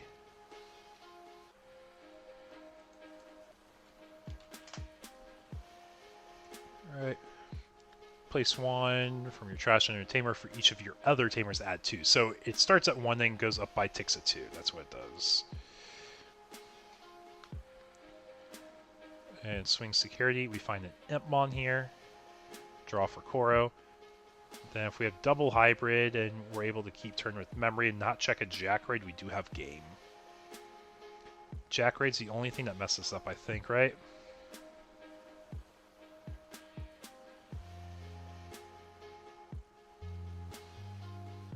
Oh no, we don't get the end of turn.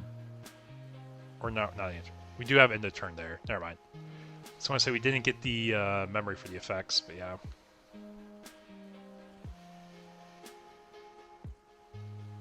But yeah, that is our set there. That is our final game here for Table 2.